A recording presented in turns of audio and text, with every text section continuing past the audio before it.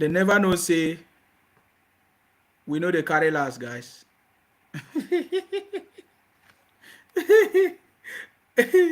Man, see whether they won't show themselves.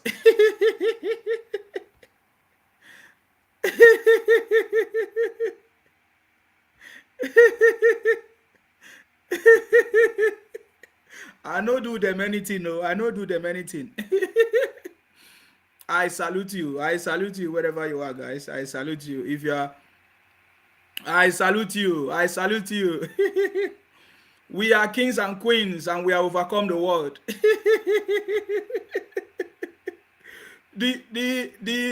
What did they call them? They never see something. They never see something. They just say a joke. They just say a joke. I don't, as I won't come live, they know if Alama come live.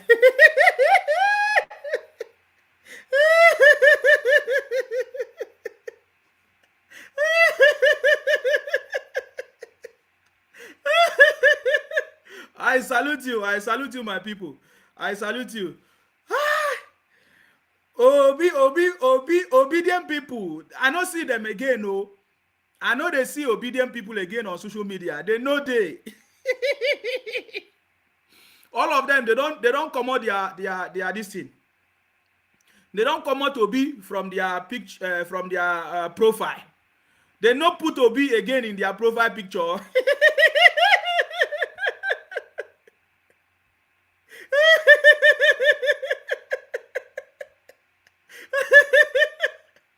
I beg. Waiting do Obi people. They not put Obi no their profile picture again.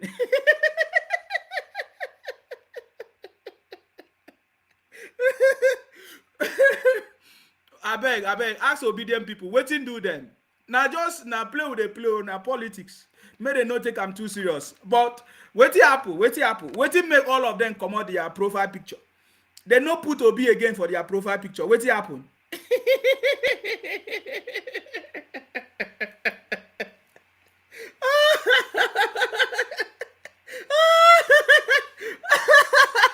I salute you wherever you are. I salute you. Thank you very much. Welcome. Welcome to this wonderful conversation. Welcome to the City Boy movement. The City Boy movement, we are live and direct. Is a wonderful opportunity. I beg, I just need answer. What happen? I no see Obi picture again for their profile. They don't come out Obi picture for their profile. They no put Obi again. What happened to Obi profile picture? Now what I won't understand. Now me, I just ask simple question. You understand me? They don't tire. We never even start. They don't tire. Bomber to bomber. You see that Obi now you go run come on this time around on social media. I they tell you, Obi, the kind of who don't plank it for them.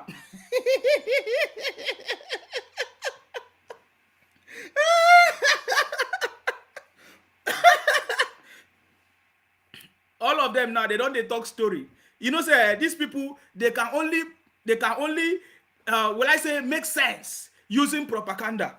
Nah, they don't say, Baba Tinubu saying don't sick, saying no well, saying don't die, say as he don't come out, he don't travel come out, he don't do this. These people can propaganda. Without propaganda, there is no way they can survive, guys. There is no way they can survive without propaganda. We know it. We know that the IPOP people, Biafra people, is only propaganda. You know, the petition that the Obi and Atiku, in fact, Atiku petition even makes sense past Obi petition. In Atiku say in his petition that Obi no even follow. That if they want to do any rerun, that Obi is not even part of the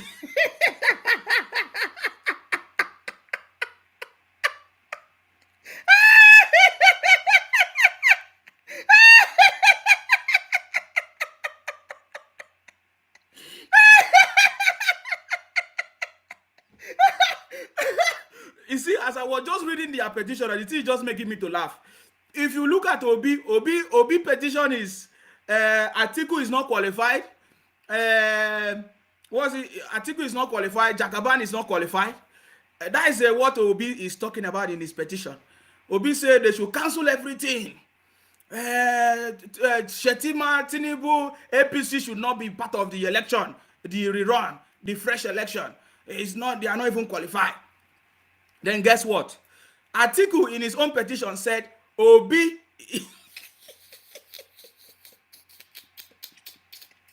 Atiku said Obi is not even part of it. Because that Obi took third position, that he took second position. So if there's going to be any rerun or a fresh election, that it should be between APC and PDP. That is what Atiku said in his own petition. So my brothers and sisters, this thing is so sweet. This thing is so sweet. That's why I'm saying that all these they are just making mouth. Thank you very much, the city boy. The indefatigable lion of Bodilon is already resting. You know, you need to rest, guys. Is it easy to run that kind of campaign? You run that kind of campaign and you won election. It is time for our city boy to go and have some rest. Even me, I rested because it's a challenge. Only me sitting down and be talking, and I was so tired for how many days? Later, we saw Baba Tinubu, campaigning over 36 states. This is the huge opportunity for Baba Tinubu to go and rest. Don't worry about the propaganda of IPOP. Are you getting me now? Don't worry about the propaganda of IPOP. All of them are crying. See them. I can see them in my blog, in the comment section. Guys, please, what I want you to do, there are over 500 people watching this program now. What you just need to do for me, like it. Just like it and share.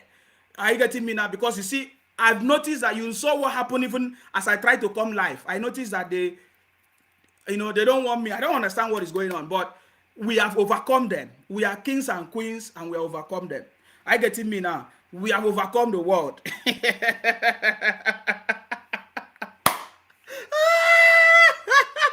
Hey, Obi, and the obedient people. They never even wait. They don't come out their profile picture. They are no longer proud. They are no longer making noise on social media. LOP, Obi, LOP, Obi, LOP, Obi, LOP, Obi, Obi, one day. Obi, get.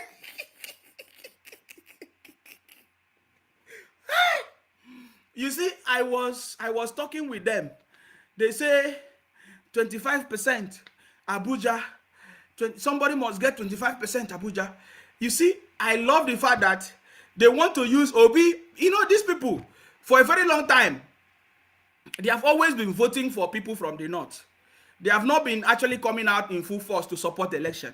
But I can say in 2023, this is the first time that the Igbos came out in mass, including the IPOB, to support their own brother, because for the first time, at least after a long time, their brother Obi from the southeast, an Igbo man. Hey, another one again. What is going on here?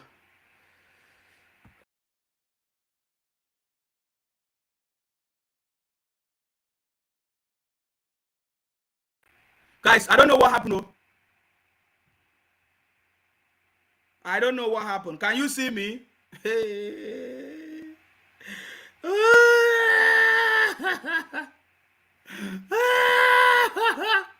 Can you see me, guys? I don't know what happened. I see these people. You see, this is the first time the Igbo man was on the ballot for the first time. Are you getting me now? So, and it's the first time the IPOP people, they came out. All of them came out to support their brother.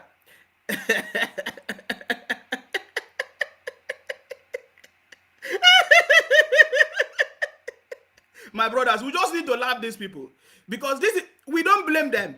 They have never come out before to join election, to know how is politics, to know how they run politics. If not, they will not go and file a rubbish petition against the city boy. That is why the city boy just, let me leave these idiots, people. Let me go and rest. You are aware that the city boy are just gone to rest because they are just making noise. Are you getting me now? It's nothing to be bothered about. You understand me? It's nothing to be bothered about. Trust me. That is why the city boy go and sleep. Why they are crying among themselves and weeping. Are you getting me now? We are winning, guys. IPOP is a criminal terrorist organization. everybody know that IPOB is a terrorist organization. Terrorist organization, all of them. I get me now. You know, all of them, they keep coming to my inbox. In Sima, you have to be careful. Oh, why do you hate the Igbos? Why do you hate the Igbos? Why? Nnamdi Kanu used to be your leader.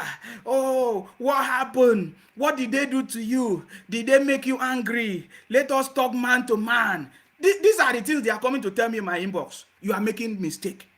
I have told you people, what I'm doing, I'm not doing it in support of the Yoruba. I am not doing it in support of the Igbos. I am doing the right thing. I am on the side of the truth in this administration, because for me, I have decided to support the Jagaban, the city boy. I have decided to support the president-elect. I have decided to make sure that we come out in mass to support the city boy, the president-elect. So in this administration, we don't want any propaganda. We don't want any lies. Anybody that cause problem, we are going to call that person out. We are not, whether you are Igbo, whether you are Yoruba, anything, we will mention your name.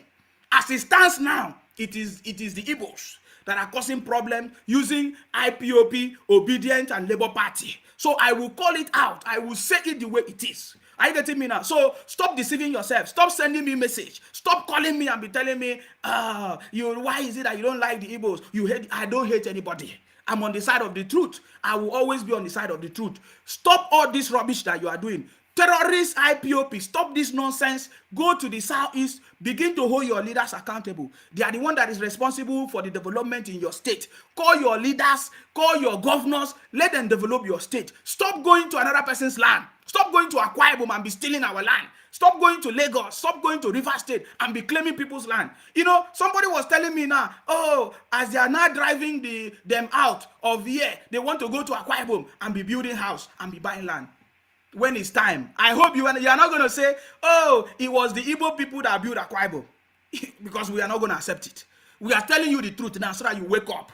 Go to your place and build your place. You have millionaires and billionaires according to you. You are the most educated. You say you are the best. Go take these ideas and skills, and go to the southeast and develop it. I'm the one that is actually helping you. If you are from Igbo land, Ndi Igbo, southeast, I'm the one helping you. This is help. It has nothing to do with hate. If there's nobody telling you the truth, I am telling you, go to the southeast and build your place, develop your place. Stop looking for land to steal. Stop looking for another state to grab. Are you getting me now? Because nobody's going to accept it. Nobody's going to accept it. So I'm not supporting anybody Yoruba. I'm saying the truth. There is no time in history. I've never seen any Yoruba people come out to say, oh, they are the one that own Nigeria, or they are the one that is the best, that without us, Nigeria cannot be better. Can you imagine those kind of rubbish? That nonsense, you have enjoyed it for a very long time. And especially the Yoruba people, especially those ones that did not travel, that don't know much. You see, you have deceived our brothers and sisters a lot for a very long time. And we are coming out to open it up and say it's a lie. When you live in Lagos, they ask you, oh, how many? You say they are Igbos. I've been trying to explain to the Yoruba people. It is not everybody in the south or in the southeast that is Igbos. That is the biggest mistake. And I'm blaming the Yorubas for not making a proper research to know that, because I don't know. How can you say Akwa Ibom people, they are Igbos? How can you say Delta people are Igbos? There are some area that is called Delta Igbo. Yes, that one is different. But in Akwa Ibom, there's nothing like Akwa Ibom Igbo. So I don't know. How can you say Edo people, they are Igbos? Of course, I don't think you have ever said that. How can you say Bayelsa people or River State people, they are Igbos? So that is a mistake. So I blame the Yoruba people for not making a proper research to know that is not everybody that is Igbo. Are you getting me? So that is the thing that the Igbos, I would say, have been enjoying for a very long time. And that is why they say that Nigeria is a three major group. They say Hausa, Igbo, Yoruba. That is complete nonsense. That is complete nonsense. In fact, if you don't know that Igbos are a minority in Nigeria, Igbos are a minority in Nigeria. For a very long time, they have been claiming Akwa Ibom, they have been claiming Calabar, they have been claiming River State, they have been claiming Bayelsa, they have been claiming all these areas and say they are Igbos. You see, this is what the Yoruba must understand. So it's not, those people, we are not Igbos. There is nothing wrong in identifying who you are. If you are Igbo, you are Igbo. If you are Ibibio, you are Ibibio. If you are Ijo, you are Ijo. Are you getting me? If you're outside, you're outside. So I don't understand why people should be calling everybody in the southeast or south Igbos. That is completely wrong. This is the narrative that they have been hiding for a very long time, and we are coming to correct it.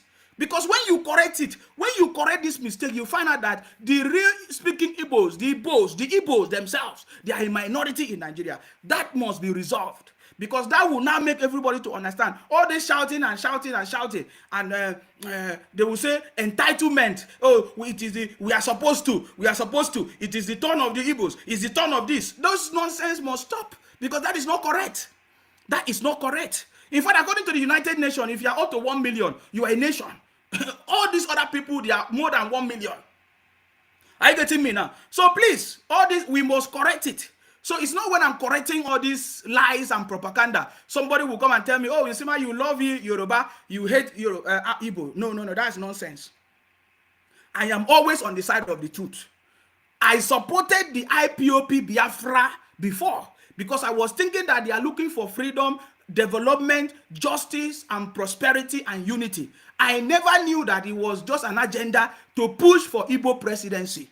It was later on we begin to discover that the idea of Biafra or whatever is an agenda to push the idea of Igbo presidency. They are not actually looking for Biafra, because as it stands now, they are telling them, go and develop your place. Go and develop your place. Go and develop your place. They now say, oh, Lagos is a no man's land. Lagos is a no man. All these things is not making sense, guys.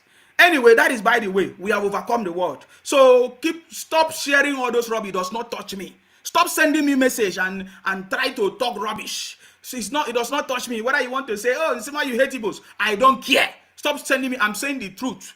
If you ask me, I will give you the evidence of what I'm talking about. Are you getting me now? What we want now is unity, peace, and development. But it is only the Igbos. It is only the Igbos in Nigeria that have refused to embrace peace and unity. They are still, hammering or bitter about what has happened in the past, that they are the cause of the problems. Are you getting me now? The Igbos, through IPOP and Biafra, we need to let that message out. We cannot say it's all the Igbos, but we are talking about IPOP, Biafra, now Obedient and Labour Party. They are the only group of people in Nigeria that is still bearing grudges, that is like they are all so bitter and anger with hatred that they want to retaliate something. I don't understand. That's why if you go online now, they are the only one complaining. They are the only one happy. Hey, they say Obi is coming. He has taken the case to court. Hey, Obi is going to come. You are just deceiving yourself. You are just, at the end of the day, you will cry and weep. Tears. You understand me? Accept defeat and go home. And go and strategize. Go and re-strategize what you are going to do. So that you can participate and win election next time. It's not you come and be playing ethnic, religious, and emotional blackmail. It's not going to help you. It's not going to help you. Stop looking for blackmail, emotional blackmail. Stop looking for religion or ethnicity talk. It's not going to push you anywhere. If you meet me, I will give it to you, woto. Are you getting me now? So we want to move forward. We want unity. We want peace. We want development in this country. And we should not be covering up things. When we see the person doing something, causing the problem, we should be able to call the person out. Let us don't keep quiet at all. Because keeping quiet is not going to take us anywhere. Covering up is not going to take us anywhere. This is the time for development, and it is time. And there's nobody that can stop it. The president-elect has been announced. His Excellency, Asiwaju Bola Ahmed Tinubu. There is nobody that can stop it. There is no amount of lies, accusations, or what. If you like, go and manufacture another lie. Can you imagine? You go and bring drug accusation. This is not something new. They have always been accusing Baba Tinubu even before he became a senator. Even before Baba Tinubu became a senator. The judgment is there. We have it. But because obedient people, they don't read. Labour Party, they don't read. They are all traders. They only do market buying and selling. They don't read. Because if you have read, you will understand that the drug abuse or accusation on Baba Tinubu is there a long time ago. Even he became a senator in Nigeria, 1992 and 1993. Even as a governor, the same issue always came up. It came up the first time, it's not today, for a long time ago. So you guys don't know what you are doing. I can guarantee you, what the appeal court is what the appeal court will do is to throw this petition away. It's rubbish, it's laughable, it's nonsense. This petition of Obi and Atiku is complete nonsense. The what do you call it? The presidential tribunal will just throw it out and say it's only INEC that have the right to declare whoever a winner or not. That is the truth. That is, I'm just telling you. So just get ready for the outcome, because that is what the tribunal is going to say. Right? So these things that you people are doing is so shameful.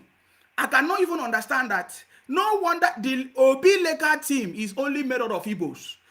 That's why they don't understand. They don't even understand they can't even interpret the law or the constitution or the electoral act. They can't even interpret it. All of them are crying. No, you know what these people are doing. They are not even hiding it. They are not even hiding it. They wanted to take over Lagos, take over Abuja, take over Rivers State, take over Akwa Ibom. They did not hide it though. It's the same thing that reflected in their petition. Go and check their petition. They say, oh, you must get 25% in Abuja. These people don't have sense. It's a pity. It's a pitiable pity, guys. It's a complete pity. I don't even want to talk about what is going on in the Southeast. Look at Obi wanted to come and give us a new Nigeria. But Obi has not been able to fix the problems in the Southeast. Let us start from Anambra State. Obi has not fixed Anambra State. Obi was not even able to fix the problem of flooding in Anambra State. Look at Soludo went to meet Buhari in Aso Rock to say, please, we need help. Look at the flooding that is going on. Look at the situation that is going on. We really need help. And Obi was a governor. He did not do anything about it. You saw the videos. You saw if you have not seen that video, go and check it on my page. You saw the videos of the flooding everywhere, scattered everywhere. We don't even talk about the election problems that happen in the East. None of them is talking about it. Their focus is only in Lagos. Lagos, Lagos. I don't know what Lagos have done to you people.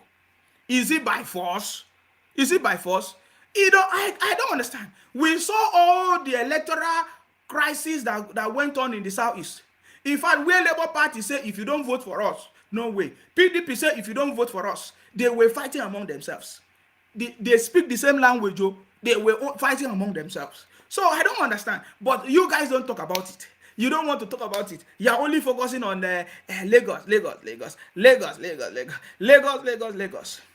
So guys, please abandon all these guys. They don't know what they are saying. They are just making. They are the one that would still cry at the end of the day. I like the way Obi is giving them small hope. Obi is giving them small hope so that all this their rubbish mindset will just calm down. Because even Obi himself knows that there's nothing to write him about. This case is dead on arrival. Are you getting me? It's laughable. Is nonsense. Is nonsensical nonsense. I can guarantee you, it's a nonsensical nonsense. The petition of Obi and Atiku is nonsensical nonsense. Even me, I'm not even a judge. I can look at it. All these things people wrote here don't have nothing to do with election. It's INEC that have the right to declare who is the winner. INEC have already declared the winner. Simple. So if you have problem with drug accusation, you can file it on a different case. But it has nothing to nullify election or to cancel election. Are you getting me now? So these guys are a bunch of criminals. That is the only thing I can say. You understand me? They are a bunch of criminals, guys. It is time when you see them. Anybody that identify themselves as Biafra, IPOP, you tell them you are a terrorist. Because it's everywhere. So that they will know that we know. It is no longer time to keep quiet and be seeing all these people running propaganda everywhere. Anywhere you see their propaganda, bring it. We are going to debunk it. They are all liars and criminals. That is why all of them now, I saw all of them now sharing pictures and videos that, oh, Baba Tinubu is sick. He's not well. That's why he run. He's in coma. He's nonsense things, man. That is by the way. I'm just so happy, guys, today. Please, the City Boy movement, if you have any message, any important information, send it to that number. We are going to be able to, because right now we should be able to come and be discussing what we are going to do, how we are going to make sure that we join hands together to support the president-elect. Are you getting me now? Because the presidential election is over, governorship election is over, so we are going to come together very soon to plan ahead, to write out things that we think is very important for us to address in this administration. That is our job. So I'm calling on you, if you are an engineer, whoever you are, a nurse, doctor, whatever skill you have, We need all of you now, because all of us, we have lived abroad. We all know whatever that is going on. We all know the things, how those things, we can bring it back home. This is time for us to bring the ideas and experience that we have all gathered all over the world. Can't you see how Nigeria is going to be the best? If we can gather all this knowledge abroad, there are so many of us. We have a lot of knowledge, skills, experience. Let us bring all these knowledge, skills together and make our country, Nigeria, the best place to be. Trust me, Nigeria is the giant of Africa. That is who we are. Now we have the proper leader, Baba Tinubu, the president-elect. He is the man for the job. So we are proud to be Nigerian. I'm proud to be a Nigerian, guys. Are you proud to be a Nigerian? In fact, very soon, I think our first assignment is, I am proud to be a Nigerian. We need to create like a what do you call it, hashtag, and then we do like a small design. I'm proud to be a Nigerian. So we can use it in our deep everywhere. We need to debunk all the lies of IPOB criminals, everywhere. We saw them trying to destroy their passport and everything. And I love, there's a comment of one of our brother that I saw. I so much appreciate it. There's something he said. Let me see if I can see that video. The brother was like saying, I want to destroy my own passport. I want to destroy. Then he went further to disgrace them. I get it me. So I saw that video and I think it's a good one. You see, we are going to debunk all their lies. Our job is to debunk all their lies. Oh, by the way, congratulations to Abia State. Congratulations to Alex Oti, right? It's Alex Oti. He won the governorship election in Abia State, Labour Party. So the people of Abia State, they have decided to support Alex Oti, and he was finally declared as the president-elect. Congratulations to the people of Abia State. You see, one thing about us is that we support good things. So as the people of Abia State, as you have made your choice, you have elected Alex Oti. Yes, Alex Oti. Yeah, as you have elected him, make sure you begin to hold him accountable.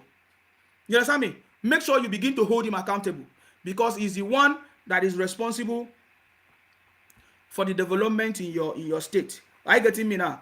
So congratulations to the people of Abia State. I think I'm looking for the picture so that I can share the picture here.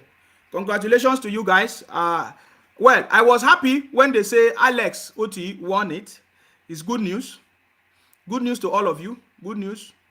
There's a video of our brother exposing the criminality of IPOP people destroying their passport. It was revealed that they are only destroying their old expired passport. Perforated passport that have expired. Are you getting me now? So that is what they have been doing. That is what they have been doing. That they have been doing it, disgracing themselves, destroying their old passport. Perforated passport. And I love what this brother did. Look at what this brother did. Listen to him. Good afternoon. Today is Tuesday, 21st of March 2023. I still remain Prince Olujimi Adekale. I want to bring to the notice that I've given up for that country called Nigeria. This is my passport. You can see it. This is my Nigerian passport. I'm going to destroy it now. This passport has all visas. US visa, UK visa, China visa, Turkey visa, Schengen visa, they're all here. But I'm going to destroy it now. I'm tired of that country. I know that nothing good can come from that country. It's a which country? It's a which passport? This passport is my pride. This passport is my pride. And it's the pride of all we diasporans. Forget those people that are coming to the social media to come and tear their passport. They say that I have destroyed my passport. It's all lies and fake. This passport you are seeing here is mine, but it has expired. So it has no value any longer. Yes, it has some visas. Those visas have expired. So if I come here to come and destroy it, I've just done nothing. I've just done the civic whatever, because normally when you finish with the passport, you destroy it and throw it away. So forget about those people coming here to come and destroy passport and telling you they're tired of Nigeria, they're tired of the government. That's to tell you that those people, they don't have the development of Nigeria in their heart. They are only towards a mission, all those so-called obedience, because they could not achieve their crooked ways of getting to power. Now they say they are destroying their passport everywhere because we know them. Obi is a Biafran. We know all their agenda before now. That's why we stood our ground to make sure that they can never succeed. Exactly. Having said that, we in diaspora, I'm telling you, we are ready to team up with the government of Tinubu. That's why better Nigeria. We have the City Boy movement. Join in this country. Yes. We are going to bring the template back home. Yes. For this government. All what we are enjoying, from the health sector, from the housing, from all manners of policies abroad, we are going to bring the template back home for Tinubu to execute for a better Nigeria. One thing struck me about that man, Tinubu, when I went through his manifesto. I went through all the manifesto of all of them, but there's one thing I was looking for, and that was the credit policy. Tinubu was the only one that mentioned a credit policy, and that is the joker that makes what we call abroad today a heaven. The credit policy. The credit policy will bridge the gap. Yeah, that was a nice conversation, guys. Can you see what we are talking about? So we are all on the same page. We need to bring all our skills, knowledge that we have abroad home. This is the time. Asiwaju presidency have given us that opportunity, guys. So don't hide. Anywhere you are, come out. Join us, the City Boy movement, guys. For now, we have just created a Telegram group. You can join us. We can send a link for you. We don't need much people anyways. We need people that have the Nigeria at heart. They want development and prosperity in Nigeria. I get me. So we need intelligent people. We need people that are serious. So guys, wherever you are, it doesn't matter where you are, any field you are working in abroad, there is something that you can bring. Let us bring all those ideas together. I believe this is the first time we are going to do it. And the Asiwaju Bola Ahmed Tinubu, His Excellency administration is giving us the opportunity to do it. So we are calling on all of you, anywhere you are all over the world, reach out. The City Boy movement, our job is to make sure we bring ideas, ideas, knowledge, we share ideas, innovation, technology, anywhere across the world, bring it up. Let us put it together and deliver our country and bring prosperity, unity, and peace, development to Nigeria. That is what we want to do. That is what we want to do this time around, guys. So the number is on the screen. Each time, anytime you have information, any video, anything you see anywhere, and you feel that you want us to discuss, please bring it to our notice and we are going to discuss. And we are going to also open the line. There's going to be a session where everybody will have opportunity to call in. We are going to hold several conversations, Zoom, whatever, meeting. Anyone you can join. Join us because this is the time for us to participate and bring development in Nigeria. I love that video that I just played now because you see, we are debunking all the lies. Destroying your passport does not mean anything. You are destroying your old passport. What a shame. You are deceiving people. You stay abroad.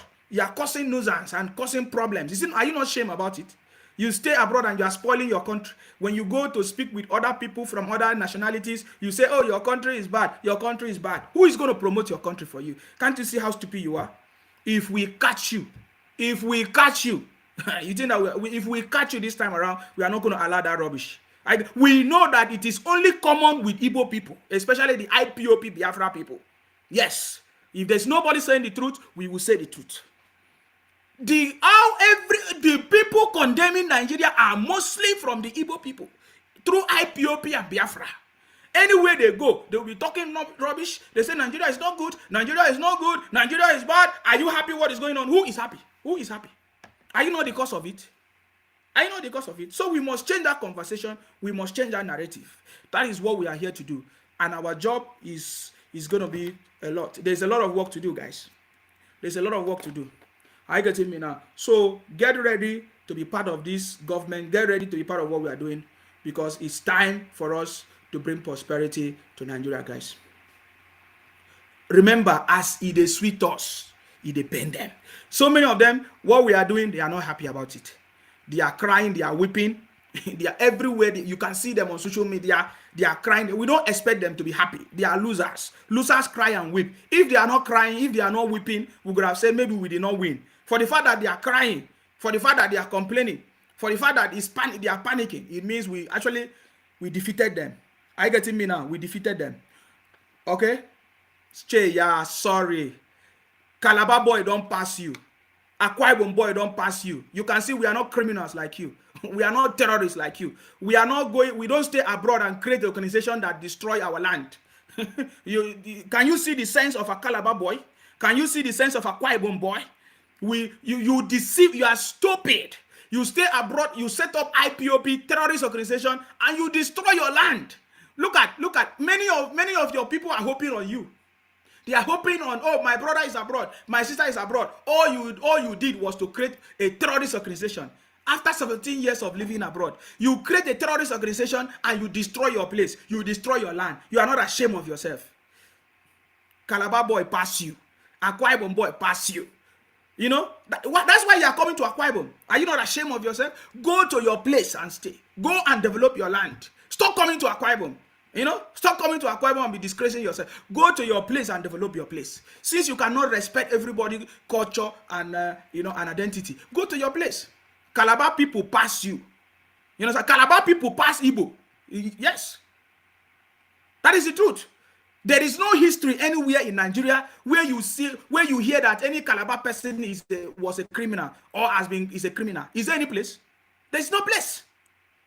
There is no place. I'm telling you, there is no history where they say Akwa Ibom person is a thief or is a criminal or involved in any money laundering or terrorism or drug abuse or trafficking. There is no place. Go and check history. Stop disgracing yourself. Every time you come here and be every day you come here and be making mouths. Yeah, without Igbo, Nigeria cannot move forward. What nonsense. Is it because they leave you? Nobody's talking to you. Is it because nobody's calling you out? You don't know anything. A bunch of criminals. You say, oh, without Igbo, Nigeria cannot survive without Igbo. Who need you? You are the one that need us. Everywhere you come everywhere, you live everywhere, and you are making noise. You contribute nothing to the country, and you are just making noise everywhere. If you continue that stupidity, we are going to bring you down. Trust me. This is not a time. You think I'm afraid of you? You don't know Nsima. When you wake up, any day you wake up and realize who Nsima is, you will stop all this your rubbish that you are doing. Because nobody's going to take it anymore. First of all, Akwa Ibom people, we are not Igbo. It's very important. We are not Igbo. Bayelsa is not Igbo. Or what do you call it? River State is not Igbo. So you need to, we will show you something so that you understand that you are a minority in Nigeria. Stop making noise and bragging and causing problem everywhere. Are you getting me now? Stop making, I've just told you because I don't know. You say, oh, Calabar boy, Bobrisky, house boy. We are the best. There is no record of any criminality perpetrated by any Akwa Ibom person or Calabar person anywhere. So stop that nonsense. You should be able to cover yourself in shame. That after how many years you created IPOP to destroy your land and you are still making noise. You created a terrorist organization that destroy your land. You know, maybe if you wanted to do good thing, you eventually gradually turn IPOP to be a terrorist organization, destroying lives in the Southeast. Gradually now, you people are no longer talking about the Southeast. You are now talking about Lagos. Because you have destroyed the Southeast. Everybody, they have run away from the Southeast. They run to Akwa Ibom, they run to Lagos, they run to River State. Now you are just making noise. Is it because nobody is calling you out? We are going to call you out. Before now, you complain and say, oh, it is Fulani that is killing everybody. Fulani is killing everybody. Now, you are no longer talking Fulani. We are expecting you. Soon now, you start telling us, Yoruba is the cause of your problem. We are waiting for you.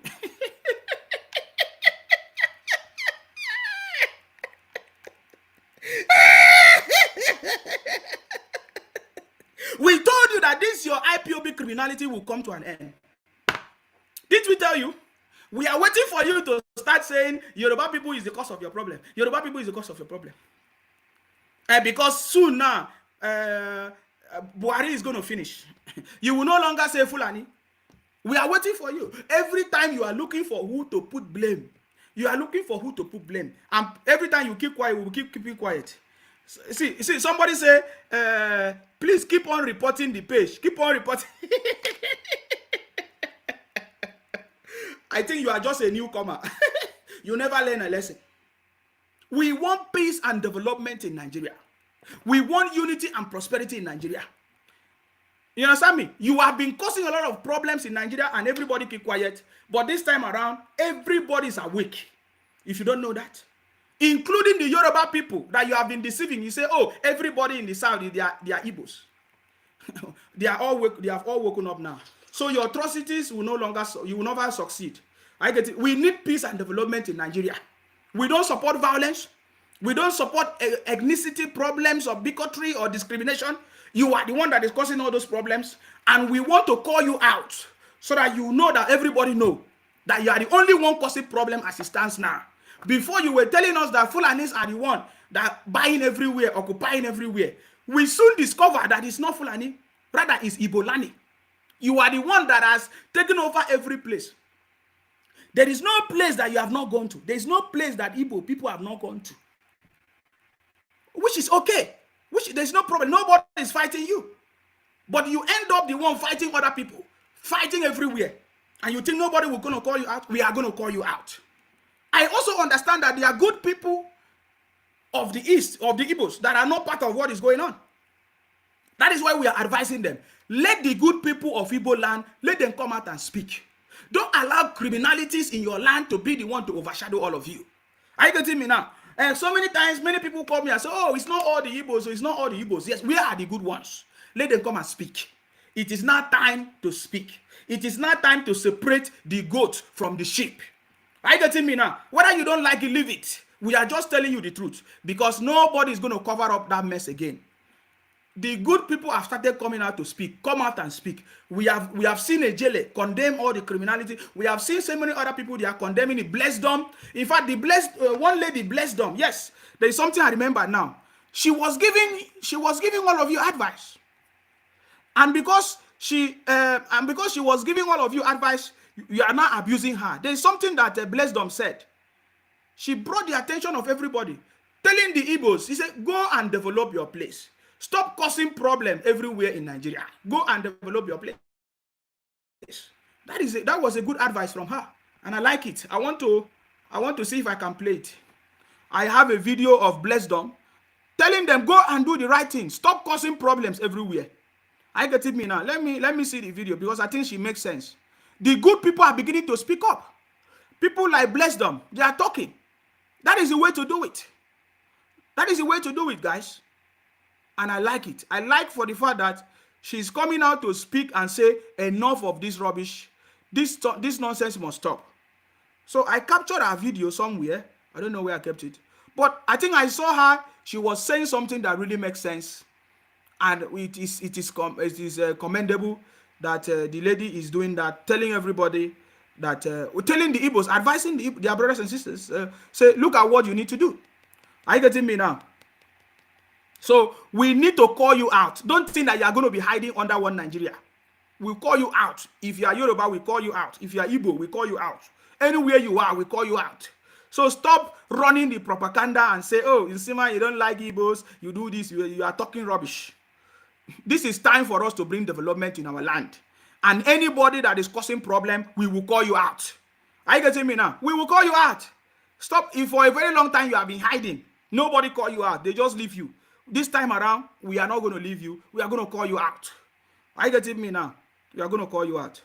I'm gonna get that video later. Hopefully, I'm gonna get that video. But have you guys seen what happened today, or was it yesterday, in Anambra? Obi said he want to give us a new Nigeria, but look at what is going on in Anambra. Have you seen it? Have you seen it?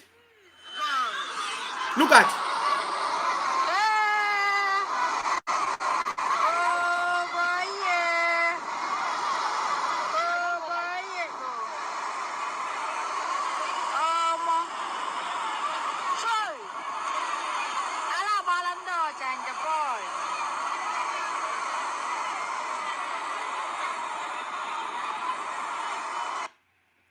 Are you seeing it?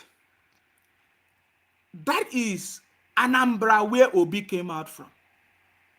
The biggest, or second to the largest market, or the biggest market, is it Ochanja in Anambra State. Obi did not think of developing it. He did not fix it though. You want to come and be president of Nigeria. Oh, brothers and sisters, it's a terrible situation. There are lots of the videos. It's too much. I think I've compiled it. It's already on my page. If you want to go and see it, go and see it. Go and look at the videos. Because this thing, we must begin to call them out, guys. The reason why they have been doing it is because nobody have been calling them out. Nobody have been telling them the truth. They have been doing it for a very long time.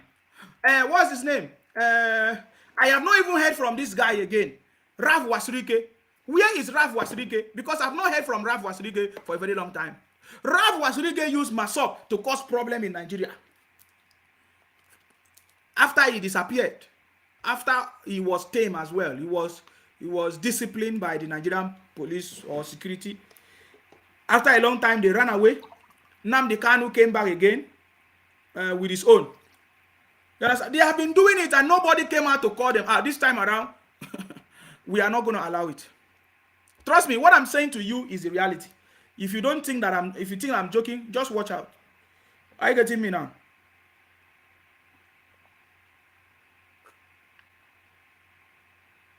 The water is so sweet, guys.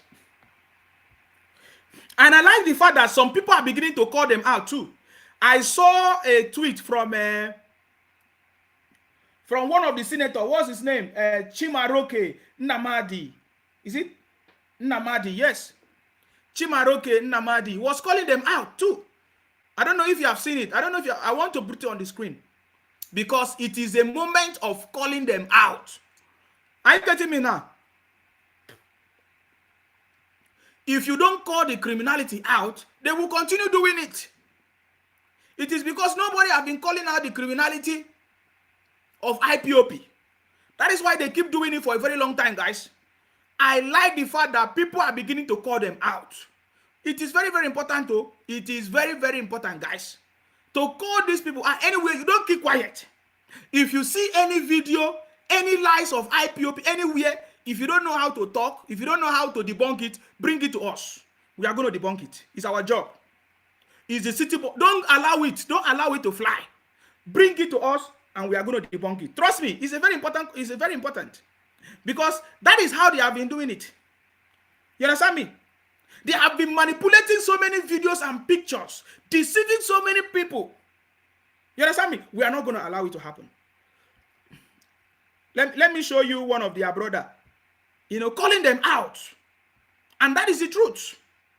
You see, some of these people that are shouting Obi, Obi, they don't know the consequences of what they have done.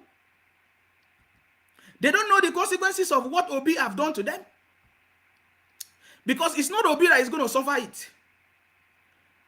Obi have already established himself. But all of them shouting Obi, Obi, Obi, I wish they know what they are doing. Because if they had known what they are doing, they won't be doing it. Oh, by the way, I've seen this picture. Congratulations to Alex Oti in Abia State.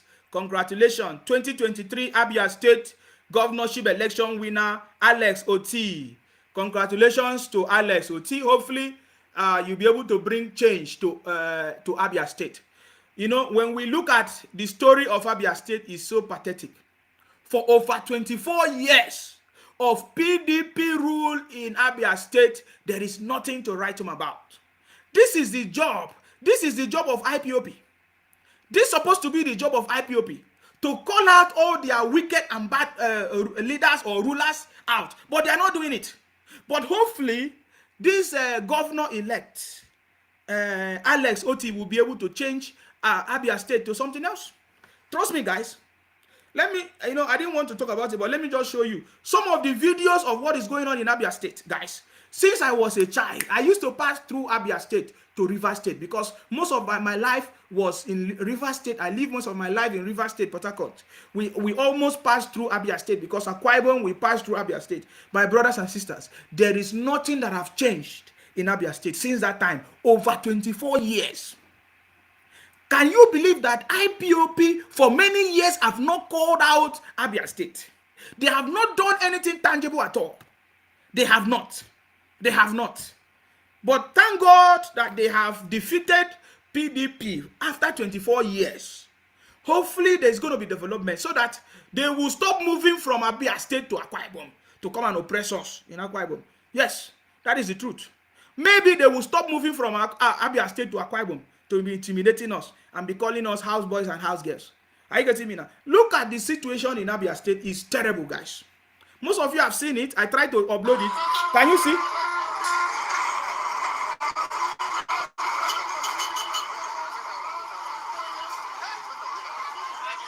That is Abia State. It has been like this for 24 years. 24 years. Nothing changed. There are different governors. They collect federal allocation. Nothing changed. Can you see? Almost all the road in Abia State is like this. No one is good. Look at dustbin on the road everywhere, packed on the road. Yet IPOP is not talking about it though. No, Igbo people, they are not talking about it though. They want to go and claim Lagos. I'm just telling you. So the reason why I'm doing this is because we are expecting that Alex Oti will bring good thing. Because in APC, we support anybody that want to bring development. I getting me now. Hopefully this man, Alex Oti, will bring change to Abia State after 24 years. After 24. So you can imagine the reason why the people from that area, can you imagine anybody coming from Abia State, what they will say? They will say Nigeria is the worst place because of Abia State. I don't know if you understand what is. You look at their problem. When you go to Abia State, there's nothing to write home about. When you go to Anambra, there's nothing. Let me even show you the worst in Abia State, guys. It's like ocean. I understand that flooding is almost in every place in the country. But the one in Abia State is the worst, guys. Is the worst. They say this is just 30 minutes rain. Look at. And let me put the sound so that you will hear. They say Ngwa Road. In case you don't know where Ngwa Road is in Abia State. Eh? You see? Can you see? This is Ngwa Road. Aba. You see that?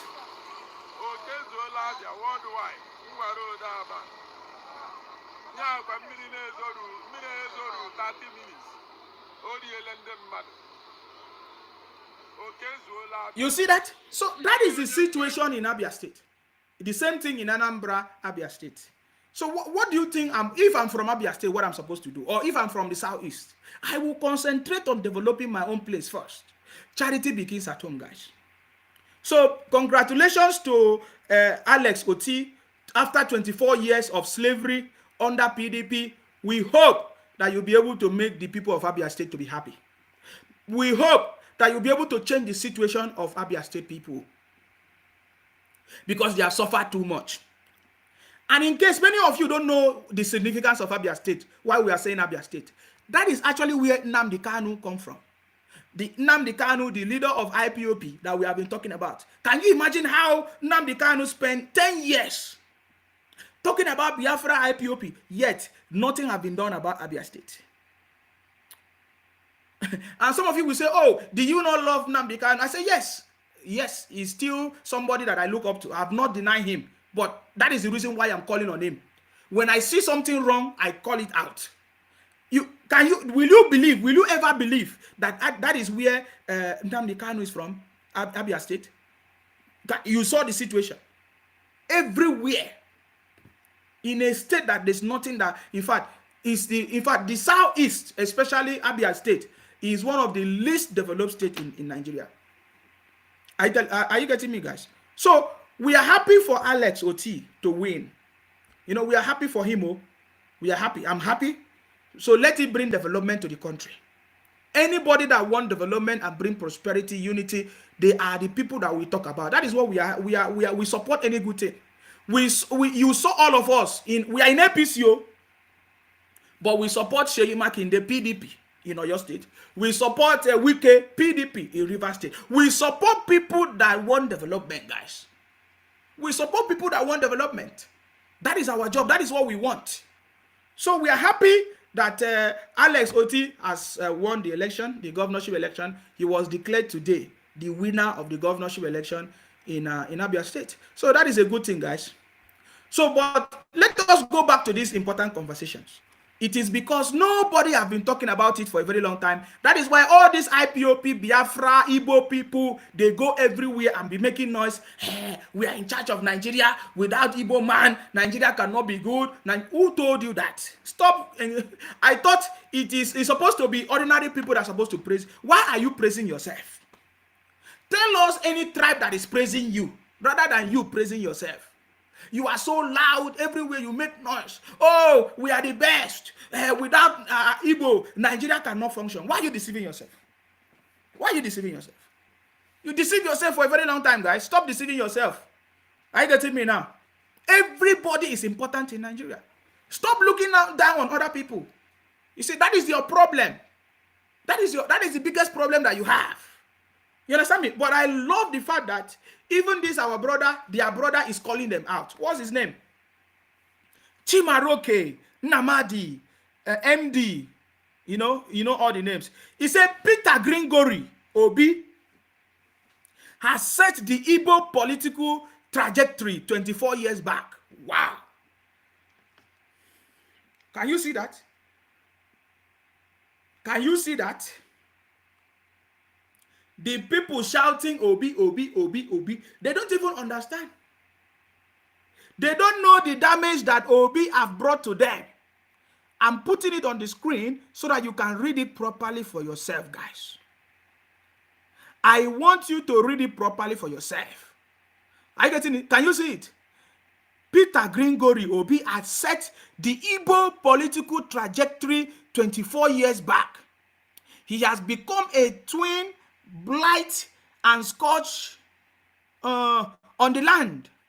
His devious opium served to Christians within sections of Nigeria and to Igbo domicile in different sections of Nigeria is wicked and dangerous. This was on the 20th. That was 2 days ago. 20th of March. 2 days ago. 2 days ago. Chimaroke Namadi was saying this important message, but they don't understand. Every day they keep shouting, LOP, OB, LOP, OB, L. They keep shouting all kinds of things.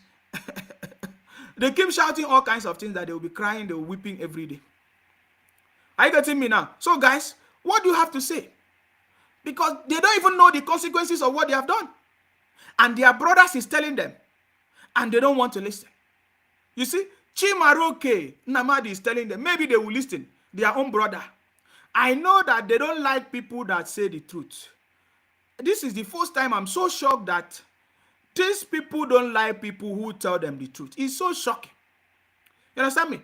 They have been enjoying all kinds of lies and all kinds of things, all kinds of lies. They run propaganda every day. They talk all kinds of things, all kinds of lies. They are not even sincere to themselves. Anybody that wants to tell them the truth, they don't like it. Chimaroke, their brother, is telling them that, you see, this thing that you people are doing is not the best.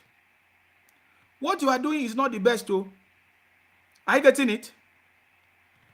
He's telling them. Can you see it? Peter Gregory Obi has set the Igbo political trajectory 24 years back. He has become a twined blight scourge on the land. His devious opium served to Christians within sections of Nigeria and to Igbo domicile in different sections of Nigeria is wicked and dangerous. This was your brother telling it to them.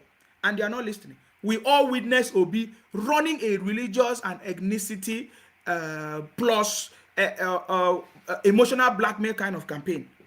And now they have caused problem in the country and they don't know that. They are still pushing him. Because Obi is about to be disgraced nationwide, nationally. It's going to be a national disgrace. I get it me now, but they don't know that. They keep shouting. If you see them now in the comment section now, they are talking rubbish. In the comment section now, you will see them. All of them are crying. They are weeping. They are abusing me.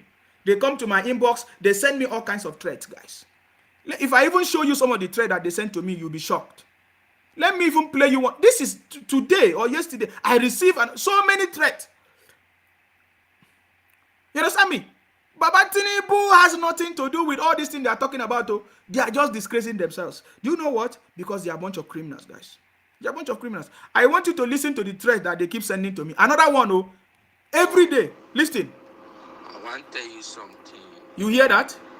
My guy, you dey fuck up well. Uh-huh. Who I blame the Nigeria guys where they see you for where you dey, any city where you dey, any country where you dey. I swear, say not be the place where I dey, now you dey. I wish in Italy they have for don't kill you, for don't stab you to death. I swear to God. But the Nigerian people where they there, they fuck up because you be useless person. Did you hear what he said? I pray man not see one-on-one. You understand? Can you listen to the threat? He said, if I'm in Italy, if I don't starve me to death, one-on-one. That's what he said. Let me go back there and play it. They are a bunch of criminals. That's the only thing they can do. Where they see you for where you dey, any city where you dey, any country where you dey. I swear, say not be the place where I dey, now you dey. I wish in Italy they have for don't kill you, for don't stab you to death. I swear to God. But the Nigerian people where they there, they fuck up because you be useless person. Are you hearing it? I pray man not see one-on-one. You understand? Next 2 months, I they come London, but I they pray man. He said he's coming to London to come and kill me. If I see you, are you listening? I go stab you to death, I will go jail. And any politician picking who I see, I go stab him to death. Like that neck picking, I go stab him to death. You see, a person don't frustrate.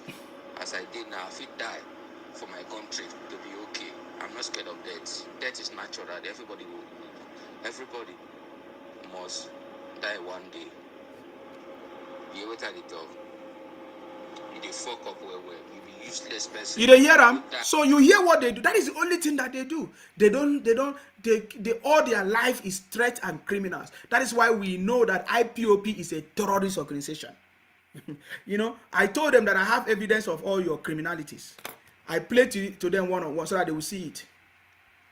Kelvin said that Chimaroke Namadi ruled as a governor 8 years and 16 years in Senate in Enugu, and presently he lost senatorial seat for Labour Party and he is pained. He is in PDP. Now he wants to move to APC because he just lost. You see, that is the only side of the story that you know. That is the only thing that you can hear. You guys are so politically illiterate. You are so politically uneducated that you don't know what is important. You keep talking rubbish. We are talking about something that is important. You are telling me that, oh, he lost. He's crying because he lost. What he has said, is it not the truth? What I have been saying, is it not the truth? What are you supposed to do? Is for you to wake up and stop threatening people, running a propaganda everywhere, you know, condemning people. It's not going to help you. It's not bringing development to the Southeast. It's not changing anything. You go online and be running propaganda, deceiving people, manipulating videos, and it is not going to help you, guys. It's not going to help you. So that is what we are telling you. You understand me? So the person that sent me threat, if you are listening to this program, go ahead. We welcome you to the UK. Come and do whatever you want to do. We are waiting for you. You understand me? We are waiting for you, okay? So, guys, we have over 1,000 people watching this program live. Please, can you just like and share? Keep this page alive and forget about this criminality. They are all criminals and they are not happy that we are exposing them. Are you getting me now? Please, I want you to like and share this page right now. Please, can you just take 1 second and do it? Like and share this page. Like and share it right now. So that we want to send the message to everywhere. In fact, I received a message. Somebody sent me a message that, oh, because Nsima, what is going on? I commented on your page. They blocked me. They came to my inbox to threaten me. I said, that is what they do. These people are IPOP people. That is what they do. So in case you have received any message from IPOP criminals, are you getting me now? If in case you have received any message from IPOP criminal because you commented on this page, because you say something, just know that they are the criminals. If you are not comfortable with it, you can send me the person's picture, profile picture or message or name so that we can look it up. These people are a bunch of criminals. So many people that commented on this page, they keep on coming to their inbox, going to their inbox to message them. Please, If you have anybody message, you send it to me because we are compiling everything. We are keeping it for them at the right time. Are you getting me now? So that is what I want to say. Now, look at this one. I've been coming to my inbox to be talking rubbish. Look at his name. It's a fake name. You can see this one now. Fake name. He said, Igbos fought war for 3.5 years and still they are on top. They are still on top. These are a bunch of criminals. They never fight any war. They never fight any war. That is the truth. Ojukwu, who was their leader that they say is their supreme leader, ran away 2 months before the war started. He ran away. They keep every day they keep making us that they fought a war. Which war? Because we were in the same, that is why I'm telling you that these guys are a bunch of criminals. We are going to debunk all their lies. You know for the fact that during the old Eastern region, the old Eastern Nigeria, the former arrangement, all these other people, they were counted among Akwa Ibom people, we were all counted among the old Eastern region. Because Ojukwu was a general, he used the opportunity to force everybody to be part of their war. Igbo did not fight any war. They pushed other people. Yoruba people were part of it. Every other people were part of it. They deceived so many people for a very long time. They forced people into what they did, just like what is going on today. You hear them making mouth. Igbos fought war. Igbos, which war did you fight? Ojukwu that they say was a hero. He ran away 2 months to the war. He ran away. He ran away. He was hiding. He ran away. He went on exile. He was even a Akwa Ibom man. My own brother. General Philip Effiong, may he so rest in peace. He was the one that stood firm. So these guys are a bunch of criminals. Forget about this nonsense. We are going to debunk all their criminals. They are a bunch of criminals. I can tell you, they have been making noise for a very long time because of Nnamdi Kanu, IPOP. We have been leaving them. They have been making noise, deceiving people for years. This time around, they will never succeed. Show us where Igbo fight war. Which war? Which war do you fight? Tell us the war you fought. Because you took advantage of everybody that was in the old Eastern region. And you come and be making noise here. That nonsense must stop. Criminals. You think you can continue doing that rubbish? You think that we don't know what we are doing?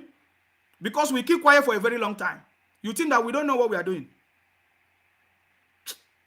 Keep disgracing yourself. These guys are a bunch of criminals.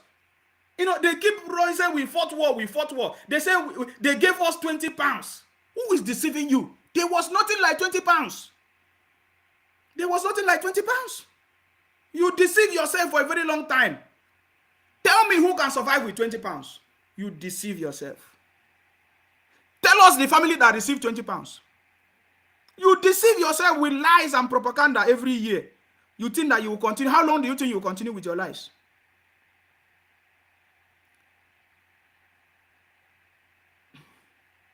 Let me show you something. Don't worry about these guys. They are a bunch of criminals. I want you to pay attention to this.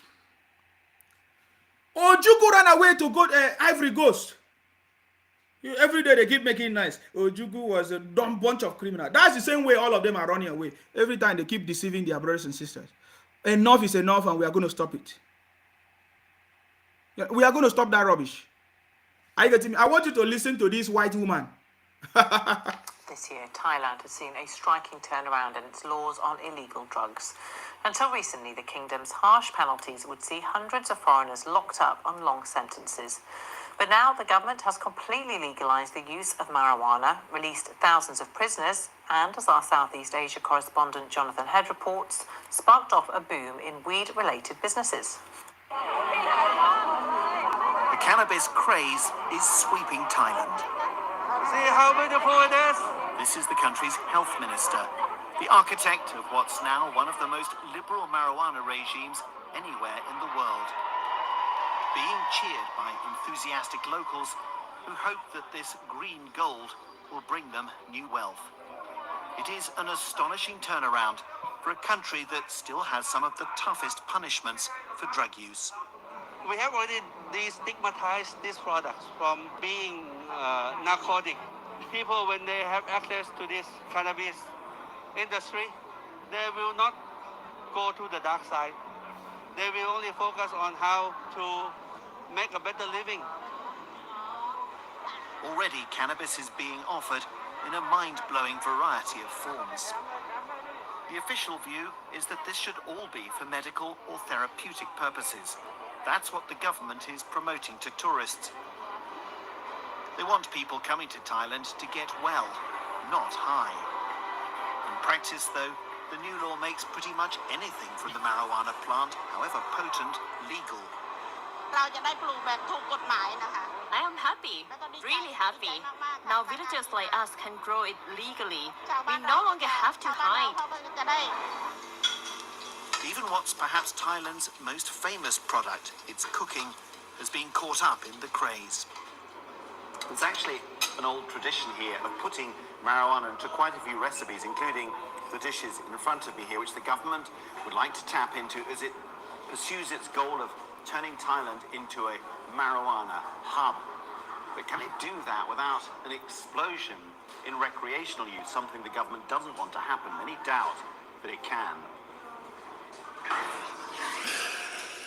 So what happens in here? Do you see that? There's a reason why I'm playing that video. When you hear the IPOP people or Igbo people claim that they are the most intelligent and all of that, you are not hearing them presenting anything tangible for you.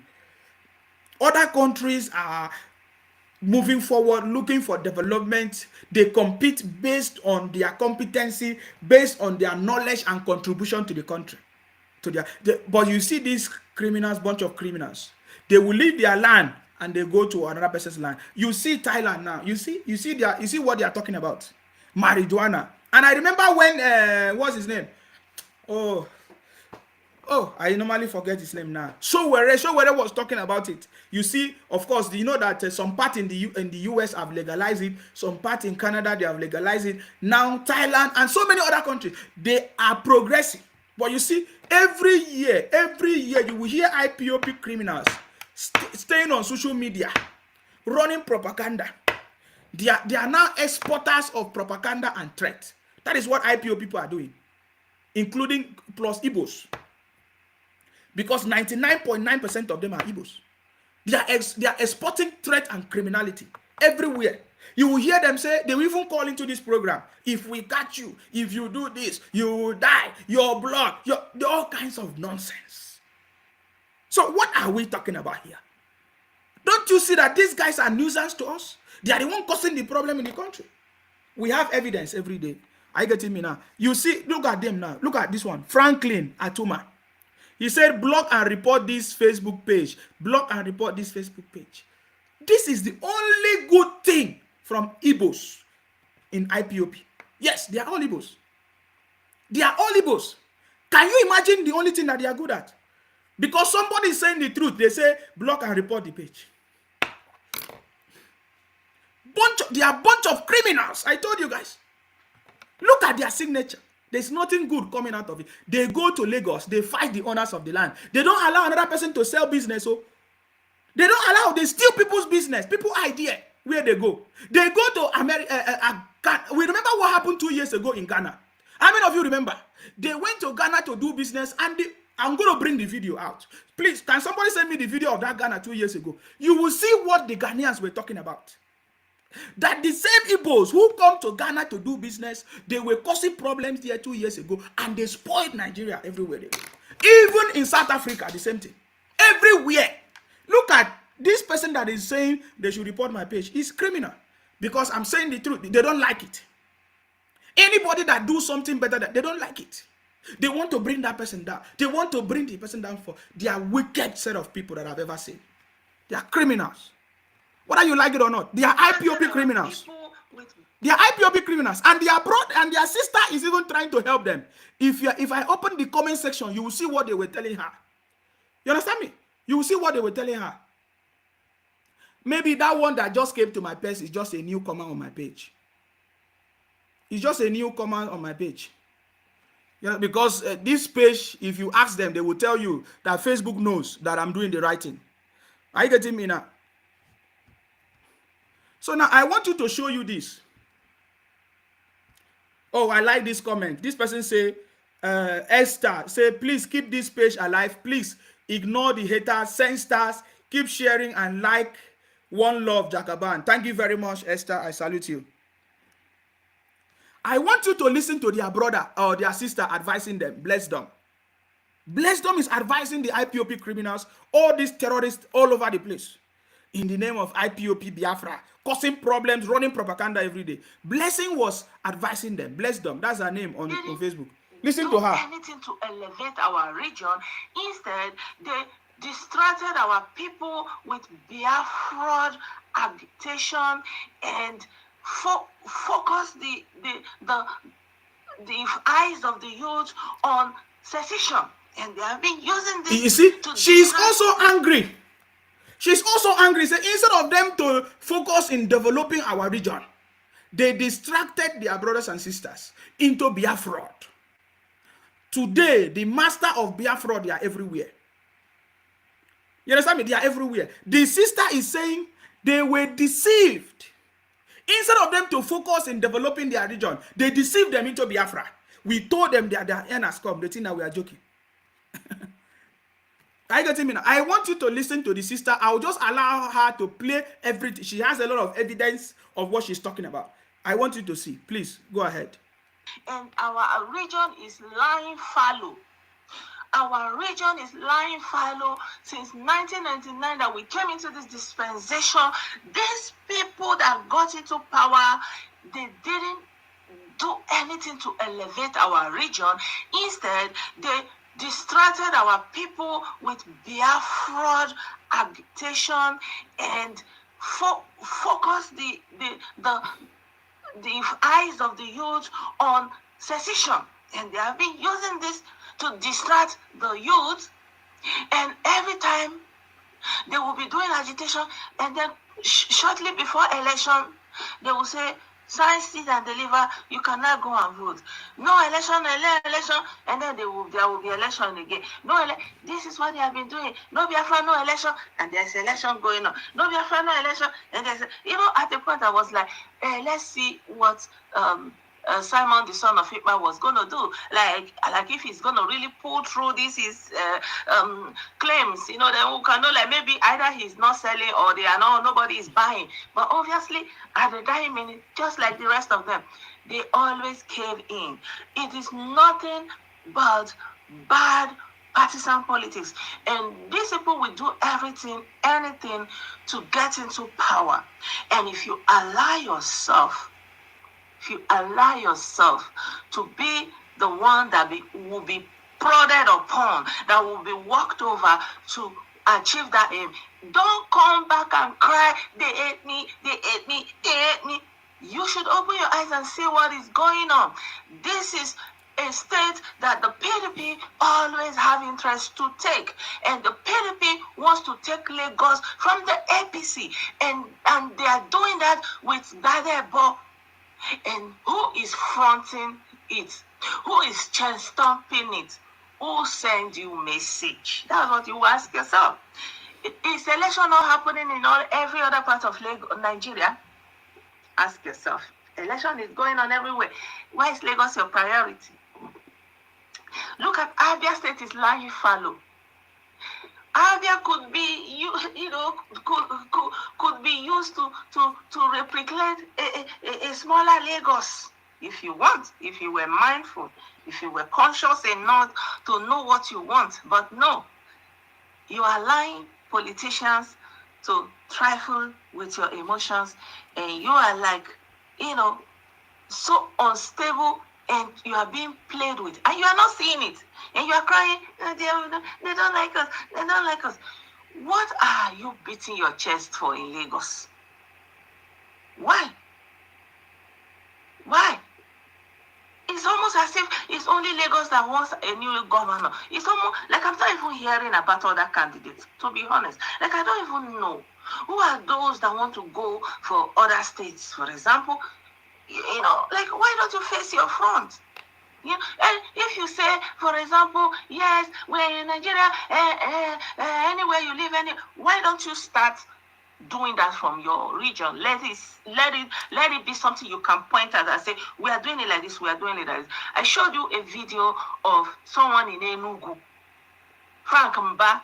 He wants to become the governor of Enugu, and the residents are against him because his great-great-grandfather not him, not his father, not his grandfather, his great-great-grandfather came from Ebonyi State. Now you ask me, where is Ebonyi State? It's the same region. Okay, why can't you centralize the Igbo nation and, determine what it means, how you rule it? That is the first thing you're supposed to do. That's supposed to be your concern. But every day, you are doing indigene, stuck in your village mindset. But once you leave that, your village, and then you come outside, you now see, you now remember that there's a constitution in Nigeria. Greetings, my people. I greet every one of you. Sorry, because I was talking, I wasn't looking at the comments. So, a young man that was taking care of an elderly lady decided to take that woman and do the doings that they are known for, doing bad things. And we know that there are bad people from every place, from every community. So, yeah, I mean, the message has been passed. There's no need to play everything. Her name is Blessdom. You understand me? Her name is Blessdom. She was advising the Igbo to focus and leave their own, and leave the focus on their own region and leave Lagos alone. Let them focus on their place. I getting me now? I getting me now? Let them focus in their own place and develop the Southeast. So that was a good advice, and I believe that she's actually making a lot of sense. And she I don't know, there's something that I've heard about this man, Alex Oti. They said that he's also a foreigner. That they say that, is it the Abia State people, whether they call him foreigner or what? I don't have the real details, but I will look into it properly. I get it. But you listen to the message that sister said. She's saying the truth. She completely said the truth. I get it now. So they are just deceiving themselves and killing themselves, fighting themselves, deceiving themselves. Every day deceiving themselves. I get it now. They are just deceiving themselves. That is why they will continue to fail. And I listened to, there is no way Obi can ever become the president of Nigeria.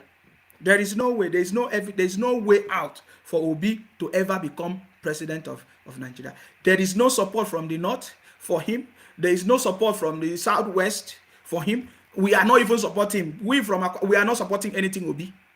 I get him. So there is no way Obi can become a president in Nigeria. It's not hatred. It's the truth based on competency, experience, track record, and he doesn't have it. So we don't want to do trial and error in the Nigerian government anymore. We have been suffering for a very long time. So this is the time for development, peace, prosperity, and Baba Tinubu is bringing it. Are you getting me now? Baba Tinubu, so there's no way. So there's no way is even from what Obi has done. In fact, it might even be more difficult for any Igbo presidency to be actualized. I'm just telling you, if nothing has been done about it.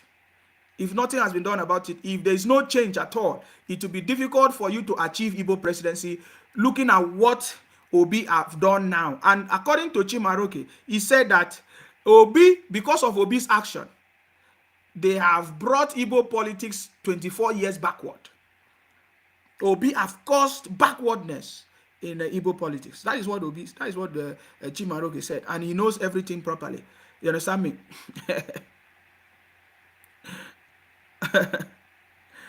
Let us listen to this. Remember what they were saying before. Listen to this. It's ours. And the passport that you are holding, until you go to exile, I hope you will never again face the goons like I did.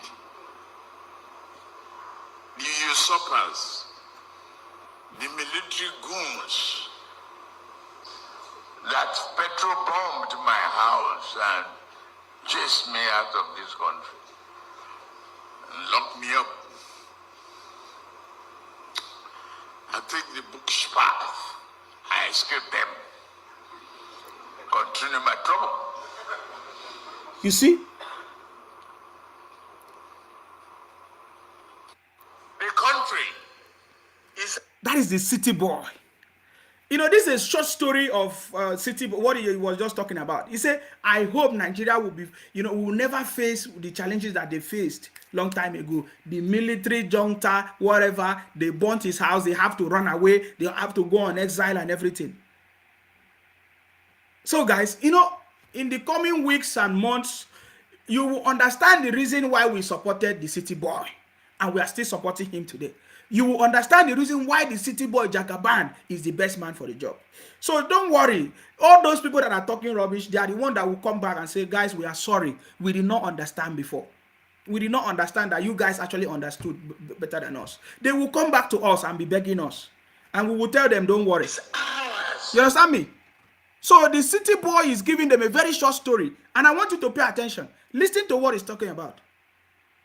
You know, there are passport. This passport that they say they are tearing, all these Igbo people, IPOB people, Biafra people, they deceive themselves, say they are tearing their old passport, perforated passport, expired passport. We are going to be proud of it again. Are you getting me now? Listen to this. It's a very short one. It's less than 1 minute, but I just want you to pay attention. It's ours. And the passport that you are holding, until you go to exile, I hope you will never again face the goons like I did. The usurpers, the military goons that petrol bombed my house and chased me out of this country and locked me up. I take the book's path. I escaped them. Continue my trouble.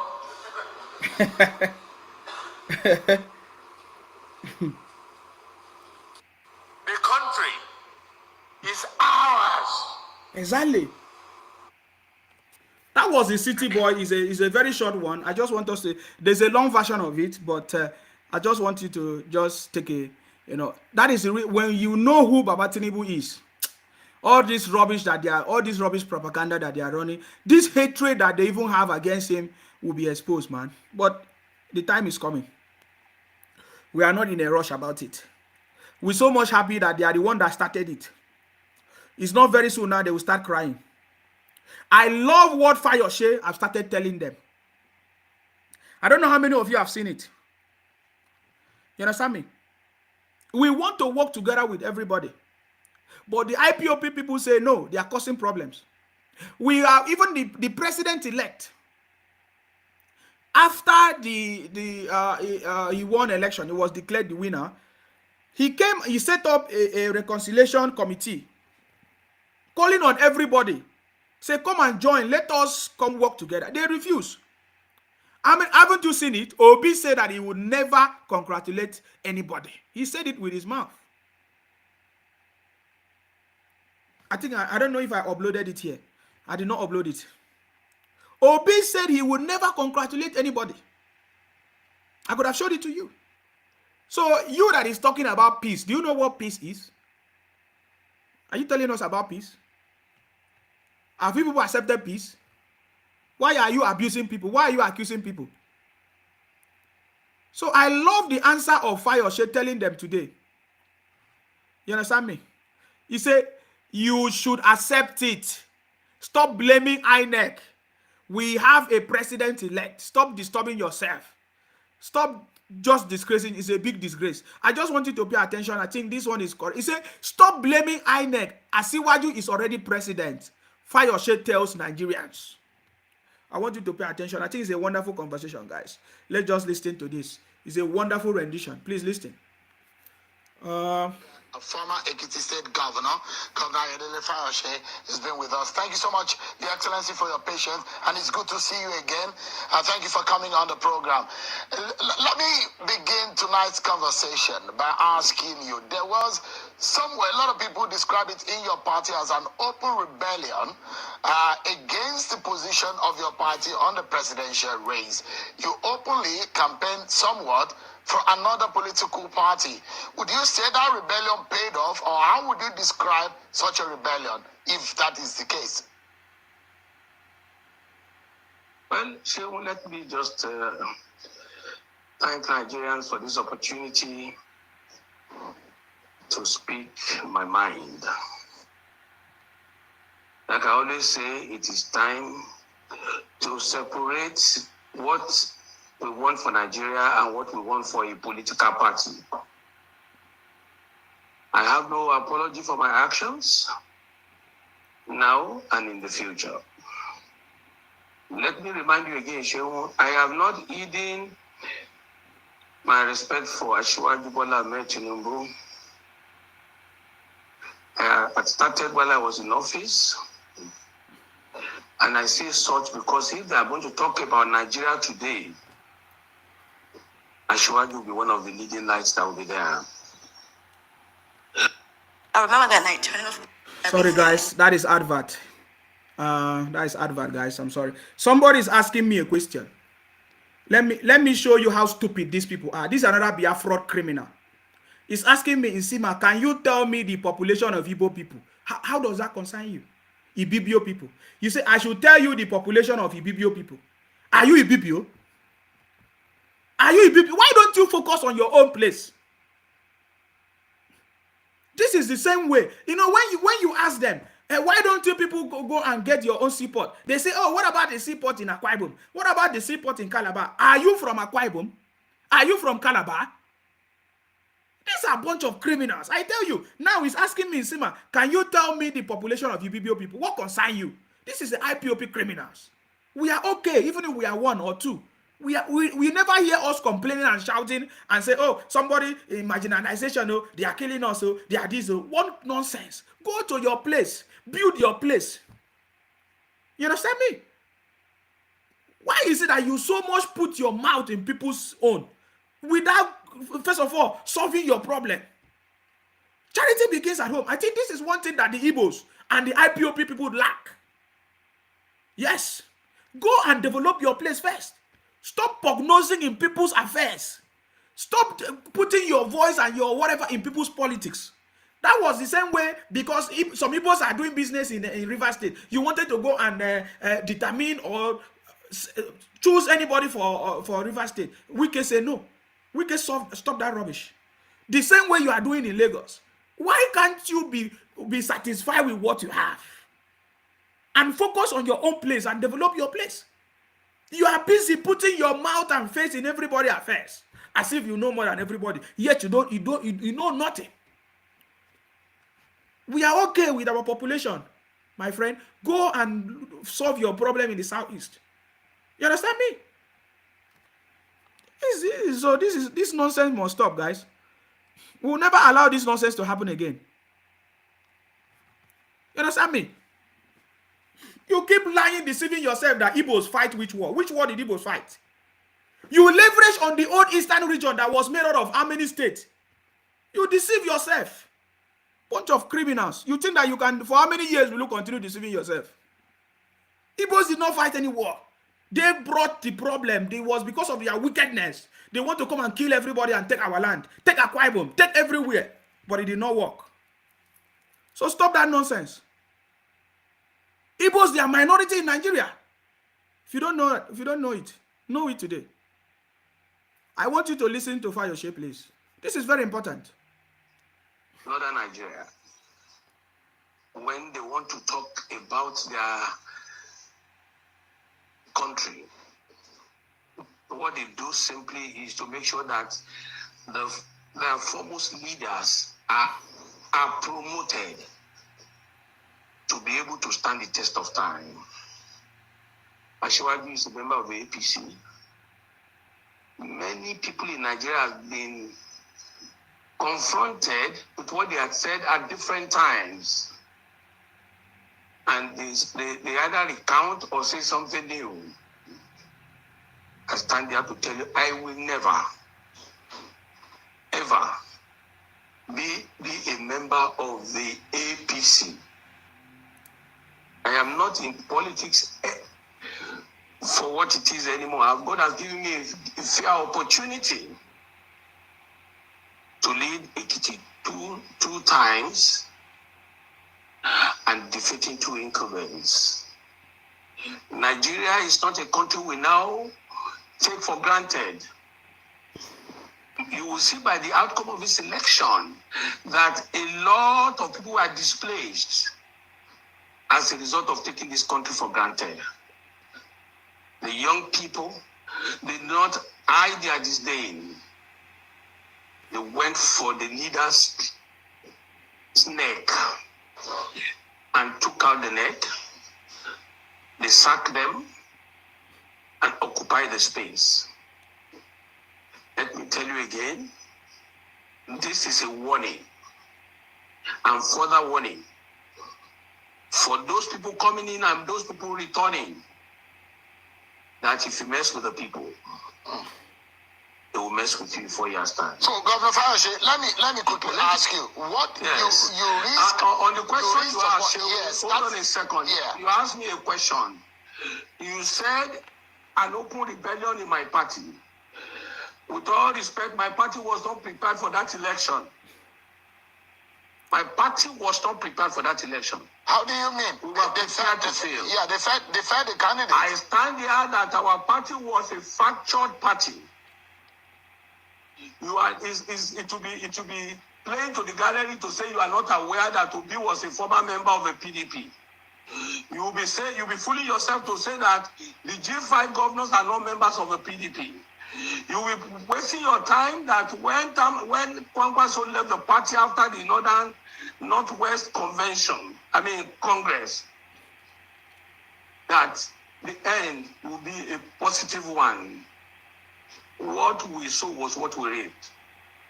The arrogance of the people around our candidates. You will recall that after the primary, the first thing you said was Tambua was the hero of the convention. So they are both heroes now. They are heroes. They can now eat the party. Except some of our leaders humble themselves. We are going nowhere. So, Governor Fayose, let me ask you. Let me you risk. There's nothing. You risk loyalty. Yeah, just a moment. You risk loyalty to your party in support of Bola Tinubu of the APC. So this is across party line. In support of Nigeria. Why did you do so? What was the reason why you stuck a rat out for him? Listen, my support was not for Atiku Bola Ahmed totally. My support was for the power must shift to the south. Exactly. Power must shift to the south. On my Twitter handle, I said it 6 months ago. It is time for the south. But Bola Tinubu was not the only candidate from the south. Peter Obi is another candidate from the south. Yeah. I'm coming there. I'm coming there. Bola Tinubu, President Buhari represented the interest of the north, while Asiwaju Bola Ahmed and Peter Obi represent the interest of the south. They symbolized the south. At the last meeting of the G5 stakeholders, it was concluded that we should work for either Asiwaju or Obi, depending on the peculiarity of your state. With all due respect, the Igbos and the reasonable number of the South went out for Obi. Then, for me as a Southerner, as a Southwest man, what do you expect of me? To stay there and say, Ashwa, you should be murdered politically. That was why I had to comment back today on this program. Commend him very well. At the expense of his future, he stood the ground for Asiwaju Ahmed Bola Tinubu. Let me say to you very clearly,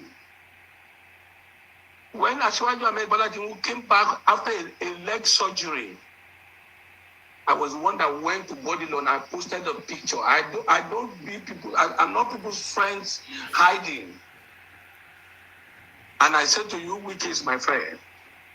I freely and willingly stood by Wike and the G5 because I was convinced that their demands were fair unfair to the country. But when you want somebody, don't jump down from the roof. The 10th floor, you will die. The PDP and the candidate jumped down from the 10th floor. Today, it is either rally or the court. Let us wait for that time. All right. So let me ask you. When you there must be somebody in Nigerian politics. Yeah, politically, Governor Fayose. When you defeat somebody in Nigerian politics, let me tell you the truth. It is better for you to withdraw the field. In this one you are talking about is an afterthought, after lunch. After lunch. When you are shouting court, court, court, the other people will be looking at you to go and take over the court ahead of them. You are saying somebody rigged. I listened to the governors of Bauchi just now and the opposition. They were trading blames of rigging. So who rigged who? in Lagos here, they are saying they rigged or they stopped the Igbos or the Labour Party and all that. I stand there to be corrected. In the East, during the election, it was war between even the Igbos. Exactly. That you saw between the Hausas and the West. So don't tell me there's an innocent politician here. And stop condemning INEC. In 2018, when they rigged my election, I was shouting. Majority of them Fauci has come again. Fauci has come again. What goes round has come round. So you can't blame INEC. Let me tell you today. The simple reason is this. There are stakeholders in every journey. There is INEC. There's security agencies. Go further to look at other stakeholders. Will INEC carry firearms to stop this violence? Will INEC stop them from doing vote buying? What will INEC do? Not until the political class humble themselves, stop blaming INEC. So, Governor Fauci, let me jump in quickly. Let me jump in quickly. 1984, Yeah. 1980, 1983. They were appealing to Chief Awolowo, Zeke, and others to come together. The moment they lost that election, they did not come together until they lost. So you saw Zeke now addressing the press with three of them. Don't you now see chairman of Labour Party and IU talking together? They are jokers. Governor Fauci, chairman. Yeah, so let me ask you quickly. What was the trade-off? Because I know politicians, if there is an alignment across party line, there are possibility of a trade-off. You give me, I give you. For the support across party line, what was exactly the trade-off for the support for Bola Tinubu from the members and leaders of the Oh my God, I think that is finished. You understand me? That is finished. That is finished. When I finish, I'm going to block this idiot out of my page because they are criminals. He said, Nsima, have you heard what Fayose said? He just said west, east, and north because they know that south are Igbos. You are a criminal. South are Igbos. You are a thief. You are a thief. He says south side are Igbos. These are criminals. How can south side be Igbos? I don't speak Igbo. I don't hear Igbo. You say south side are Igbos. This is what I've been telling you. We don't have Igbos are not majority in Nigeria. This is a very important conversation that must be actually analyzed properly. Igbos are not majority in Nigeria. It is because they have been claiming to be South. It is because they have been saying South side are Igbos. It's a lie, yo. It's a big confirmed lies. Big lies. And thank God that I've been able to make up that point. South, we are not Igbos. We are Ibibio. We have our own language. We have our own culture. Your criminality have come to an end. Because of the oil in our region, you want to come and steal our land. Thieves. Bunch of criminals. You keep talking nonsense. You are not. You want to come and claim South. Can you imagine these criminals? Can you imagine these criminals? You understand me? Now, somebody is saying that Igbos will not beg for food. You talk different things. We are talking something that makes sense. You are talking nonsense. You are talking nonsense. For a long time, because you travel to Yoruba land, you deceive the Yoruba people that South are Igbos. You have been busted. Southside, they are not Igbos. So stop deceiving yourself. You have been the Hausa or Fulani, they know that it's not Southside are not Igbos. I get me now. We are not Igbos. So stop deceiving yourself. How can you come and overshadow our own culture, our own region? Is that not criminality? You understand me? Is that not criminality? A bunch of criminals keep arguing rubbish. Want to come and steal our oil? I will block the idiot out of my page. You can be seeing my page, but you cannot comment because you are a criminal. Look at all of them. I know all of them. You did Nken Dirim. All of them are a bunch of criminals. You see all of them here. These are IPOP criminals. That is how they have been deceiving themselves. They have deceived so many people in that country. That's why they say, oh, Igbos are a majority. It's a lie. Igbos are not majority in Nigeria. Stop deceiving themselves. Now you are hearing them saying South are Igbos. But when Jonathan was a governor, they say, oh, Igbos have never ruled Nigeria. Jonathan was a president. When Jonathan was a president, they say, oh, Igbos have never ruled Nigeria. Now they are claiming that South is Igbos. They will, everywhere they go, they claim people's land. They steal people's land. Now they are buying land. They are buying land in Akwa Ibom. You're deceiving yourself. You're deceiving yourself. When we were talking about, what's this called? Emefele. We say Emefele is an Igbo man from Delta. They say, no, Emefele is not an Igbo man. Emefele is not an Igbo man. Now you are claiming, can you see your criminality? Can you see your criminality? You have been deceiving many people for a very long time, but I'm telling you that this generation that Nsima is part of, you cannot deceive our people at all. The truth, we are going to make sure that everybody know the truth. Are you getting me now? Why did you people deny that Emefele is not Igbo? Now, yeah, because Emefele did rubbish. Everybody denied it. They said, oh, he's not Igbo, he's Delta man. Now, you are coming to claim. You understand me? Now you are coming to claim Southside as Igbo. That is what they have been deceiving people. No wonder they say Igbo, Hausa, and Yoruba. Please, that nonsense must stop because we are not Igbos. I don't hear Igbo. My people don't speak Igbo. We don't understand Igbo. We have our own language. We have our own culture. Are you getting me now? So these are a bunch of criminals. We don't want that rubbish again. IPOP, they are criminals. Look at all of them commenting here and talking rubbish. You have your own region, Southeast. Go and focus on developing your place. That is what we are challenging you to do. Go and focus and develop your place. I just want to highlight something before I move on. You listen to what Fayoshe said. That these people, they keep saying, oh, there was violence in Lagos. They did talks, aboros. Look at what they did. They forget to mention the criminality that was going on in the Southeast. And we have all the videos of the criminalities that went on in the Southeast during this election. And guess what? It is not Yoruba fighting Igbos. It is not Hausa fighting Igbos. This one is among themselves. They were fighting among themselves. It's a very shameful something. They are not talking about it because it's a shameful something, guys. I want you to listen to one of the videos. I'm not going to show you all the videos. I will compile all of them together to tell you what happened among themselves.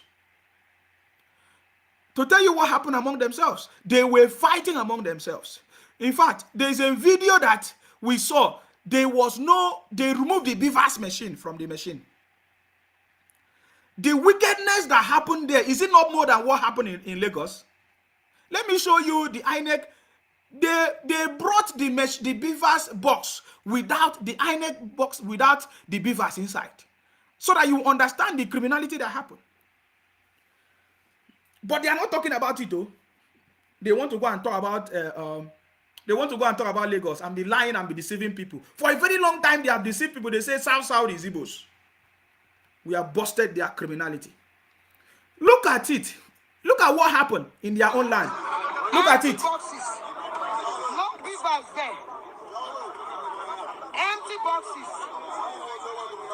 beavers in the boxes. The beavers boxes are empty. No beavers inside. No beavers inside. God has exposed PDP. God has exposed PDP. God has exposed PDP. They think they will always win. They can't win forever. God has started working against them and he will continue to work against them. PDP is Did you hear what the woman was shouting? He said, God has exposed PDP. God has exposed PDP because look at it. They brought empty boxes, no beavers inside. Empty boxes, no beavers inside. And nobody talked about it. Or you hear them talking about, violence happened in Lagos. Violence happened in Lagos. That is number one, though. Let me show you another one. They are, in fact, the pictures we have, so terrible videos and graphics videos, we cannot show it. They are a bunch of criminals, guys. Get used to it. Anywhere you see IPOP videos, just know that it's a propaganda. They are a bunch of criminals. There is nothing good about them. They are a bunch of criminals. That is what they are good at doing. We know them. You understand me? We know them. They are a bunch of criminals. Anything they talk, there is no atom of truth in it. There is no atom of truth at all in anything that they say. They are a bunch of criminals. They lie to their people. They deceive their brothers. They do all kinds of things. That was the same thing they wanted to do to me when I was supporting them, because I was supporting them. I was supporting them thinking that they are doing good thing. When I discovered that they are criminals, I came out to condemn their criminality and they sacked me 4 times. They didn't like it. They didn't like it because I exposed them. Are you getting me now? And that is why all of them are still fighting me today. They come to my page and be talking rubbish. Oh, Nsima, were you not supporting IPOB before? Am I denying that I supported them initially because I was thinking that they are doing something? But when I discovered that they are a bunch of criminals, I came out to open their yash. And they sacked me 4 times. They are a bunch of criminals, guys. Bunch of criminals. That is who they are. I want to show you videos of the criminality that took place in the Southeast during this election, but they are not talking about it. They are only complaining about the one they want to complain about, because that is, they only succeed running on propaganda. They have been doing it for a very long time, and they thought that they will continue to do it. But this time around, we are not going to allow them. They will never succeed. Are you getting me now? I want you to show you a video of the criminality that happened during this election in the Southeast. They are not talking about it. You will hear them even say it by themselves. I'm not even going to explain anything. You will hear them talking about it by themselves, using their own mouth to say, oh, they did not allow us, oh, they were crying, they did not allow us to vote, oh, look at what happened, oh, they are pursuing us, oh, they are doing this. The ladies, they were crying, they were shouting, they were complaining, they were talking about it. Did you see them talking about it? Did you see them say anything? No. They are only telling you stories of what happened in Lagos. They say this, that. They threaten them. They do this, they do that. They're all criminals, guys. They're all criminals. I'm just going to show you the video, guys. There's a lot of videos that I have in my listen.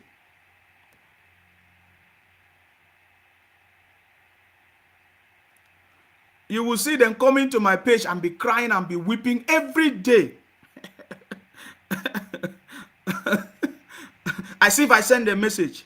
I don't go to their page and be crying, oh. I don't go to their page and be weeping. But they will always come to my page because they know that I'm saying the truth. They know that I know all of them, all the criminalities that they have been doing, because I was working with them. I want you to listen to them crying and weeping, oh, in the Southeast. Yet they don't talk about it. Listen. They are shooting gun, no. Look at it. We came to vote. They are shooting gun everywhere. They are chasing people. They don't want us to vote. Labour Party, they don't want us to vote. They don't want us to vote, oh. They don't want us to vote. Did you hear that? They say Labour Party, they don't want us to vote. They are shooting everywhere. Did you hear? This is what happened in Enugu. This is Enugu. They are on their way. Even, in fact, if I show you videos, there are lots of graphics videos where I cannot show you. Videos with blood and all kinds of things. Things that they did to people because they want to win. Labour Party want to win. That's what happened in Enugu. Listen. They are shooting gun, no. We came to vote. They are shooting gun everywhere. They are chasing people. They don't want us to vote. Labour Party, they don't want us to vote. us to vote, oh. They don't want us to vote. Just look at it. Just look at it. What do you have to say about that? What do you have to say about that? They will never talk about it. They will never show it. They keep lying. They keep deceiving people. They keep doing all kinds of things, running propaganda everywhere, guys. Guys, I'm going to open the line. If you want to call in, you can call in and make your contribution. It's a terrible situation what these people are doing. We are just talking about the update of OB petition, Atiku petition, and then just in general talking about what they are saying. Some of them are saying, oh, Baba Tinubu is traveling out of Nigeria. You see what we said, he is sick. All this nonsense thing, they are just running propaganda. We have told them, this thing you people are doing, you are just disgracing yourself. You are spoiling your chances. You are disgracing yourself. Because at the end of the day, we will understood the hatred and the criminality that all of you have. You will be disgraced nationally, and by that time, you will have nothing, nowhere to hide. I get me now? Nowhere to. As I'm saying the truth now, they will come to me, Nsima. Oh, Nsima, why do you hate the Igbos? I am saying the truth. Can you debunk what I'm saying? I am not hiding it. I'm not lying. Everywhere, debunk that what I'm saying is a lie. You have the number is on the screen. Call me and tell me, debunk what I've said now if it's not the truth. If what I'm saying is not the truth. So guys, I'm going to open the line. If you want to call in, you are free to call in and make your contribution. Tell me, let us, we have a job to do. We make sure that we counter all these criminalities of these people. Are you getting me now? We counter all of them because they are a bunch of criminals. The issue of drug accusation of Baba Tinubu is not a new thing. You have forgotten that Baba Tinubu has been a senator, from being a senator or governor. It's all this nonsense. It don't make you any. It's not taking you anywhere. Before you can call me, but let us be listening to Wike. Today, I think Wike was interviewed somewhere, and he was telling us something. I just want us to pay attention to Wike. And we might not be able to take all of them, but Wike was addressed. Wike has dealt with these people woto. This one says Shetima is going to be your president, not Tinubu Mugu. We are happy. Instead of you to be my president, I want Baba Tinubu, Baba Tinubu to be my president. This one says, Nsima, it's better you speak in pidgin English. Your English is very poor. Nto, meh. And you are listening to me. My English is poor. Meh. I like it. English now my language. Bunch of criminals. You are just looking for what? You are a criminal. You are a thief. Hello, your name and where you calling from, please? I salute you. How you doing, my brother? I'm very good. Thank you. Job, eh? I salute you. I'm calling from America. Yeah, Nsima. Yes. I don't know why people are so desperate. Somebody is telling you that English is not good. You should go and open the page and start his own, and let us hear the way he's going to speak his own English. Okay. It's a bunch of criminals. They are criminals. Now, yeah, I don't know why these people are so desperate. Now, before the elections, so they don't know anything about saying that Baba Tinubu is a drug baron. They did not know anything. They cannot say anything about that. Before he started contesting, there's nothing like that. Now, you people are saying that they stole your mandate and you are the one that won, which you are the third. Now, you didn't talk about the mandate anymore. But you are now bringing another issue entirely from the elections. That is a drug baron, that they should not allow them to join the party to vote, so that him and Atiku can be the one to contest, so that they can try and sell Nigerians, right? And create war or IPOB to rule in Nigeria. Is that what they are planning to do? That's what they are planning. But also, Atiku also said that Peter Obi is not qualified because he came third position. Yes. Yes. Initially, he's not qualified. Peter Obi is third. Atiku is second. Atiku is supposed to be the one to be fighting this issue. And then when they go for and look at the record, they will know that Tinubu won. Because Obi did not talk about the elections, counting and the rest, because he knows that they do a lot of, what is it called? that if they should look into the election vividly, they will know that they did a lot of rigging. Obi knows. They've already told him. That is why they not talk about the riggings again. So it's not using something. You could remember when Baba Tinubu was governor of Lagos State, they said he forged the results that was using. They used that one against him that time too. So they should just, because I don't know the reason why we cannot accept what God has done. If you are going to be the president, you are going to be the president. Nobody they will announce you. But they do not announce you. What are you planning to do to cause issue? I know it cannot cause anything. And I know whenever everything finishes, it's going to run away to Ecuador. What did you normally go to? But you cannot escape it. Because you cannot create a problem and you want to run away. They will bring him out. They will fish him out. Obi should just continue and do what he's doing. But Nemesis is going to catch him. Because what he's doing is pure bad things in the history of Nigerians. You go bring the son, and all the son are Igbos. So you did not even see any Yorubas or any Akwa Ibom or any other tribe that can be part of, any Hausas that can be part of the lawyer. So you went ahead. So definitely, all those people are IPOB. Yes, now. Yes. If not, they will not, because you can never say it's only Igbo is a lawyer in the history of Nigeria. There are IPOP lawyers too now inside there. You did not see it. So definitely something is fishing, and I want people to look at it vividly.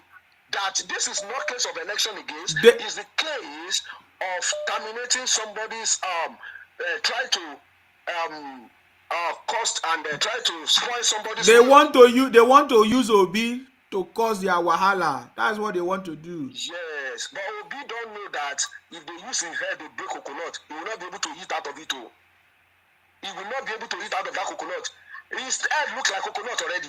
So if they cannot use his head to break coconut, he not will be able to eat out of the coconut. I don't know the reason why. They've already elect. Somebody need to rule in Nigeria. He has never ruled Nigeria before. He has never done any bad things to you. You are complaining about Tinubu. Tinubu has run Lagos. Lagos was perfect. You run in your place. Look at the flood. Look at everywhere. Look at how the place looked like. And then you are complaining yourself with somebody that have done the Senate, somebody that have done the governor, and with a track record of excellency. You that you don't even have excellency, I was even told that he was removed. So now, what can you compare yourself with? And the people are using you to spoil things in Nigeria. The guy is going to blame himself at the end of the day. I believe that. He will blame himself at the end of the day. Thank you very much, my brother. Thank you for good job. God will bless you. Thank you. Be with you. Nobody can do anything to you. Because this is freedom of speech. You can say whatever that, and what you are saying, you are not inciting any war. You are telling people to stand on their base and develop their base. You're even advising. If I go to my base and I develop my base will be for me and my family and for the incoming generations. And if I can never develop, if I did not deliver my base, my incoming generation will never meet anything, and it will be swearing for me.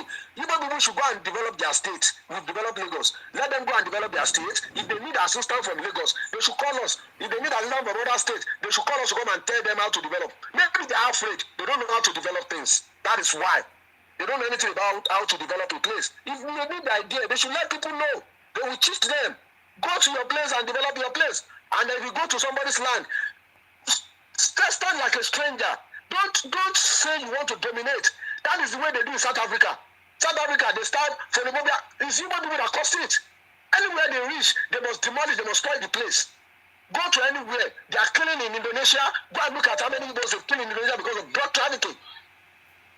God will bless you, my brother. Thank you so much. Thank you very much for calling. I appreciate you. Thank you very much. If they don't like, they should stay and be looking for Akwa Ibom land to steal. Hello, your name and where are you calling from? Yes. Hello, good evening. How are you? I'm fine, thank you very much. I salute you. Your name and where are you calling from, please? Yes, I'm calling from Lekki. Now, thank you so much. I appreciate your input, and I must say that if Obi had just one person like you in his family, he would get it straight. Now, why do I say so? Now, it's obvious that wherever he's coming from, whatever point he thinks he has made, he has not impacted enough to lead Nigeria. Anambra is not Nigeria. You must have experience. He doesn't have it. But that is not to say that he can't come out and say, okay, I want to make a try. That is fine. But then the way he's going about it, pushing it, is making a mockery of himself. Now, to me, he's acting more like a wounded chicken. Because why do you come out to say, okay, you are not challenging the election, you're challenging the process? Then when you found out that the process, you were even the greater culprit, then you begin to say that, oh, it's about the personality. Has he gone to find out that he himself has a very, very dirty record when it concerns drugs? Yes. Does he know that? He doesn't know. So, it does, I don't know. We will start bringing it out. He doesn't know. Yeah. Yes, everybody will bring it out. Let's carry on. Now, another thing is that, okay, you've said America, blah, blah, blah. If America has a problem with any citizen in Nigeria, they can charge him. They can say he doesn't stop his right as a citizen of Nigeria. So how do you then begin to conflict all of that? That you had something is that if we must go by internet stories, then of course he has a lot of allegations against him. Now, that is not to even say that. Now, whatever you're doing here, I really think you're being objective enough, you're being realistic enough. You need to see what Arise is doing. Arise, they are making a big bad record of themselves. I wonder why people still watch them. Now they sit down together, they do not have analytical skills enough, they only get biased in the process. I've watched a lot of the programs and I wonder, why is the broadcasting corporation, why is the regulatory body, what are they doing about that? It's all rubbish. Now, going forward, Lagos case, we all know that it's a tribal thing. We all know that. Either the undertone, even from the list of lawyers that he has, it's obvious that this is an undertone that speaks to the Igbos. That's the truth.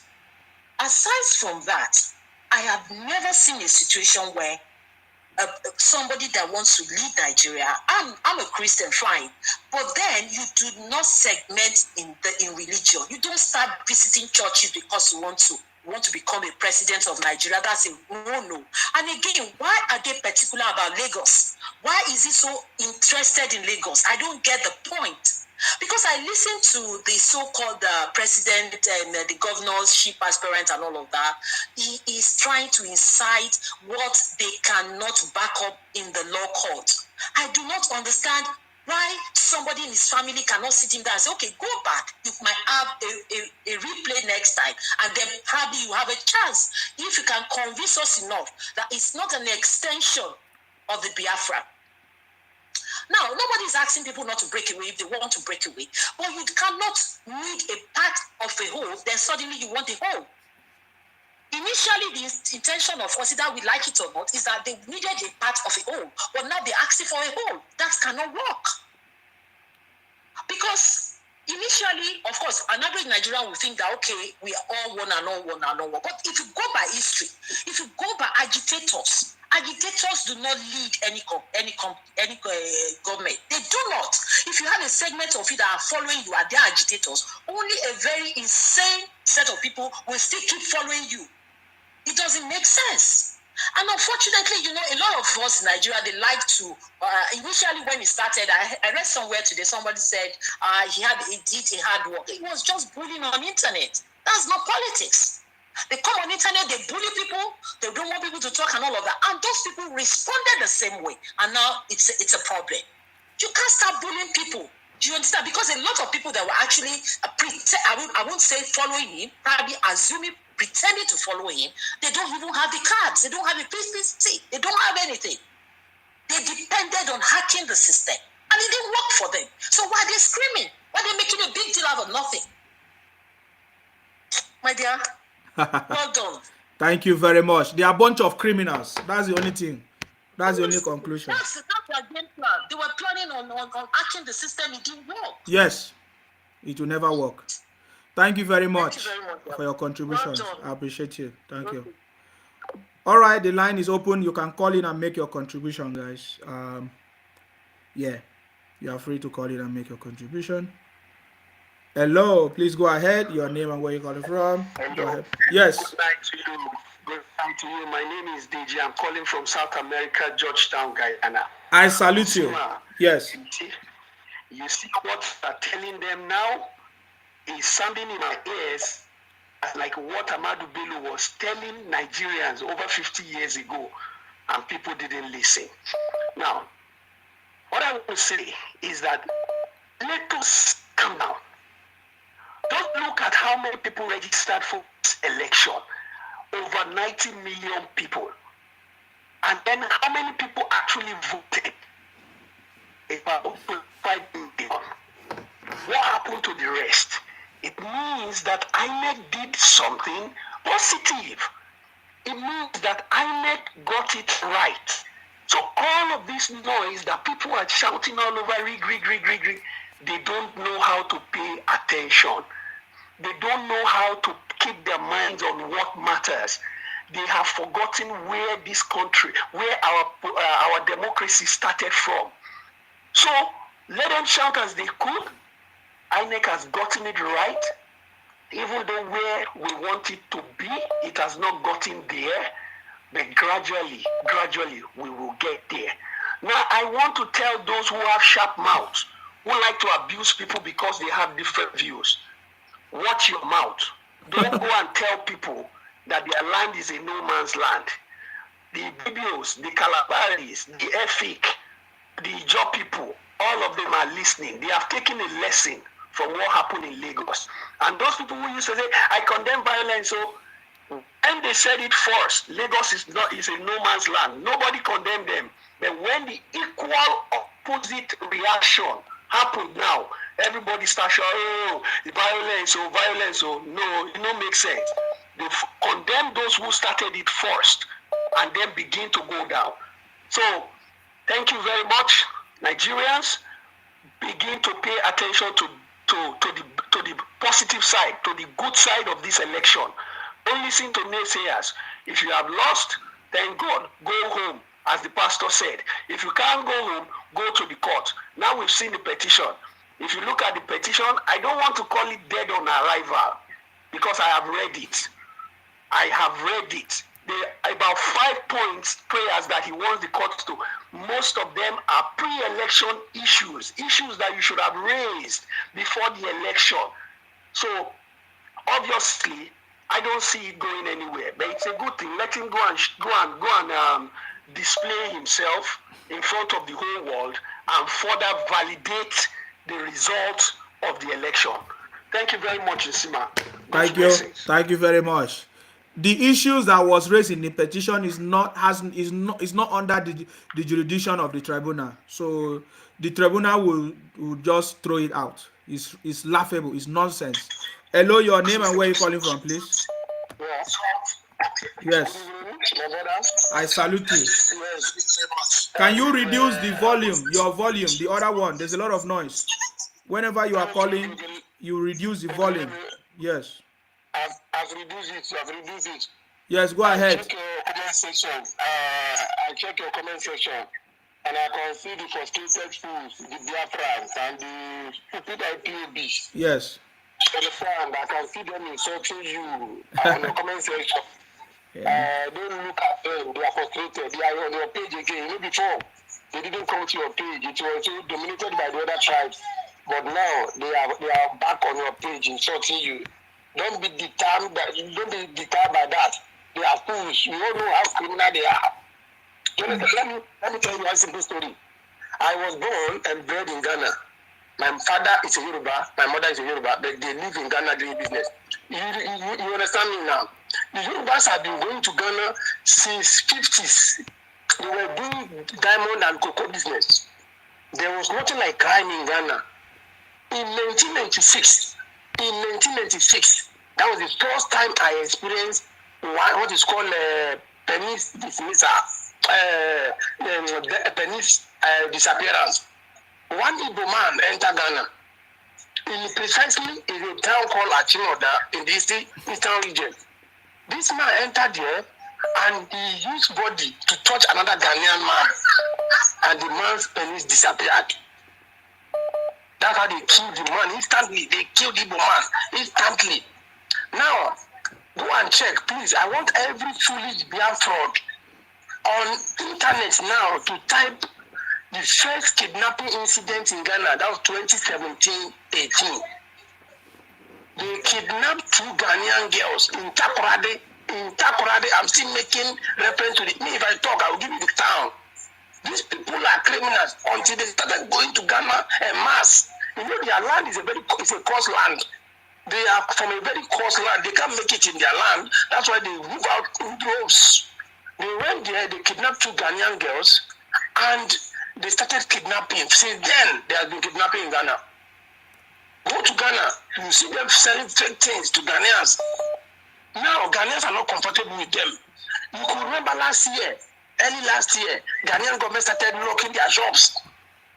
The same way they have been doing in Yoruba land is the same way they've been doing in Ghana. I grew up in Ghana, I speak Ghanaian language, but I'm a Yoruba descent. So these foolish people think they can do that in Lagos. I love the way the Agboros give them Woto. And if they come back in 2027 again to install another bad Chinedu or Okoro in Lagos, we will still resist them again.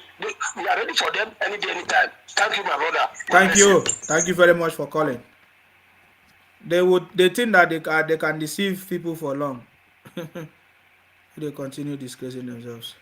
Hello, your name and where you calling from, please? Hello, good evening, Mr. Sima. I salute you. Yes, go ahead. I'm calling from Lagos. You're welcome. I've been following your program for some time. I'm really, really excited that you picked my call today. You're welcome. But I'm tired of disobedience. Their one is too much. And I think we should counter them because the way they are going about it right now, as if they're really opposing Bola Tinubu. So we really need to counter them seriously. Every Yorubas, every Hausas that support Bola Tinubu should come out and tackle these people because it's really getting too much. Like me now, I speak Igbo very fluently. And if you listen to what they are saying, it's really very crazy. You understand me now? Yeah.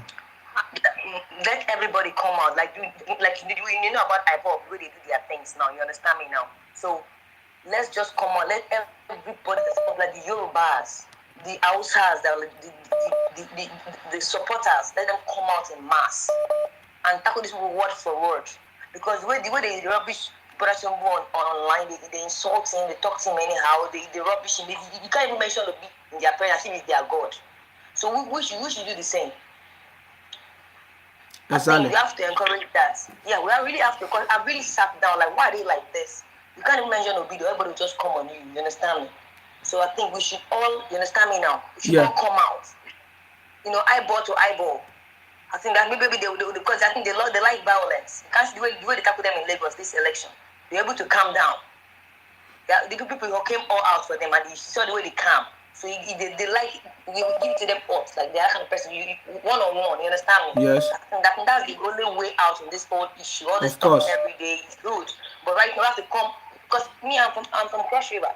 You can't take my state from me. There are so many in Cross River. They'll be claiming South-South. They're claiming South-South. Too much, all of them, claiming South-South. So I don't know, there are so many in Calabar, there are so many in Akwa Ibom. There are so many everywhere. No, there are many, they're like parasites. So really need to work on this right now because it's really getting out of hands. Now they are trying to police by people that they are Biafran. We're not Biafrans, for goodness sake. We are South-South. We are called the Great South-South. We have our own national anthem. So we don't want all this. It won't escalate to our place. You know, but all the they have oil. They have. I don't know. I think they don't have any oil for me. They don't have any oil. They're claiming they have oil in their place. They're claiming other people's oil. So that the high is in the oil. So let's work on this, please. Let's do this counter-attack.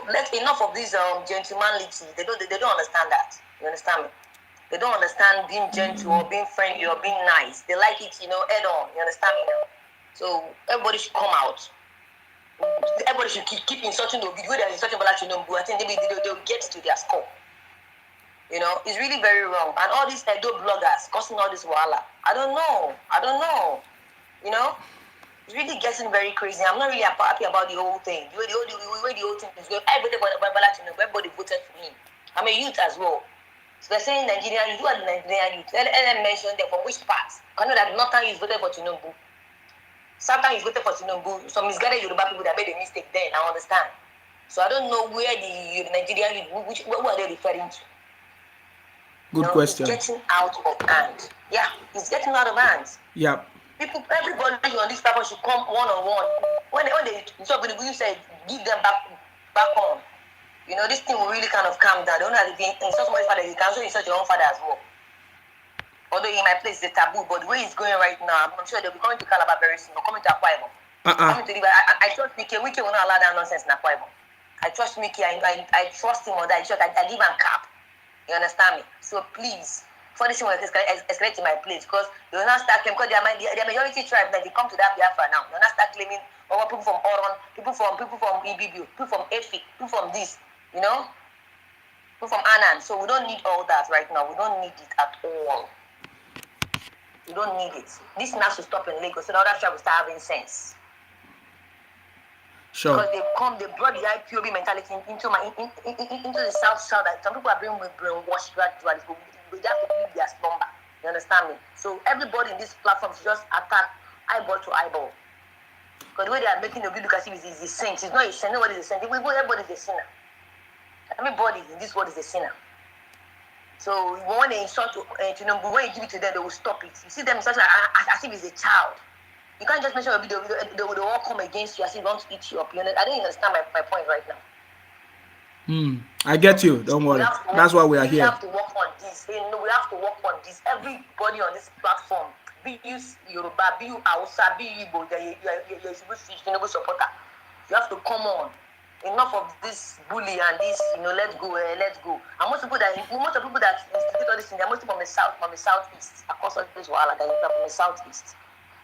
You see their names, you know they're from the southeast. Yeah, they are from the southeast. They even change their names sometimes. But when they change their names, what they say. Yes. Yeah. So right now, enough of this insult of Tinubu. Enough. We've taken enough. No more. He's now a president-elect. I'm not going back. And anything that brings Tinubu to lose that position, we're not going to agree. I said we're not going to agree. Where they said Obi or nothing, Tinubu or nothing. Tinubu or nothing. This is enough of this madness. Enough of this madness. Enough of this. It is enough. It's enough of it. I'm sure everybody is back to front. They can listen to me. They can hear me properly. Now we have to go all out. When they tackle Tinubu, you tackle them back. Whatever they say, they give you the back to your Obi. Back to your Obi. I think they will learn to calm down. It's getting out of hands. Sure. Because it's no longer interesting for me. I don't know. These people, they like violence. Can't see the way they use violence is send them from the east down to Lagos. They run up and down. So they love that language, they understand. So the whole thing of all this, I think now Tinubu have been elected and now they want to go to court. Everything they do, we have to be countering their whatever they're doing, we have to keep countering them. That's the way out right now. We counter them. All right. Thank you very much for your contribution. Thank you so we much, appreciate your Thank contribution. You so much, that is exactly what we are doing. We are not giving them chance. That is why they come to me and say, "Oh, Nsima, you are doing tribe." I say you are a criminal. Hello, your name and where you calling from, please. Go ahead. Yeah, I'm Oye, but I'm always there as Ishmael Primer. Yes. You do see my yes. This issue, I think the Igbos, I always say it anytime I call you. The Igbos that are there, we have the bad ones, and the bad ones are influencing the good ones. I'm not interested in the good or bad. We are talking about the people that we know, IPOP criminals, and they are mostly Igbos. That's what we are talking about. We don't care whether there's any good or not. We don't know any group of good Igbos. Do you know any group of good Igbos? No. We only know IPOP. So that's what we are talking about, my brother. Yes. I want to tell them that IPOP, that's what we are talking about. So if you are there and you have a door head and you don't know what we are talking about, there's no need for you to comment. And in this case, this election that we held was like the violence was too much, and it's because of Labour Party. That LP, they are the cause. And now look at it. When the elections were over, everything over, what they were now doing is that they were shouting Reagan. Peter Obi said the same thing. rigging. He faked coconut tears, rigging. Now, when you are filing, you know very well that you also rigged. So if you file rigging, they will counter with your rigging that you rigged. Therefore, you realize that if you do that, it will help you. Now, the news coming is that you are bringing the old stuff that never existed, which, in fact, Bola Tinubu has traveled to the US. If there's any charge on Bola Tinubu, they will arrest him. But you've also forgotten. You see how stupid they are. They've forgotten that Peter Obi has the same kind of allegation against him. They've forgotten that. You see how stupid they were. Maybe they didn't think far. They didn't think. Now, when they filed it, now the truth is surfacing. That Peter Obi also even had even worse ones than what was alleged against Bola Tinubu. Now, who is failing? They are not talking about that one. When they come on social media, and in the morning when I wake up and I say, let me go on, so they are there, plenty of them. Plenty. If I'm scrolling up, it will be them. If I'm scrolling up, it will be them. Look, sometimes I get fed up of scrolling up. Go to Ghana. Ghana. I always, because the color that I called the other time is just like me. I also have Yoruba descent, but I'm half Yoruba and half Ghanaian. When the Yorubas were there, this I always say it. When the Yorubas were there, Ghanaians, they never, any criminality that will happen in Ghana will be a Ghanaian. You will hear anything like Nigeria Yoruba. Immediately these Igbos got to know that, oh, Ghana is good, let's not go in there. That is when Nigerians became bad people in Ghana. It is bad, and they do worse things. What? It's not things that, oh, he just told, just go. No. One house, there's one big house, it was full of Igbo people. They were doing that, full of Igbo people. And when the people that carried out the investigation was the UK this thing, MI6 or MI5 or what they call themselves, and they tracked them to Ghana. And this Yahoo guy, this Igbo guy, because their names, everything was coming out, or something like that. That was the ringleader. He took money from this millions of this thing, dollars. And when they got to the house, if you see the cars that they parked in the house, and the money was actually meant for business. So the one was looking for how to go into oil business, and that's how he was trapped by this guy. And this guy collected the money in the name of government of Ghana. Just imagine, Nigeria, government of Ghana. It was bad. And now, if they are calling out, they'll be adding the Yorubas to it. Because they won't say Igbo, they will say Nigerians. That's what they will say. So many things. Scamming, everything. And we are talking about these things, and these people are taking it that it's a joke. It's not a joke. They need to change. If they change, if they don't change, they will never win presidency in Nigeria. Nobody will give it to them. Even if they are getting close to it, the political class, the political caucus, they will cut it down.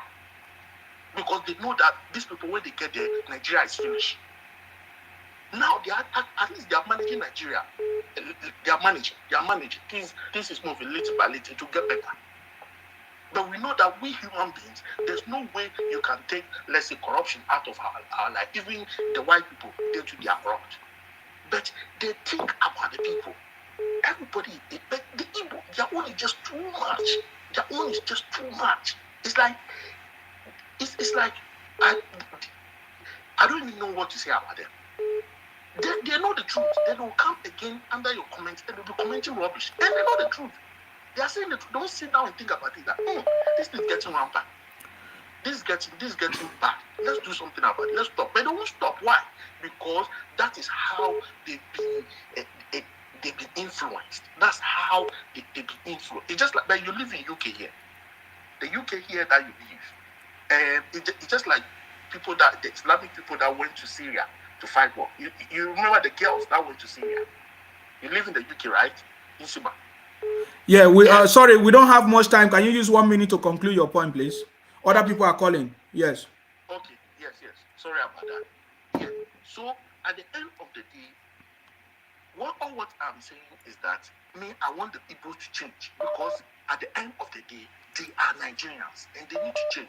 Because anything that they do in Nigeria or they do outside, it affects us as well. So they should change. So that if they are calling the name of Nigeria, it will be good names. You understand? Yeah. They are using their bad name to decloud the good ones that are living in diaspora. And it's bad. All right. Thank you. Thank you very much. I appreciate you. Thank you for your call. Hello, your name and where you're calling from, please. Go ahead. Hello, can you reduce the volume of your listening device? Please go ahead. Hello, good evening. I salute you. From Nigeria. Good morning. Yes, I salute you. Please go ahead. What's your contribution? Thank you. Good morning. I salute you. Yeah, I've been watching you and I would say I'm highly impressed because you actually talk with facts, and that is what I think. Anyone that is ready to counter the other person should always come with facts and figures. Facts and figures don't lie. But all this obedience, whatever, they are a cult. They are a cult. They are just subdominary. We all saw their activities all over the social media. Once you are not for obedience, they come on you. I think this is the first time. This is not the first time. Anyway, I told somebody, I said it was like this during Jonathan and Buhari era, during the first, during that the election period. It was a tug of war between the Igbos and the Northerners. We saw how it all played out. And I think that one was not even enough. After when Buhari now came for the second time, the election between Buhari and Atiku, they said they were going to stand neutral. You know, at that time, they were, during the Jonathan era, they were saying, Awusa cow, Fulani Mumu, yes, this and that. Yes. So I was just surprised when it was now between two Fulani, that is Atiku and Buhari. All of a sudden, they switched to Atiku. And standing by Atiku, it was not all of them though, but at that point, so then I knew that these people are not just ready. And once it doesn't go their way, they start shouting referendum, they start shouting, that's when they remember their Biafra. But the moment they are out, see all of them, I didn't even believe that they could also, even all the Biafra, AIPOB, and agitators, they were all out for, all of a sudden, they all came out for Obi. So that's to tell you that all this thing is just for their selfish interest, and it is very glaring. We all know how the Igbos have been all over the world. It's not just in Nigeria. It is not that they are trying to dominate the Northerners and the Westerners here. It is all over. Anywhere they go, you see people, they are all having issues with them. And I think at this time, they should just be ashamed of themselves. Whatever it is there, they should be ashamed of themselves. I don't know what is giving them that courage, that confidence. If there is anything, if there should be a rerun, I put it to Obi that if there should be a rerun of the election, the presidential election, this time around, he won't even get the vote he got from the Yorubas, because a lot of our children, a lot of the youth are now, they are now white, because it all happened like the kind of brainwashed them with a lot of, I don't even know what happened, but yes, I understand you. They could always go one way. But the moment they saw all that played out, it is very glaring that it's all about them. And you can't say you want one Nigeria and be on your own side. No. When you talk about one Nigeria, you should be able to negotiate with all tribes. You should be able to be fair with all tribes. Wherever you are, you don't tell your host that they are nobody. That's what happened here in Lagos. Like I told somebody today, the person said, that they are not celebrating, that Lagos is not celebrating for who lose victory the way they are celebrating in Abia. And I said, come, madam, you people are celebrating freedom and liberation. We do not have to shout over our own celebration because we were not in bondage. Lagos was never in bondage. We all voted for continuity. Asiwaju Bola Ahmed Tinubu has laid down a very good foundation since 1999, and all the people that have been there after him had all worked from one continuity to another. So that is what we are seeing. If they can claim, they always say that they make Lagos. Nobody can tell me they make Lagos. They will come to Lagos with a shirt and a tail trouser in a poly bag, only to come to Lagos to make it big. And if you cannot just appreciate that land that has blessed you so much, that all of a sudden you feel, oh, okay, because you have made it so much, you now want to start talking back at them, you want to grab the land. I saw a video that came out today, it was on Instagram. I think it was a flood that happened in, I don't know, maybe somebody said it's in Onisha, some people said it's Abia, but all I know is the video is one of those markets in the eastern part of the country. So that is to tell you that their own land needs a lot of concentration from them. I hope they could just put this energy that they are putting on Asiwaju on their own senators, their governors, and everybody. Let them leave Asiwaju. Asiwaju is not their problem. Bola Ahmed Tinubu is not their problem. Bola Ahmed Tinubu has the experience. He is wise when it comes to politics. And I tell them, whoever blesses Nigeria, whoever blesses Asiwaju's regime will always receive the blessing. If you curse, you will receive the curse. Because the man is there for good. He is there for good. So let them just go and have a think. If you think that there will be a run of the election and you will not even get anything from the Yorubas, I can tell you that. And how many are there in the eastern part? We saw all that played out. Even in the north, how many votes did he get there? If a third runner-up can be saying he is the winner, so what does he want the second runner-up to do? I don't understand them. They should just go and let them go and sit down somewhere and stop making noise all over the social media, trying to bully everybody. They won't want to talk. The moment you talk about Obi, like Obi is a saint, is a messiah, I don't even understand. I don't understand. He's a messiah for them. Obi is a messiah for the Igbos or for the Southeast or for the Biafra. Let them go to their home and sort it out. They have so much to do. Let them go to their home. All this sit at home and everything. We don't want this here in Lagos. That was why we voted for Sanwo-Olu. We don't have to shout. It was all about us, the indigenous. We saw what was happening and we have to take it back. Anyhow. We took back our land. You can't just watch you people. You can't take us for it, right? You see us, we are moving. Even in the main market. I tell you today, okay, I have a shop in the main market, Balogun market. If you see the way this people, if you see, in fact, I just look at my tribe people and I laugh at it. I tell these Yoruba people that, like I think I knew this was coming, but I didn't know it was coming so soon. I try to tell them, I said, the rate at which you people just allow these people to just, I don't understand. There's no harm in making your guests comfortable. But these people have other agendas. They are not seeing it the way you are seeing it. They are not seeing it the way you are seeing it. Any little thing they want to fight you. They stop down at you. They tell you to shut up. They tell you to do this. No respect. It's always about them. It's always about them. They're talking about Agbero. They're talking about, do they know how Tinubu built Lagos? Do they know how Lagos was in the 90s? We are Lagosians. We can tell them how the roads are, especially that Olosha. I know very well. That Agege Motor Road was a project that was supposed to be executed by the federal government then, Obasanjo. But because Obasanjo and Asiwaju had their own whatever, the federal government did not allocate the fund that was supposed to go into that project. It was Asiwaju on his own that brought the idea of how we could get money. And that is the same road they are enjoying today. To see them all the way from Motosi down to Lagos Island, they fly Mushi to Ejigbo, down it is that same road.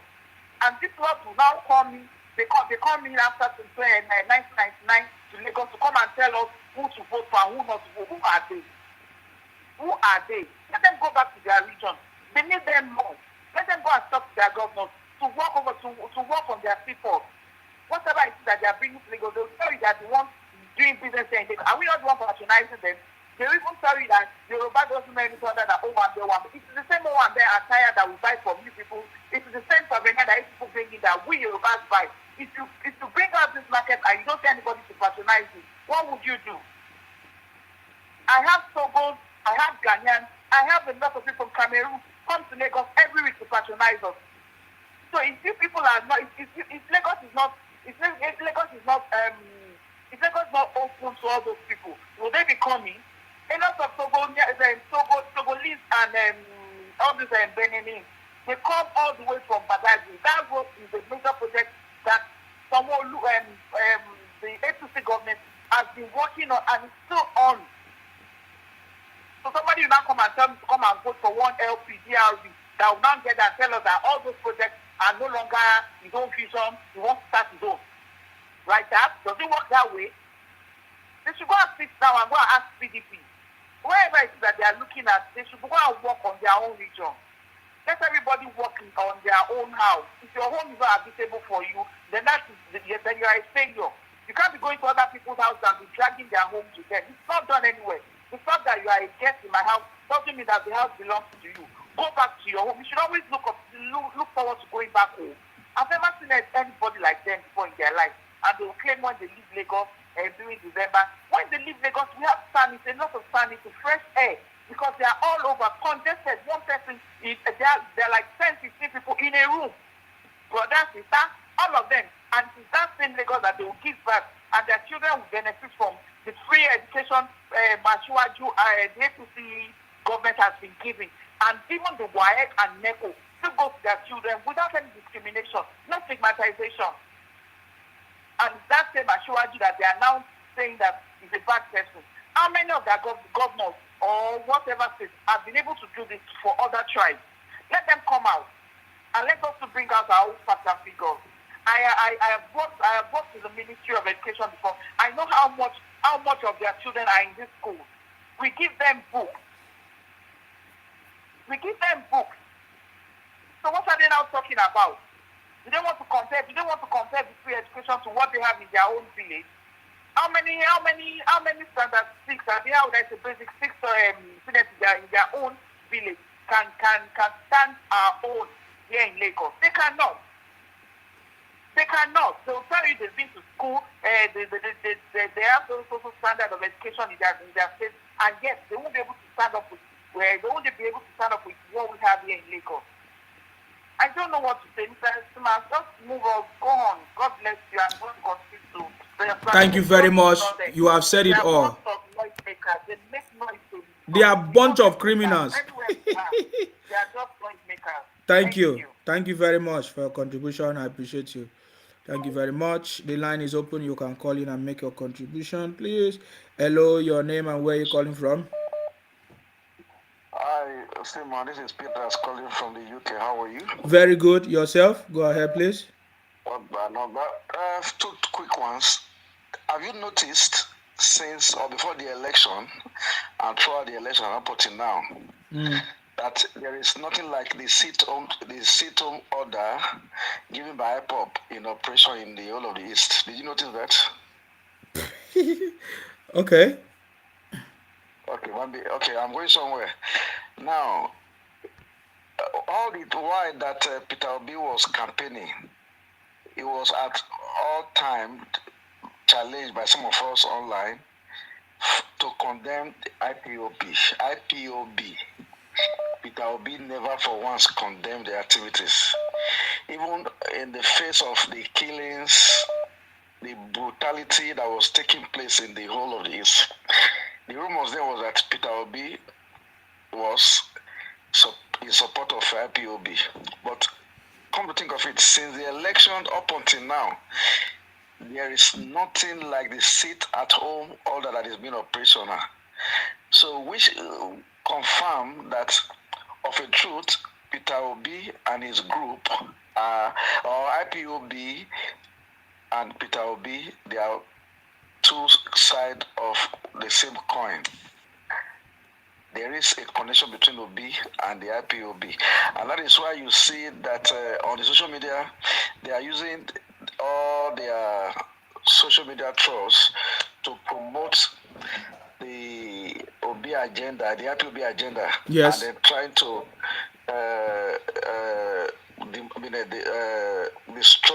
character of anyone that's opposed to Obi. If you watch anybody that opposes Obi, the next thing they do is to look out for that very person, either the family or the children. They begin to expose where they live and all that, just to to expose them to the risk of being attacked and all that. That has been their stock in trade. Yes. So that I've observed. The other thing I don't know whether you watched the politics today on channels when they had the Dirty Ahmed or whatever is the obese running mate. It was on the air. Okay. And this that was 8 o'clock. Shehu had him online, and that man who wanted to become the vice president of Nigeria. Yes. Speaking directly to Nigerians, and he was making provocative statements, even when Shehu was trying to let him know that this is a national station. There are statements that can be promoted here, but not statements that can create crisis in the nation. What kind of statements? Can you mention one? Yeah, it said that if that was his word. He said if Tinubu is sworn in on May 29, that will be the end of democracy. That is the same thing as calling the soldiers to be in charge of the affairs of the nation. Shehu told him that statement is not acceptable. He said no. He said he doesn't care. That was his word. He said I don't care. I'm on national television. He was looking straight at the camera. That I said they should not. Then he went further to mention Tinubu by name, and they make reference to the drug case against. And I was wondering, this boy already in court, and part of their plea in court is the issue of the drug case that they are alleging against Tinubu, and it's coming on national air to still use to make reference to what they have already declared in court, which to me is sub judice. So he was saying all that, and Shehu wasn't that comfortable. If you remember, you try to watch it. And I begin to wonder that. Why are they so desperate? And the Shona told him, but you said you are in court. Why don't you wait for the court? He said, the man has said the court has already decided. So in essence, he was also publicly saying that he has no faith in the outcome of what is going to be the outcome of the tribunal looking to their petition.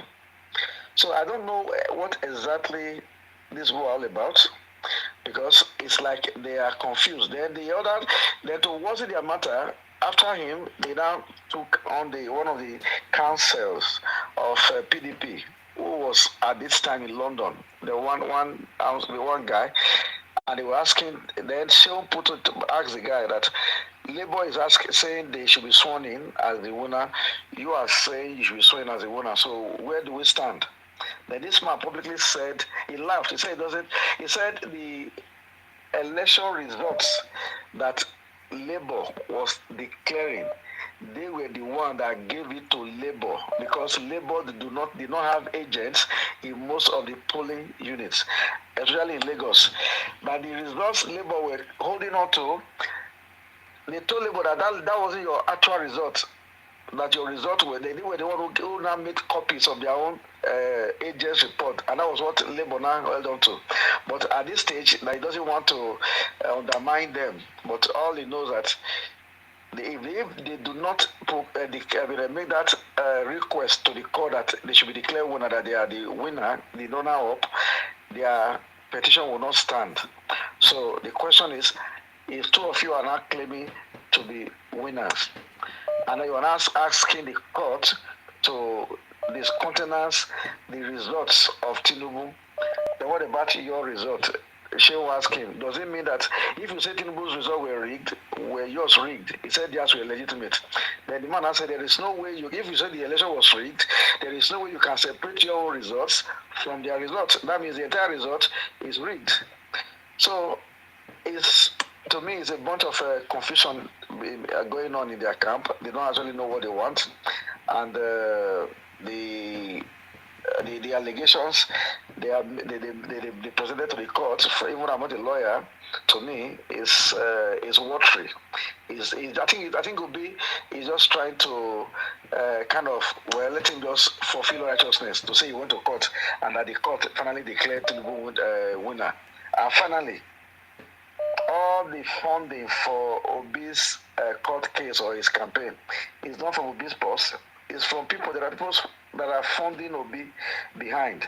Obi is just acting like Donald Trump, that is riding on the sentiments and the emotion of those who are foolishly and blindly following him, and taking from them, asking them to donate and make money available, but without using his own money to execute whatever project is, whatever is going through right now. So on the whole, we are watching. Thank you. So what happens?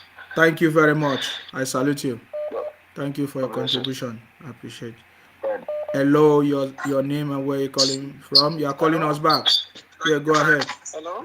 Yes. Good evening. Always reduce the volume of your listening device.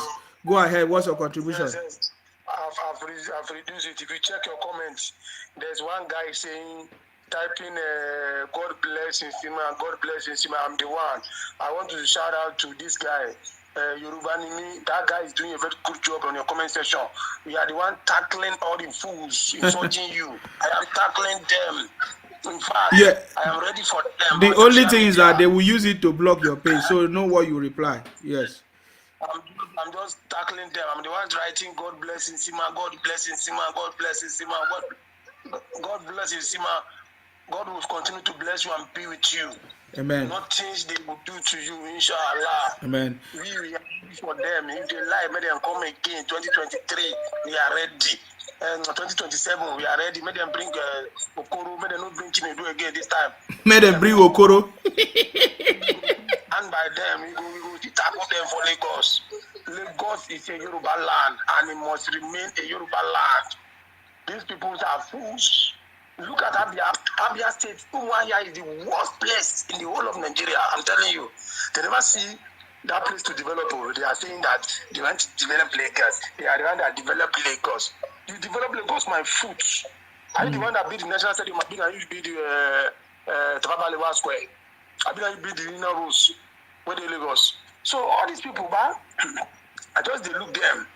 For my working place, I have them like that. They are so arrogant. They believe money is everything. And listen, me, I don't envy Igbo man that have money. I'm saying this. Their money, they move me an inch. Let me tell you one small story that happened. In Ilorin, Kwara State, there's one Igbo man that had a very big building material shop. Do you believe that in the night, this man will go to Kishi Road? You go and block road with his gang. That's how this vigilante, this usual vigilante, they get to with his gun. He started the staging gun. That's how they arrested. They overpowered them. They brought this guy to Ilorin.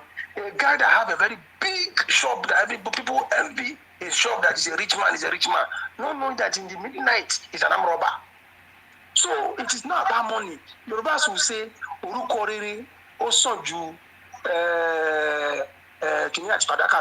which means good name is better than riches. That's the Yoruba. That's what they call them. Omoluabi. These people are a bunch of fools that they don't know anything. All they care about is money. Go to Dubai. I was in Dubai 2019, 2020. Go to Dubai. Go and see the way they destroy Dubai. They destroy Dubai with their drugs and their, in the Islamic nation. They're not supposed to sell alcohol. What they do there is they sell alcohol. They pack women from Nigeria, and at their women they do actually plenty passing in the whole of Dubai. I stay in Sharjah. Anybody that know Dubai, ask anybody that know Dubai that went Sharjah. That's the most populated black area in the whole of United Arab Emirates. They are the one that dominated with that shower wall. And they will come to Nigeria here. You go to Malaysia, they are into drugs. When they come to Nigeria with that drug money, they want to open shop and they will say, Igbo man that they are successful because they are hardworking. No country, I repeat, no country is comfortable with Igbo people. Kenyans have protested against them. The South Africans, the xenophobic attack was against Igbos. Anywhere they go, and they will come to Nigeria to come and brag that we are hard-working people. Igbos, they are not lazy. You are not lazy, my foot.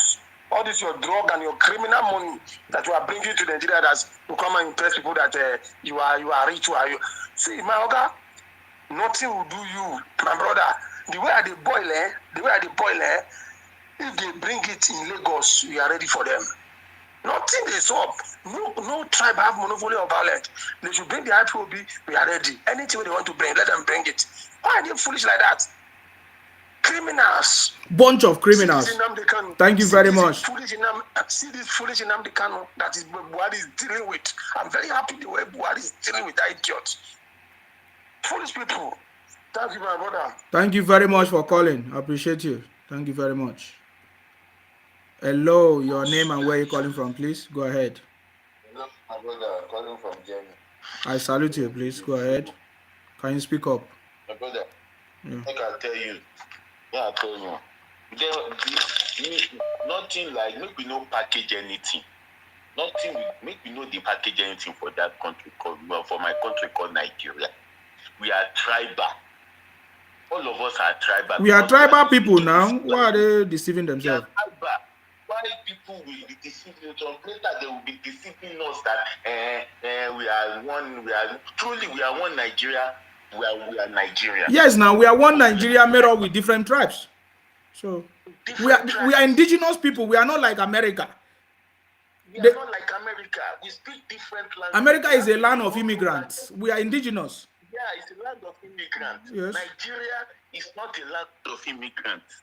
We are tribal. So what I want to say now is that Yorubas, we have our own culture. Igbo has their own culture. Southside have their own culture. Southeast have their own culture. Southwest have their own culture. Northern has their own culture. So one culture cannot come and impose its own on another culture. Like what they did in Lagos State now.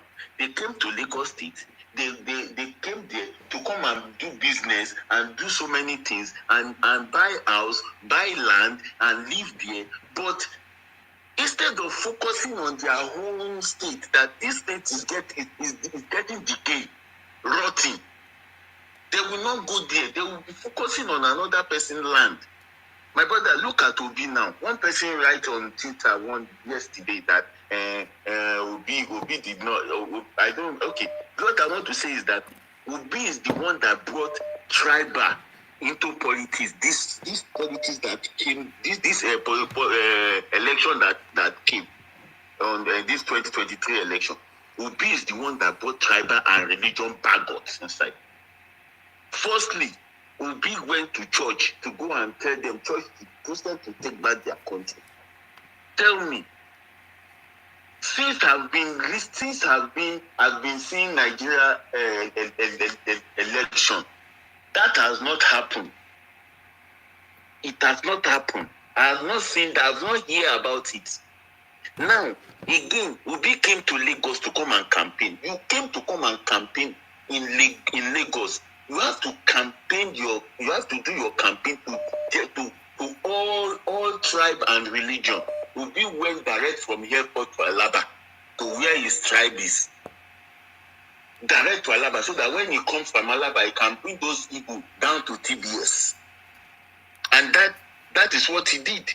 He went to Ladipo. He want to campaign for Chinedu.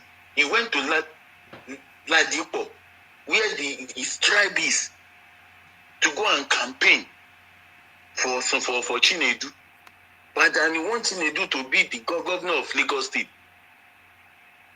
When that one too is saying that he's going to sack all Obas, and those Obas will open their eyes down and they will let you be the governor of Lagos State. No, did you be that? So, my brother, we are tribal. Let Igbo people go to but I didn't say that they should not do their own business. They should do their business anywhere in Nigeria. We are with Nigeria. But let them take their hand out of all region, any state they are part of their south, they should take their hand out of their politics. Let them focus on their state. Their state is there. Anywhere Igbo goes, anywhere in this country, anywhere in the world, you will know that they are there because they will cause problem. Number one, India they there now. India, they don't want to hear Igbo.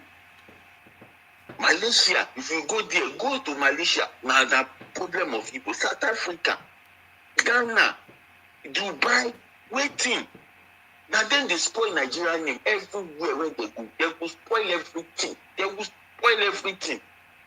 And later they will say Nigeria is a zoo. So my brother, this our country, Nigeria is a tribal land. Nobody to tell me that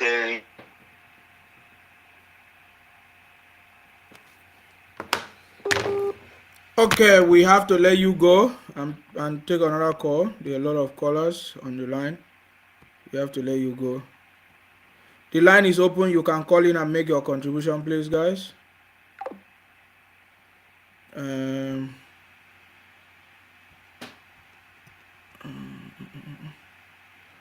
Hello, your name and where you're calling from, please. Go ahead.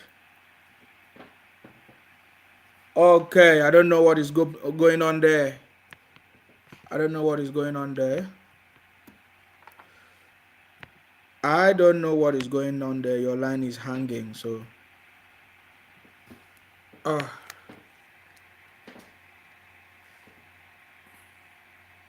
Hello, your name and where you're calling from. Okay, I don't know what is going on there.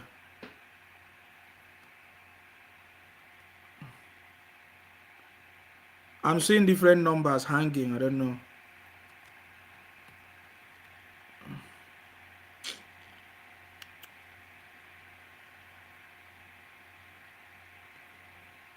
Hello, your name and where you're calling from. We can't hear you. Okay, we don't know what is going on there. We can't hear you. We can't hear you. We can't hear you. Hello, your name and where you're calling from. We can't hear you too. My God, I don't know what is going on. The line is jamming, so what I can do is... Oh, hold on a little bit. I don't know what is going on. Let me do something else on that. I don't know what is going on there.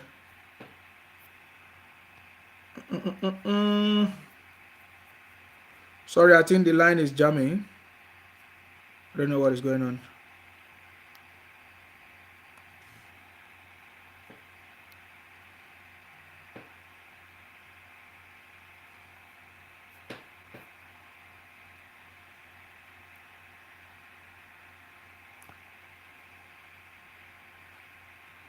Somebody send me a message. That gentleman had gone to... Somebody send me a message, Abi. That Jonathan said that Obi did not divide this country with his comment. So what is the meaning of this? I want you to pay attention to another person's comment about this. Listen to this. Politics of Nigeria is unimaginable. The damage that gentleman had done to the politics of Nigeria is unimaginable. Those who are praising Obi today will curse him at the end of the day. I'll tell you why. Never in the history of Nigeria has any politician been so bold to ride on the sentiment of ethnicity and religion. We have vested it deliberately because the national unity of Nigeria was more important than anything else and anybody else. Not that people could not have played on those sentiments or ridden on those sentiments to power. No. It was ready. But the danger of riding on those sentiments is that once you ride on that sentiment and you succeed, you have destroyed the unity, the fabric, the social fabric of our unity. You have destroyed it. Obi has successfully destroyed it. Do you know that the NSAS game was actually to whittle down Ashwadu's politics and pitch him against the federal might? When they started the NSAS initially, it was like Ashwadu was encouraging them, until they started burning Ashwadu's property before it was clear to anybody that, look, you cannot be involved in a project and your property will be destroyed. If you observe, the beginning of NSAS was our children children from reputable homes, gathering together and saying, look, SARS have been wicked to them, to the young, upwardly mobile young people. Police brutality. Police brutality. That was the concept. And that was when people like Faz, Davido, and all of Tiwa Savage, all of them, joined hands. Immediately they saw that coalition of young people, the people who really wanted to destroy Lagos, penetrated them. Exactly. The ones that had arms. Yes. Right? And we got. Hello, your name and where you calling from, please? Hello. Yes. I'm calling from US. Please go ahead. Hi. Yes. I just want to ask. My name is Fumi from US. I just want to ask all these people. When they said they develop Lagos, when they are coming, did they not see good road to come to Lagos? When they are coming, did they bring their hospital? They are going to Lagos? Did they bring the school that their kids are going to? Or did they bring their electricity where the road not high? They will come with their one nylon bag, stay in the same room, and go and rob at night. I'm telling you the truth. They will go and rob at night. When they rob, they save money. When they rob, they save money. And they will open a shop. And they are telling us they develop Lagos. When they are so mad that they develop Lagos and nobody appreciates them, why can't they go to their southeast and go and develop it? That is the question everybody is asking them. Now they are claiming they own South. How can South be their own? You see these people, if everybody doesn't campaign against them, it will be so bad. People need to start campaigning against them now. They want to claim South. They want to claim Southwest. They want to claim everything. That is how Robert do. Robert will be claiming somebody says, so I think it's their own. So they should tell us how they develop Lagos. That is what we want to know. Because when they are coming, they came with their nylon bag on their head and they become something. We should be the one telling them that we turn them to who they are.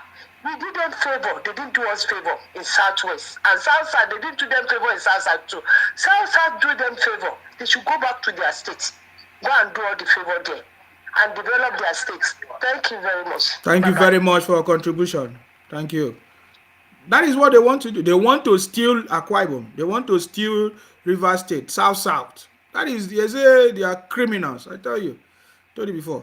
Hello, your name and where you calling from, please? Yeah, my brother, well done, sir. I salute you. My name is, well done for the good job. You're welcome. I appreciate you. My name is Ayuade. I'm calling from Lagos, Ikodu. Yes, go ahead. Thank you very much, like I said, for the good job. And I pray for you. No matter, no weapon your enemy will fashion against you will not prosper in Jesus' name. Amen. Over you. Yeah, my brother, you see this issue of this Yoruba and Igbo people in Lagos State. Honestly, I'm a Yoruba man. Mm-hmm. Honestly, I'm not happy about the whole situation because already in Igbo and Yoruba we are mixed. We are mixed together. Are you getting me, sir? So this gives me a lot of concern about the whole situation. But what we are asking these people is that why you people are so much investing much of your energy into the Lagos politics. They were like Lagos State is one Nigeria is one Nigeria. Anyone can contest anywhere in Nigeria. So we were like, okay, now Lagos Nigeria is one Nigeria, right? That when it's come to Lagos land, is then that you people remember that there is one Nigerian on land. One Nigeria did not take effect in the eastern part of this country. So why is it that here you people are trying to plan? You are turning Lagos to your experimental ground. So these people, I don't know. Maybe there is something in their mind. Maybe their grandfather, their ancestors, they have told them some different kind of stories that are not making them happy. Are you getting me, sir? So I don't know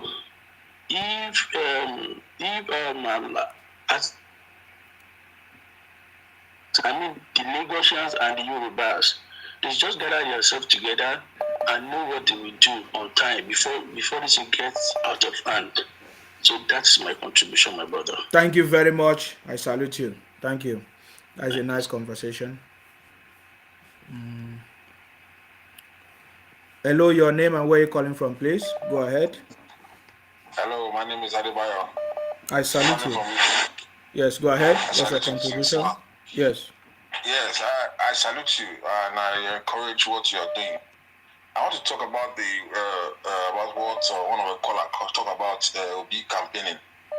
You know, his campaign brought from ethnicity and religion, based on what the man said. Because how can you say you're not campaigning, you're not campaigning, you're not doing ethnicity or tribal? You went to Alaba, where predominantly where Igbo are, to campaign. You went to Ladipo, where the Igbos are, to campaign. You went to church, telling people that church, take back your country. What kind of man is that? What kind of man is that?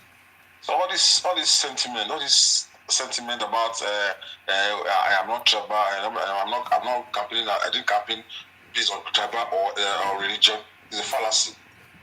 It's a fallacy. He knew what he's doing.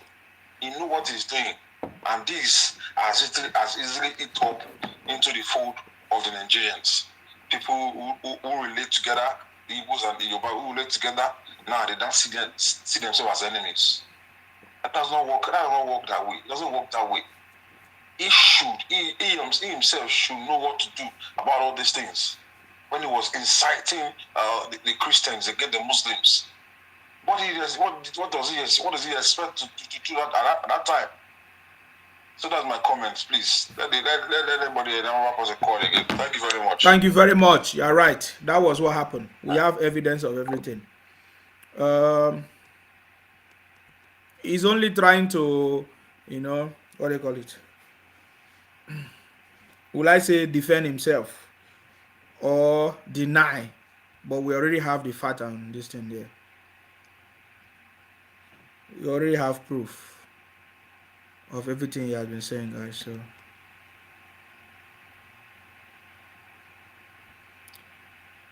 I think you have called in earlier. Go ahead. Yes, of course, my brother. I just want to buttress. There's something I want to ask Nsema. Before a president can go for any, before they can want to go for any election, I think they always do background check, right? Of course. That's the work of INEC. Check. Yes. Yes, that's the work of INEC. They do background check. And before they can declare you to be the participants in the presidential way, your background check might have been clear. Yes. Might have been clear. You understand? Now, after the clearing of background check, the only thing that can make people to fight about election, whether it was this or not, is about maybe the vote was rigged or not. Now, you were talking about that before, but what suddenly make you go to another extent and be talking about drug baron? Is it part of the elections? That's why I'm saying that the court will just throw it out. It's as simple. He just made the job easy for us, so don't worry yourself. I can tell you that. God bless you, my brother. He has nothing to, what he filed has nothing to do with the election. Yes. So I don't know. So it's not part of election. It's not part of election. Yeah. So. And if you look at these Igbo people, they never benefit any place. It is the state or any place they go to that benefit them.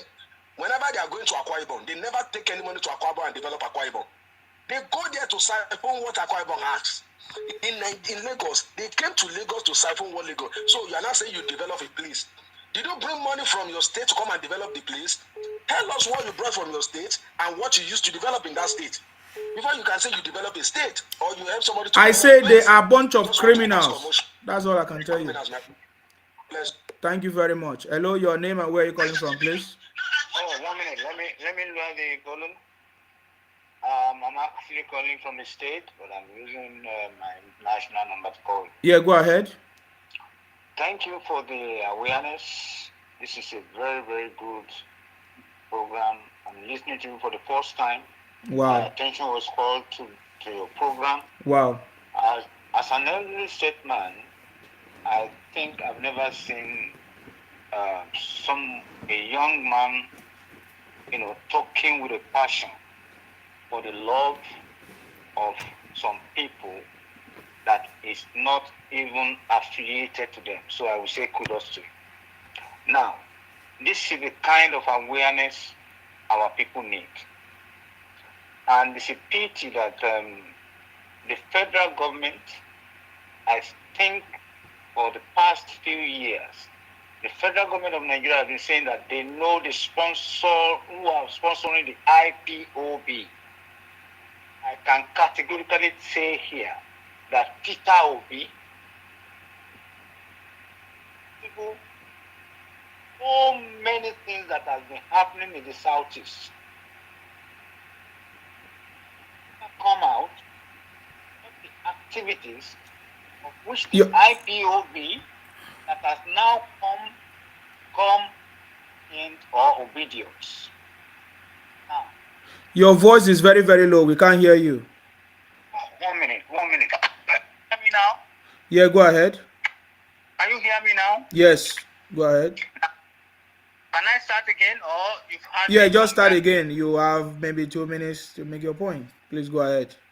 Yeah, I said, as an elderly statesman, yes, I am saying that thank you for the kind of awareness yes, that bringing on your program, and I'm so surprised that someone who has no affiliation to certain tribe can be doing this kind of program.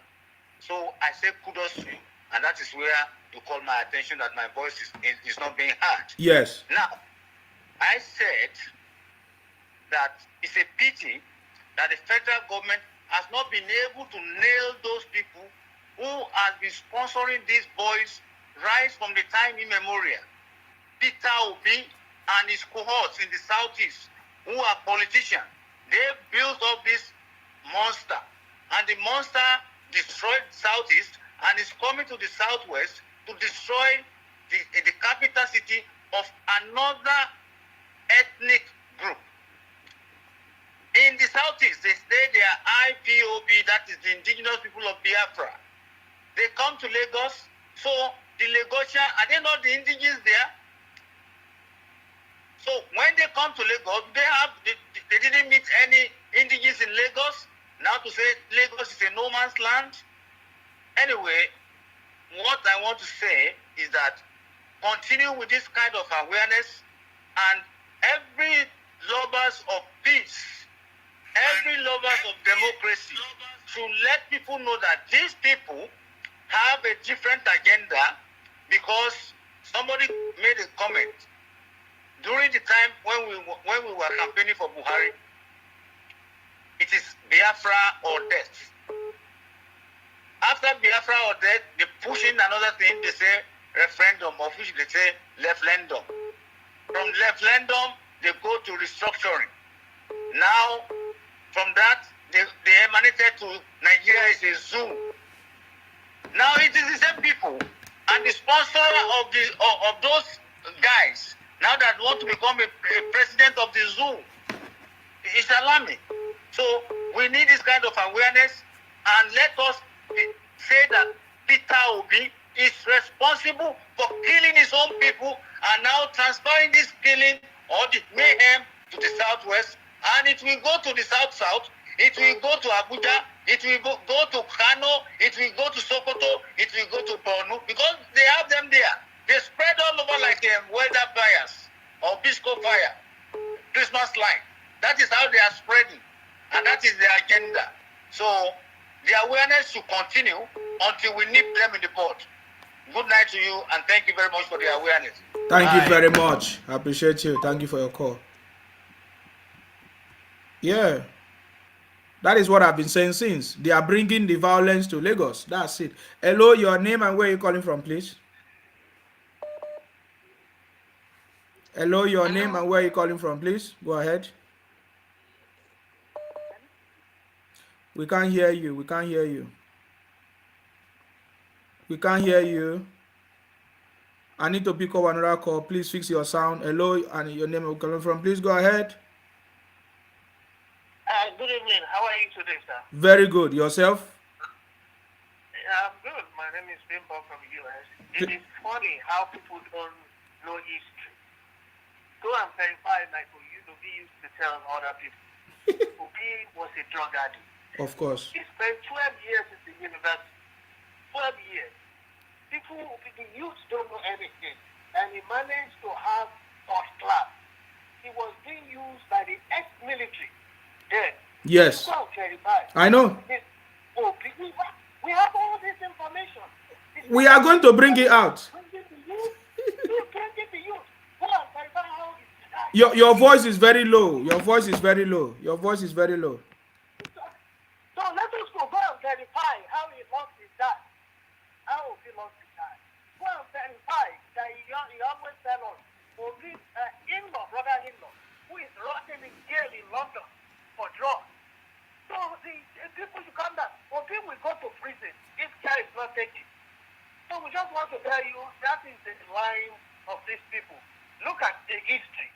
Nnamdi Azikiwe wanted to take over the Southwest Premier in those states, if not for Awolowo. So if not for cross carpeting. So because I've seen in their eyes. There is history. And when you look at it too, he quickly went down. Okay, the line is open. Please, when you are calling, you can call me on WhatsApp. We need to hear your voice. Hello, your name and where you're calling from, please. Go ahead. Yeah, good evening. Am I on live? Your name and where you're calling from, please. My name is Rafi Olalika. I'm calling from Nigeria. Go ahead. What's your contribution? Thank you very much for all what you are doing. We love this year our next program. Yeah, let me contribute to this what you are doing. I keep emphasize on what is going on in Lagos. And I think the whole stakeholder in Nigeria need to come together and quickly iron this thing before it's too late for us.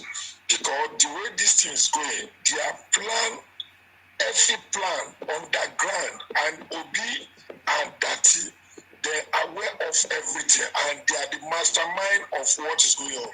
Together with Arai TV, when everybody go and check very well. Arai TV instigate the problem in the Lagos and Nigeria as a whole. And together with some of the media house, the particular head of them, Arai TV and AIT, they are the major problem. They are therefore the problem of what you see on agitator of these IPOB obedient people. Look at what Babadati is saying today on Channel TV with Okimbaloye. It's very alarming. And Okimbaloye even tried to be cautioning him on what he's saying on public domain. He was saying that he's right and he must do that. If they try in 29 May to do anything, it will be hand of Nigeria, it will be hand of the politics. How can someone that want to be a running mate of the president, I say source of those kind of thing in the public domain? And the same thing with Peter Obi always silent in every problem, and he think that people is not watching or people not seeing him. He just quiet, he's not everything, and he's perpetrate underground evil as this thing is going on. I think the whole Nigeria, the 1 million of Nigeria, just like you are doing, they need to come out, they need to strategize and work this thing applicable. I use this one to call all the DSS, all the prime ministers in Nigeria to quickly come out and investigate all this matter one by one before it's too late for us. Because I can assure you, every plan is on ground that will be and Dati and all this IPOB, their plan, together with all this Arai TV, with all Ruben Abati, is one of the major problems in this matter. And we fight of Arai TV. They instigate this thing. I think the NBC need to caution the Arai TV, because if this thing happens, it will be worse in this country. Because I can categorically tell you, Sima, what they are trying to do now is beyond the power of the media. And the media is instigate this kind of the problem. And the same thing that's RITV, that my own contribute. All these things that they are doing legal, they are just making out. But the concern is the Nigeria as a whole generally, because I see there's one evil that they apply in Kano. I thank God that the pension there in the Kano today, they wanted to try one evil in Sabongeri, and quickly, I love that people, they quickly caution them and tackle them immediately. And the same thing with this Aisha Yusuf. He is the one that even sent that message to Igbo people to go and learn how the Sabongeri Igbo people to caution their problem is there. So I think the stakeholder in Nigeria, all these other people that are well-meaning in Nigeria, they need to come out easily, quickly, and tackle this thing under the government before it's too late for us. Because this one is not the matter of social media alone. Is in fact, it's very alarming. Thank you very much. That's my contribution. Thank you very much. I appreciate your contribution. Hello, your name and where you calling from, please. Go ahead. Hello, good evening. I salute you. I salute you too, Mr. Nsima. How are you doing? Good. Your name and where you calling from, please. Go ahead. Okay, my name is Emmanuel. I'm calling from Nigeria. Yep. Go ahead. What's your contribution? Okay. All right. I want to ask a question, Nsima. Yeah. Of course, I know you before some years back. I know you with a particular camp, but I'm not going to mention that now. There's a very germane question I want to ask, and I believe your listeners are listening. This narrative of Igbo people said that Lagos is a no man's land. I want to find out, does anybody have any video proof or text proof or tweet or whatever from any person who actually said this? Has anybody captured that on camera? Because I like when somebody is making a narrative or an accusation, let there be a proof. Let's play a video of somebody who is using his mouth or her mouth and saying such. You know, when you want people to believe you, you show physical proofs so that we don't cause problems. Where are you from? Where are you from? Forget about where I'm from. We are trying to find out. Okay, you are a thief. You are a criminal. You are a bunch of criminals. Since you are not proud of where you are from, you are a thief. Hello, your name and where are you calling from, please? Hello, good evening. Yes. Your name and where are you calling from? Good evening. My name is Shola I'm calling from France. Yes, go ahead, please. Brother, I just want to say a little thing about this issue. And first of all, I really appreciate everything you are doing. And I pray to God that everything you do and everything you are doing to this country called Nigeria, you will benefit it in the name of Jesus. Amen. See, you see, one thing where I want just let this our Igbo people know, we say, the kind of madness they are possessing this time around. These people are a bunch of ingrates. They are a bunch of criminals. Yeah, that's who they are. They are a bunch of ingrates and bunch of criminals. I can remember when I was in Nigeria, when I was in my father's house then, this is almost 15 years ago. 15, 20 years ago, when I was in my father's house, these people came to Lagos, living in one room with just nylon of poly bag with 2 or 3 clothes inside of it. They came to Lagos with nothing. And these people make everything they had today in Lagos. They survive in Lagos. And they make good money in Lagos. It's either by criminal or by doing stupid business. You are saying you develop Lagos. You make Lagos to be what Lagos is today. Are you the first people that travel to China to go and buy goods in China? Yorubas have been traveling to China. Even my own mother traveled to China and buy goods in China to sell in Lagos. We have different tribes in Lagos. We have different tribes in Lagos making it. They have never claimed Lagos is no man's land. They never claimed Lagos is no man's land. I have Calabars in my compound. I have Igbos. I have different tribes in my compound. Living in my father's house there. And these people, You know one thing that pains me a lot? These people came to Lagos and served their boss. Maybe they served their brother or they served their uncle for over 5 to 10 years. At the end of the day, this their uncle will refuse to settle them. If my father, Yoruba people will stand for these boys and tackle their they stand for years. That you must settle this person, otherwise you will leave this company. We fight for these people to make it in life. Now they are now using that power we fight for them. They are now using it against us. I think for the past how many years they are shouting Biafra, Biafra, Biafra, Biafra, Biafra, Biafra. Now, election is coming. They bring another strategy. There will not be election in Southeast.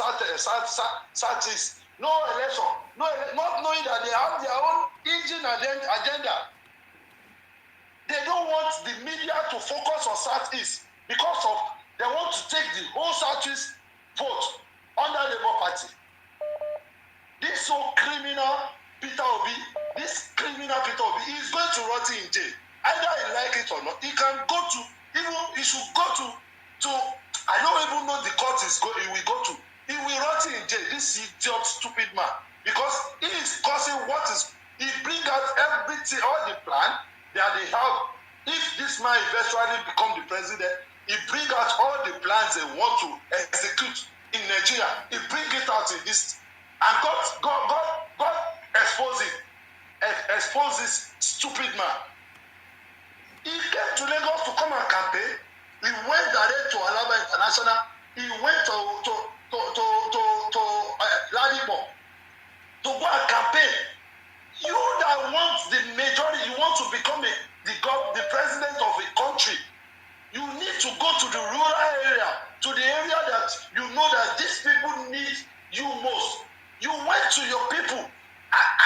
Is it for you to know that they have plan in Lagos? Why is it that they focus on Lagos election alone? Why they kill a lot of people in East? Why they kill a lot of people in East and they focus on Lagos? See, my brother, God will bless you. Thank you. See, we need people like you, like 5, to be doing this thing so that we will be exposing this stupid and useless set of people. And may God punish all their hidden agenda. You see that idiot that called you or that sent you a voice note is in Italy, that is coming to meet you in UK to come out. He doesn't have even documents to come out. He doesn't have ordinary paper to come out to board a train. Talk less of coming to UK to come and meet you. They are a bunch of fools. They are here in France. They are here everywhere. That's how they are. They brainwash all of them. They brainwash all of them. That's how they are. They are a bunch of fools. You came to Lagos with nothing. You claim every state you have a majority there. You always want to claim it. Have they ever seen a Yoruba man that claim any state that doesn't speak Yoruba? Never. Yoruba has never claimed any state that doesn't speak Yoruba. If you know you speak Yoruba, it's our state. We don't claim what don't belong to us. But you people came to our state, you are telling us, the indigenous, that our state is no man's land. You are pointing the finger of hatred in our face, and you expect us to keep quiet and be looking at you. If we are accommodating, it's not that you should take us for granted. We are not taking all this useless insult from all these stupid people anymore. If they want it to be war, we are ready to fight it. They are a bunch of illiterates. And this is going to be enough. This election shows every agenda these people want. They have their own plan and they are shouting. They forget Nnamdi Kanu in the DSS custody now. They forget him. They didn't fight for that man to come outside from there. They are not shouting Obio, our savior, Obio, and the stupid so-called pastors that want to disgrace Christianity in Nigeria. The stupid so-called pastor. Most of those churches should be closed down because those people are a bunch of illiterate and a bunch of fools. They are bringing out all this incident, all this thing that is coming up now. They are the one bringing it out. And those churches should be closed. I really appreciate what you're doing, bros. I really appreciate it. And we will continue to fight this thing to the end. If anybody eventually say they want to return the Tinubu to return the certificate, is a bloody lie, and it will never happen. It will never happen in Nigeria. It will never happen. You come to someone's state, you build, they give you access to build your house, they give you access to do your business without interfering in your business, and you are interfering in their politics, you are interfering in their culture, you are interfering, you disrespect the Obas of Yoruba land, you disrespect the politics, you disrespect the indigene, and you expect them to open their eye and let you people take over their land from them. And some so-called useless, so-called illiterate people that come from some Benin, come from Benin and started talking rubbish on social media, calling Yoruba's name, giving us some kind of stupid insult. On what? Is it a crime to accommodate someone? We accommodate you. We don't threaten you. Ever since I was born, I've never heard a fight between Yoruba and Igbo. Even we have quarrel with Hausa much than the way we've never fight any Igbo man in Lagos or in any southwest.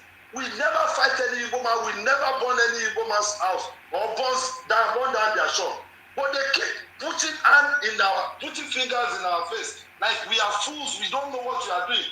We don't walk. Are they the one feeding us? They will call us names. We don't walk. We don't do this. We don't do that.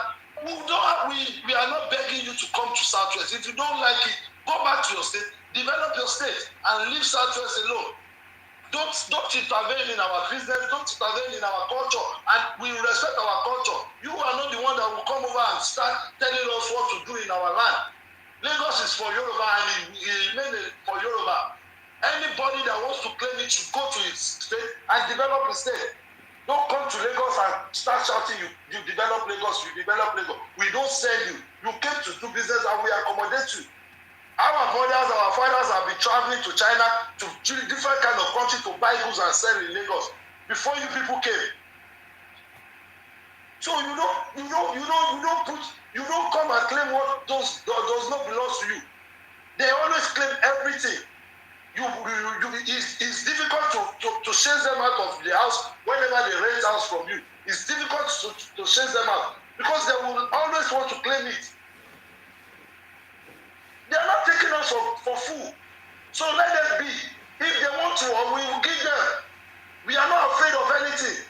We've civilized enough to know our rights.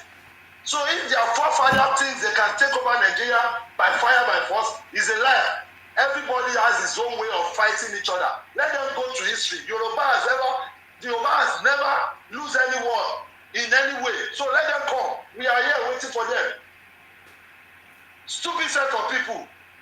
Always bringing lies everywhere.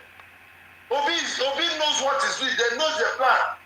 They bring one stupid Chinedu to come and rule, to come and become Lagos State governor. He said he's not thinking in Yoruba, and you want to rule the people you are not thinking about. You are not thinking with their senses. He's a bloody idiot. All their propaganda and all their agenda will never work in Nigeria. We will chase them out. If they don't want to be in peace, we will chase them out. Thank you very much, my brother. Thank you. And God bless your work. Thank you very much. Nobody can threaten you. Nobody. We are ready for them. We are ready for them. We are ready for them at home. We are ready for them abroad. Anywhere they are, we are ready. We have the money. We have everything to tackle it if they want it. We've kept quiet enough. You go to any social media, they keep on insulting Tinubu. They keep on insulting Tinubu. They keep on insulting Lagos State. They keep on insulting Yorubas. As if we are the problem of the cause of their problem. We've never been the cause of their problem. We've never fight any Igbo man. They keep us calling us name, and we are betrayer. We are this, we are that. Let any Igbo man come outside today and tell me, so Yoruba burn down my house, or Yoruba burn down my shop, or Yoruba fight us and kill us in Lagos. Let them come outside and tell me.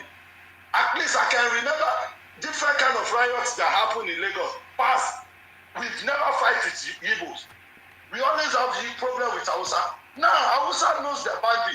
Hausa have never, Igbo man contest as a councillor in my community, and he won. Igbo man contest as a chairman in my community, he won. So what else did they want us to do? There is no, you can never see a Yoruba man to become a principal, ordinary secondary school principal in the East.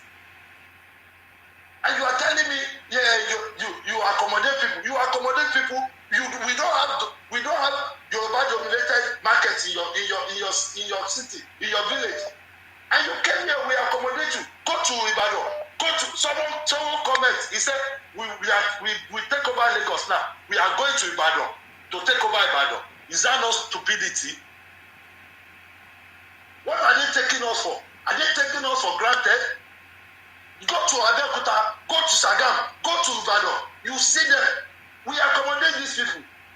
And they keep calling us names, keep calling us sorts of rubbish names, as if we don't know what we are doing. We've accommodated them enough. And they keep spoiling our names throughout the whole world. And when they go, in France here, they keep telling you, we are Biafra. But let police arrest one of them. They keep calling the Nigerian embassy. They keep calling the Nigerian community. Now they claim Nigeria when they commit crime. But when they are making money, they claim Biafra. They tell the white people we are Biafra. But when they make money, when they commit crime, you hear them calling Nigeria. You hear them calling I'm from Nigeria. Why can't they claim Biafra when they commit crime? But they keep calling Nigeria when they commit crime. But when they are making money, they keep calling Biafra. They have their engine agenda, and it will never work in Nigeria. Obi will go nowhere. And this is the last time of Obi contesting as anything in Nigeria. Let him try today's down. He will never contest. Even councillor, he will never see in Nigeria. He's just playing. All those one is doing in court. He's just playing mere game. He's going nowhere. He's just using those set of bunch of food. He's just using them for cash out. They are just giving him money for nothing. He's just using them as cash out. He's going nowhere. Can someone come to someone and say, are there no people there before you came? You that came to Lagos with ordinary polyban, and you are saying you developed there. Did you bring hospital to Lagos? Did you bring free school? Did you bring accommodation? Nothing you bring. And you are claiming you develop Lagos. You are insulting the indigene of Lagos. You are insulting us. We have different tribes in Lagos making big money. They don't even talk. Everybody goes on their own. And this issue now, they now use it to condemn different kind of tribe. Because if Yoruba see anybody that doesn't speak Yoruba, they believe they are Igbos. They are not using it against other. We fight everybody. We only fight. We don't claim it. We don't fight. We accommodate. But these people try to push us to the wall. And when you push someone to the wall, he has nowhere to go. He will turn back against you. That's what we are doing to them. And this is just the beginning. We will continue to do it until they get sense, until they realize that this is not our state. Let them go back to their state and use that courage, that force they use in Lagos, and use it to face their governor, their senate, everything they have in their state. Let them use it over there so that they will get sense. This is total rubbish. We will not take it. You claim every state that doesn't speak Igbo with you, and you claim it is Igbo land. How many are you? You are minority in Nigeria, and you want to claim majority. You claim every state that doesn't speak Igbo. 2 years ago, you claim you want to become an Oba in Benin. They take you to court. You say you want to have Oba the way Benin's have Oba, that you want to have Oba. They take you to court. That will never happen. You claim Benin is your home, that you will have Oba. You always claim wherever, they always claim anywhere they dominate. They always want to claim it as their own. And this so-called Benin are supporting them up to today. They are supporting them now. I think Obi initiate all of them into this stupid agenda he have. Let them continue. We are ready for them. We are ready. Anywhere they want to take it to, we are ready. Tinubu is not leaving, turning that, and it's going to be our president, and he's already our president. Let them kill themselves if they don't want. We have many countries that need migrants. They can go over there. We will take over their land. Since they don't want to go back to their land, we will take over their land for them. Thank you very much, and God bless you, brother. Thank you. God bless you, and God bless you very much. Thank you very much for your contribution. Thank you. Thank you very much, brother. Thank you. I salute you. Hello, your name and where are you calling from, please? Go ahead. Hello. Yes, please go ahead. Hello, my name is. Yes. Yeah, can you listen through your phone? Reduce the volume of your listening device. We can't hear you. We can't hear you. My name is Adirunke. My name is Adirunke, calling from Canada, Ontario. Yes, go ahead. What's your contribution? Yes, there are so many things on the stove for me now. One, first of all, what we should all look at is that when they declare that they won Lagos State by just numbers that are less than 2,000, immediately they discovered that they went to Alausa, the seat of power of Lagos, and they removed Lagos State flag and put on their Biafran flag. It was all over. There was a video of it. That, in essence, is telling me one thing, that the moment they win Nigeria, they are going to say Nigeria is no longer Nigeria. It is Biafra land. That is one. Secondly, they come to Lagos, they do whatever they want. They buy lands, they build houses, they do their business. Nobody is interrupting. They go ahead to vie for elections. People voted them, and nobody fought them. That they went to House of Reps, they went to the Assembly, and to the extent that they want to become the governor. Let me tell you my personal experience. At a point, I was in the courier service, and the NIPO said you should have offices in the 6 geographical sections of Nigeria. I went to the Igbo land. I didn't have problem with Hausa land. I didn't have problem in Yoruba land. I didn't have problem in South. I had offices in Prakot, in Calabar, and where is it was that? Well, yes, Prakot and Calabar. But when I got to Ebola, that was when I smelt my body. They were saying they cannot rent out their houses to a Yoruba woman. I didn't say I wanted to buy a land. You cannot get a job as a clerk in any of the offices, in any of the parastatals. You can't rent a house as a Yoruba person. I had to use somebody that is an Igbo man that said, okay, you know what? I can help you with my name. They will give you the house. He rented the apartment for me quite well, but he only allowed me 1 week to stay in the house before he kicked me out. A house that he used my money to rent. That is only telling me one thing. The moment we allow any Igbo person, and that is the fear of the Hausas, they will never want any Igbo man to become the president of Nigeria, because you know why? They have known them over years that they are usurpers. Wherever they enter, whatever thing, if you give them to a yard, they will measure 20 kilometers. That is what they've been doing. They are known to be Shylocks, they are thieves, they are rogues. And unfortunately, they are illiterate. They don't go to school. They don't reason well. They can't lead well-meaning people. Anybody with right senses, you can't come to me and be speaking, because they can speak English, they think they speak.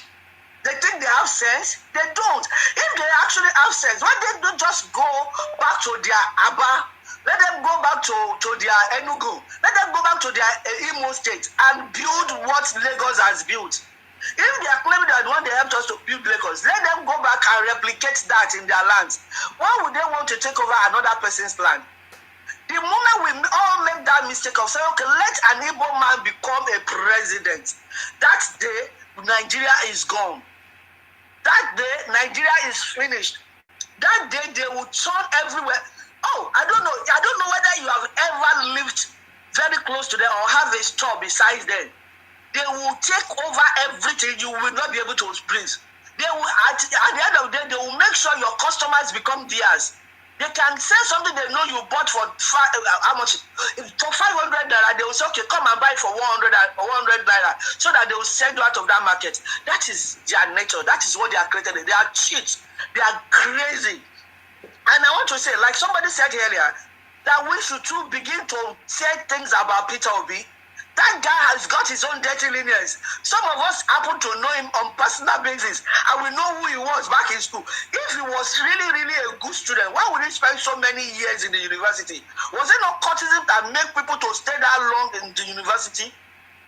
And with cultism goes with drug addiction, goes with stealing and armed robbery. And they keep on being in the school because the school authority will not be able to send them packing. Because if you ask him to go, his members or his co-members of the court will come and kill the school authority member.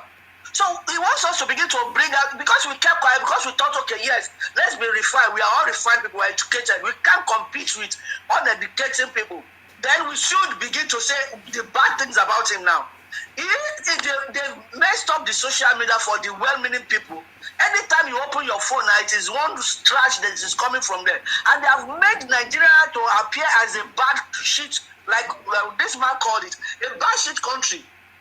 Because in Trump's mind, it is only the Igbos that live in Nigeria. He never came across with define Nigeria. That is why he thought everybody must be shit people. They go everywhere and spoil everywhere. Go to South Africa. That is why South Africans were killing them. Go to Ghana, they spot that place. Come to Canada, it is them that are stealing, that are killing that. They take cash from here and take it to Nigeria to sell. They keep spoiling our names everywhere they go. Who are they? And they think when we talk about the major tribes in Nigeria, they call themselves, I think they are part of the major tribe. They are not. It's because they kept on saying the South are part of them, which I know. I've traveled wide. I've traveled to everywhere in Nigeria. I know the South side, the Calabaris, even the Robos are not even part of them. The Edos, the Ishans are not part of them. The Biodios are not part of them. The Calabar, the people from Akwa Ibom, they are not part of them, but they claim they are part of them. If you really sit down, they are just 5 states. Even in their state, they are not many because they scattered themselves all over the country. I had a gentleman Igbo man. He has disowned them. He says I should stop calling him an Igbo man.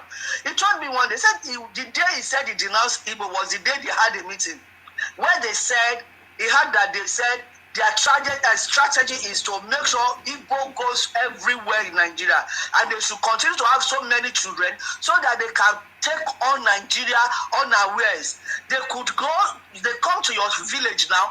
He will come as one person. Before you know, he will bring 5 of his brothers, and each person will have 4, 5, 10 children. Before you can say Jack, everywhere is filled with them and they are speaking their language. They will not let you know what they are discussing. That is their plan. But God will not give that to them. Nigerians, and I say Nigerians, what I said, they are Biafrans now. They have claimed that Nigerians should wake up and begin to fight these people because they are leeches. They are bugs. If you leave bugs on your skin for too long, I want to tell you, it will lick up all the blood in you. And you know blood is life. If they take away the blood in you, you will become nobody, you will be dead body. Then we should all get up. Let us stop all these findings. Yes, we are all fine, we are all refined, we are all educated, but when they want to fight dirty, let us tell them which you can fight dirty with them. Who are they? I come in peace. I'm Adiroke. Bye-bye. Thank you very much for your contribution. We appreciate your contribution. Thank you. Hello, your name and where are you calling from, please? Go ahead. Hello, good evening. I salute you. How is everything, my brother? Very good. Your name and where are you calling from, please? Go ahead. This is James from Sweden. Please go ahead. What's your contribution? I want to contribute, my brother. You know, one thing is very clear. All these people sometimes that comes here that who want to turn the election like it's a complete tribal or something. I think they should also be adjusting their tone. I feel every Nigerian have right to support every candidate of their choice. And I also feel every candidate have right to seek judicial right. They have the judicial to seek judicial help or when they are not satisfied. And I think every reasonable people will agree to this. But one thing, if attitude of how be so specific some Igbo youth behave, particularly all these ones they gave birth to since this, I can say since this democracy 99, it's something, everybody understand that it's not really compatible with so many other tribes in Nigeria any longer. But I want to appeal. We need to look the whole country generally, because it seems what we have been suffering for this country for a very long time, it's as a result of the distraction from these same people, so that we don't distract ourselves from other issues and problem that is on ground. I call you today because we want the power to come to South. I am a core supporter of Peter Obi, and I don't think anything is wrong with that. And I'm from Edo. I know some people, when they narrate the issue, they narrate the attitude that is not good, and they will not say Edo. That one is very wrong. We are not supporting any nonsense attitude. We always condemn it. But people have choice. And people have right to be having choice. Now, the certain people, and I know you are also from the southern part of Nigeria, need to think beyond the wave of attitude that is coming out from majority of these young Easterners, so that we can be able to focus and know what exactly is surrounding us. If we continue to drill ourselves, there are other players in this country that are washed, and they will take that advantage. Let us be realistic. I told somebody. You keep calling me and I don't know what you are saying. You keep calling me, I don't know what you are saying. My brother, if you don't understand what the program is about, don't call. You understand me? You wait for a program where you can, if you want to talk about any other thing. You understand me? I believe you read the topic of this conversation today. Did you not read it? We have a topic and we are discussing something. You understand me? If you don't want to discuss it, don't call in. Okay. Why are you calling in and keep talking stories? You want to tell me I should look further? No, I'm asking you. You are telling me that I should look. What do you mean? For 10 years, have you been calling the IPO people to advise them? Don't call my program again if you don't know what to say. You understand me? I said don't call my program again if you don't know what to say. Next time I will block you. You understand me? You supported Peter Obi. Go and support. This is not Peter Obi platform. This is Asiwaju platform. And I give everybody opportunity to speak. You understand me? We know what we are doing. You cannot come and tell me we don't know. I should focus on my mind to something else. You are free to create a platform and lead the narrative. Let others come and follow you. This is what we want to discuss now. Yeah. If there's any other thing, we will discuss. But as it stands now, this is the conversation. If you don't like it, don't be part of it. It's as simple as that. Is that very clear? You have done this many times. Don't think that I don't know you. You have done this many times. I still allow you. Wait. I don't have time to waste for idiots. You're a criminal. Anybody supporting? Hello, your name and where are you calling from? Hello, your name and where are you calling from, please?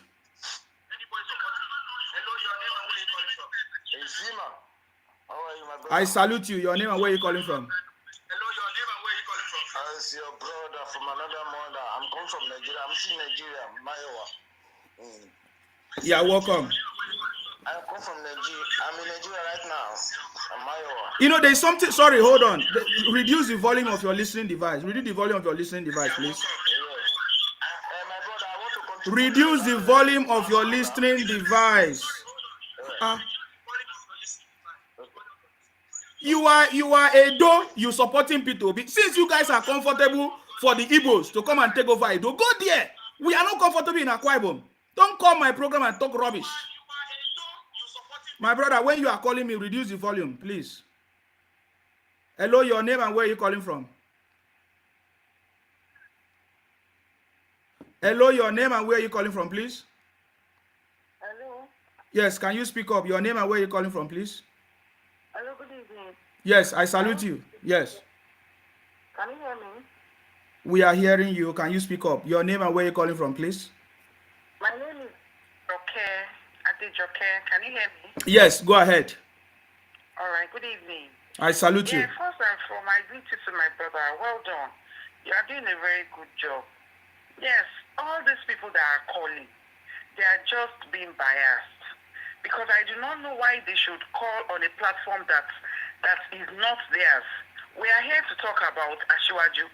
So if you know you are obedient and you are not ready to discuss or talk something that has sense, when should you come in? This is what we have been talking about then. They go about looking for trouble, causing chaos everywhere. I don't understand. Anyway, I have some contributions too. Yes. Can you hear me, Pastor? We can hear you very well, loud and clear. Go ahead. It has to do with Obi. I don't know why Obi is pushing this whole thing. Like now, he is already digressing because I do not know what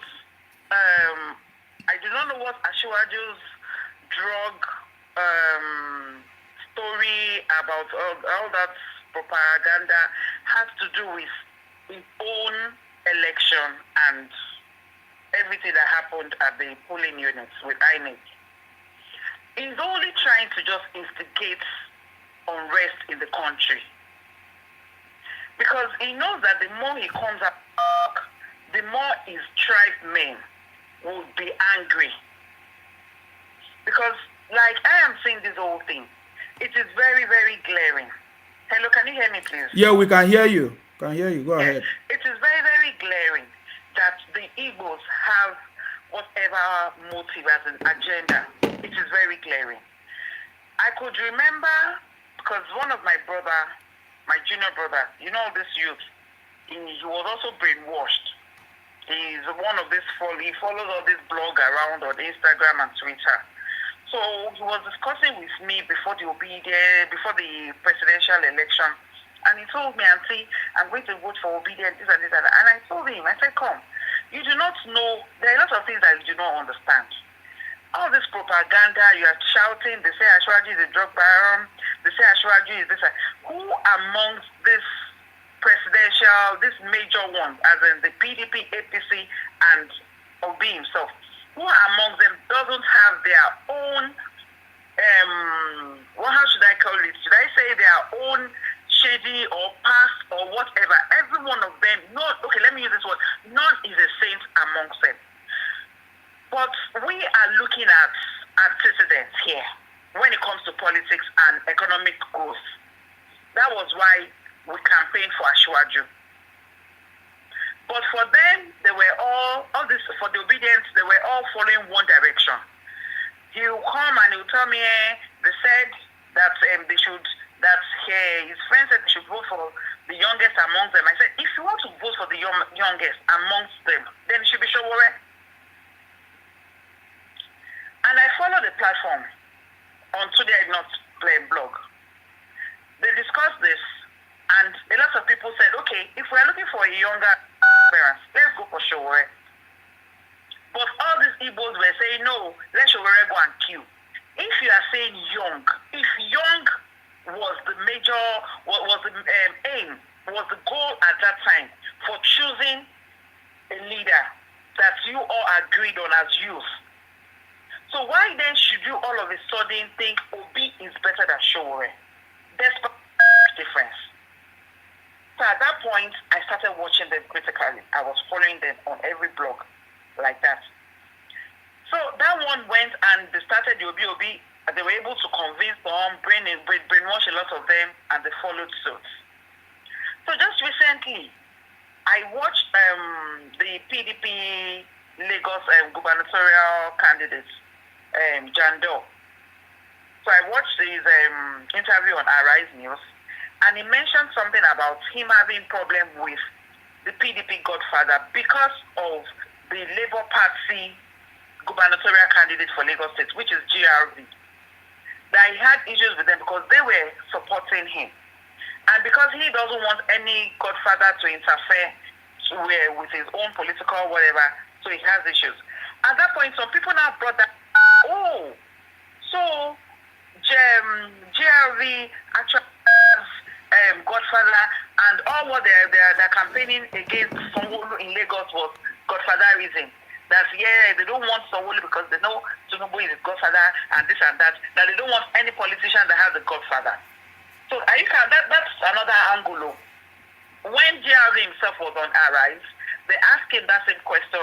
They told him that this was what Jendo said, I allege about you, that what do you have to say? And he said he doesn't have a godfather, but he has a mentor who doesn't know what those the likes of Bode George are when it comes to politics.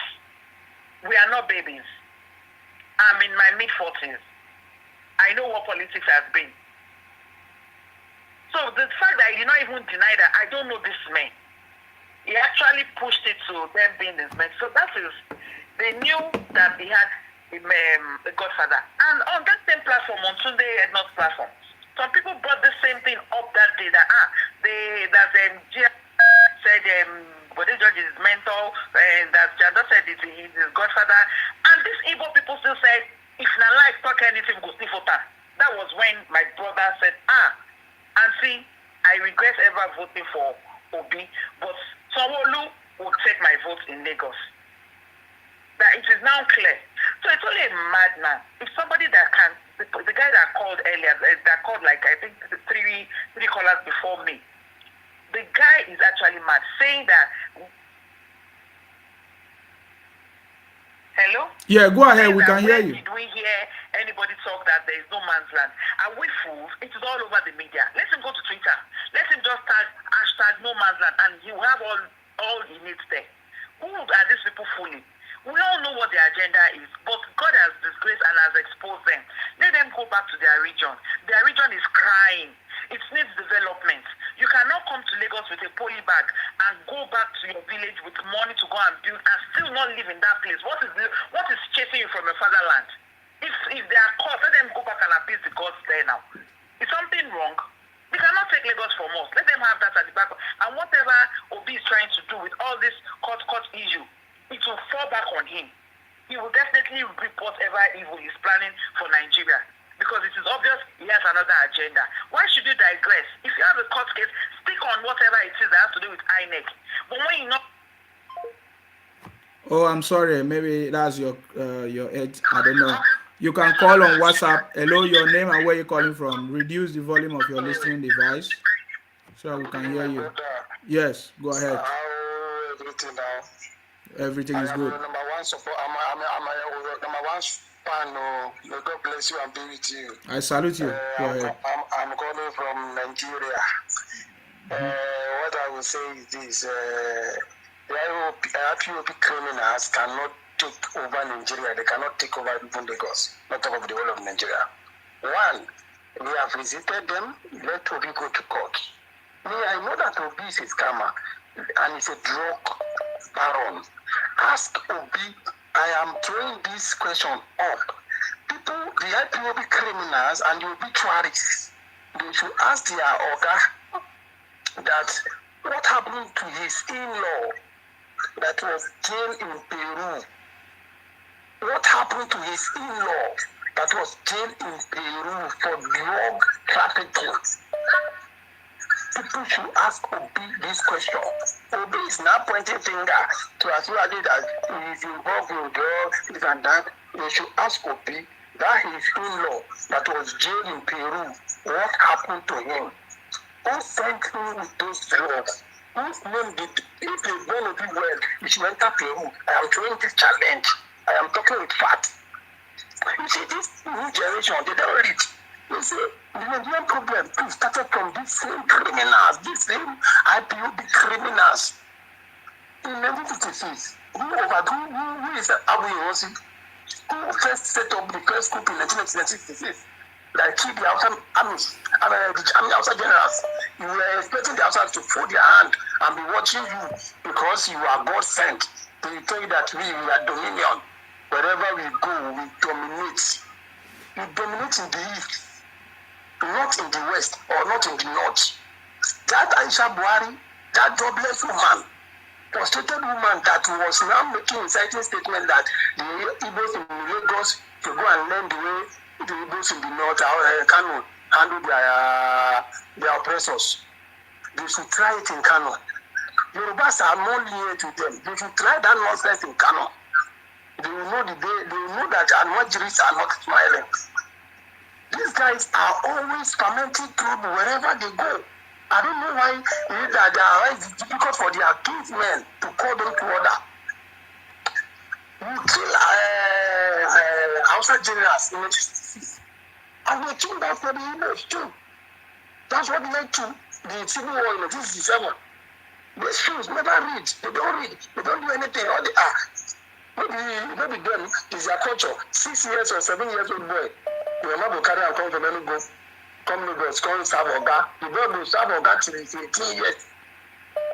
Oga will tell him he steals some money. So for that reason, he's not going to settle him. The boy will start running the streets. All these robberies going in Lagos. Part of them. I am throwing this challenge, please. Watch Crime Watch. Whenever they arrest 3 armed robbers, check. You see Chukwunonso inside the tree.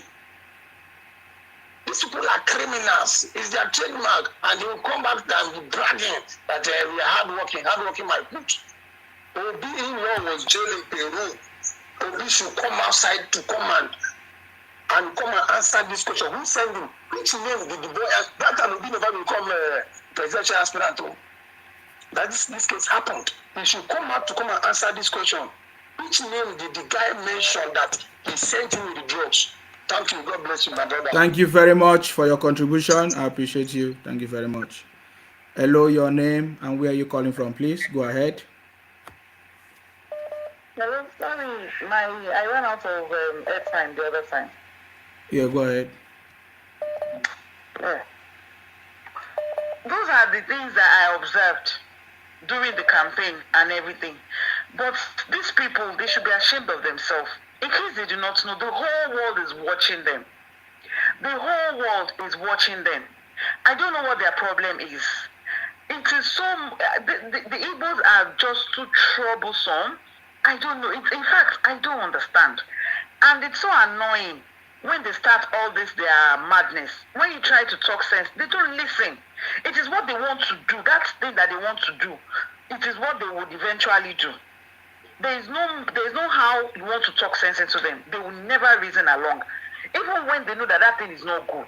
Because I do not see any reason why you would say, okay, you want a young person, at the end of the day, you brought Obi, and they are telling you that, okay, they now said the Lekki incident, the NSAS that happened at Lekki toll gate. And yes, I was actually, please, I'm interested in that video that you were playing, because I came in midway, before call started coming in, about that man that was talking about the answers. Please, I would really want you to upload it on your page, maybe much later, so we'll get to hear more. Because some of us know... Hello? Yeah, go ahead, we are listening. Yeah, because some of us know the truth. All that happened in Lagos, we saw it. But it was when all this youth now got to know that, oh, this thing has been hijacked by a particular set of people. It was at that time that they all ran into their shell. Because they had a good cause. When you talk about NSAS is for the federal. We are talking about fight against the police force. So why should you now pin it down on a particular state and at a particular spot? Because they actually thought, Ashwaju is the owner of the toll gates and other things. So they said they were going to stay there all through. I could remember vividly, immediately this whole madness started, Sanwo-Olu was there to talk to them. They said so many things, and okay, Sanwo-Olu said he was going to pass their message across to the president, that's Buhari. Sanwo-Olu traveled to Abuja. The next day, we all saw it. This man went and came. How many governors did that in all the states? There were NSAS protests across the country, in the states that we had the protest. How many governors did that? This man stood up, he went to the president and he narrated everything.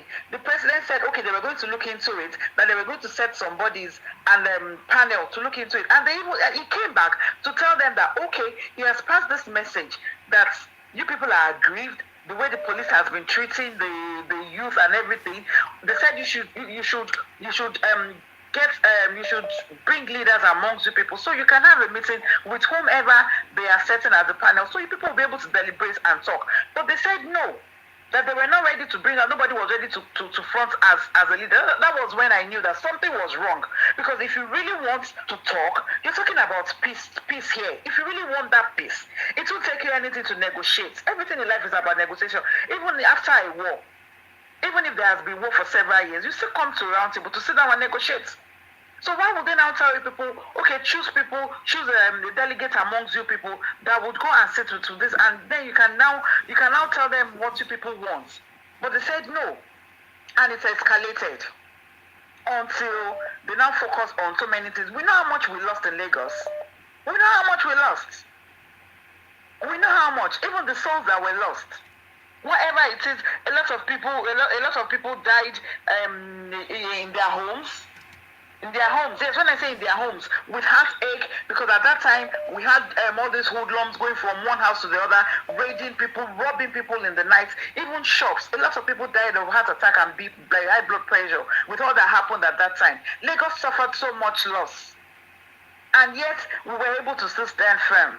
We didn't take it as anything. Even after when we knew where this whole thing came from, we still did not disturb anybody. We were going about our duty.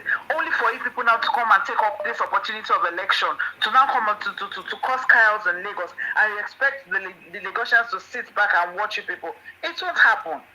I'll just say that the government should put an eye on Obi.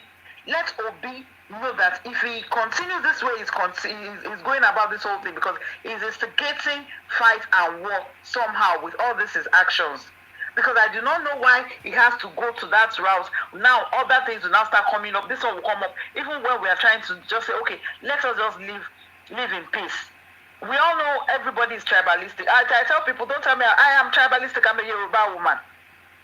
I will guard my territory, yes. I will guard my territory. I am accommodating. I can tell you can come to my home. I can leave my room for you to sleep. Like the Yorubas, there's something we usually say. Maybe that was what Baba Jakonde even told them, that they are saying it was Jakonde that said no man's land. Because there's something we usually say Yoruba to our host. We tell them, Ile Nile, feel at home. The house is yours. Just feel at home, because we want you to be comfortable. It is all over, even if you travel to, because when they talk now, they will say in London, in UK, in this and that, they allow them do things freely. It is not done anywhere. You don't go about people's land and be lawless. No, you don't break laws. You are able to do whatever. You are able to live well abroad because you are keeping to their laws. You are abiding to the laws of the land. The fact that they are giving you those privileges doesn't mean you should abuse it. But because here, these Igbo people, they are very domineering. They are ready to even tell you, the landlord. I've seen several Igbos beat landlord up over rent that they are owing.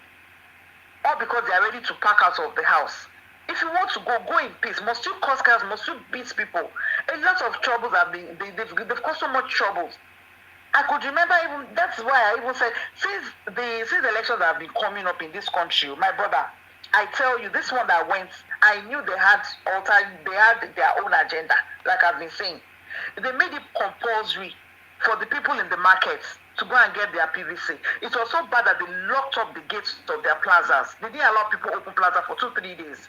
Despite that I'm not being paid. It's not true that it's paying me. I'm paying you rent for renting shops. But because a lot of them have their plazas there in the main market in Lagos, they force people.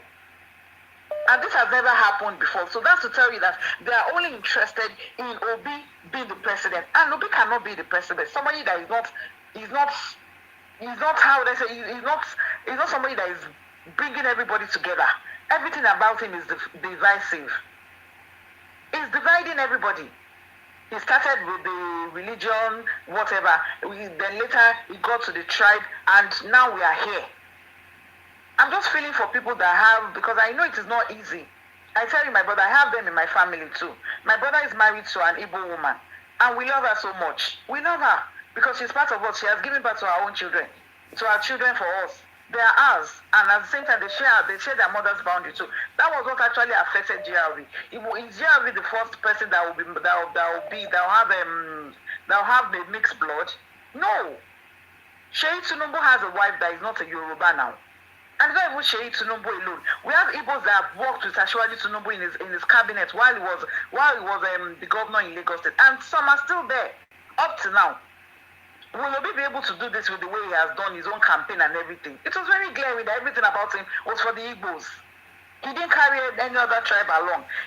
Just take for instance, all the Labour Party agents that said they were attacked. I noticed, I pinpointed down all the Labour Party agents that said they were attacked during this governor election in Lagos. They were all Igbos. For what? Are you saying that there is no Yoruba amongst the Labour Party? So you add all your agents around Shomolu, Bariga as Igbos? No, now in a Yoruba land. If you say LP is a party that has Yoruba and Igbos, then wherever the election is coming up, it is somebody that will be able to relate to the grassroots that you should put there that will represent your party. You don't expect all this mama and all this baba from the rural, from the urban areas to come and vote, and you'll not be able to. Well, how would you be able to relate to them? You need to talk the dialect. You need to speak in the dialect of that state to tell them, oh, mama, this is where you turn print. Oh, it's not this way. Oh, and you guide them. Only for us to count 5, 6, 7 agents, all of them on video. They are the ones coming out to say they've been attacked, they've been this, they've been bullied. All Igbos. All Igbos. Does that not call for concern? So we know it is glaring. We already know their aim, and God has exposed them. Let Obisha be careful, because if he thinks he can do anything, you can see. Like I told somebody, I said, if you remain one vote for Hausa man to share, maybe to give a Yoruba or Igbo, I still tell you, you still give it to a Yoruba, because we have this cordial relation. It is only them. It is these Igbos. Everywhere they get, they want to be the king. They want to dominate. They want to just be. They are very aggressive and very arrogant.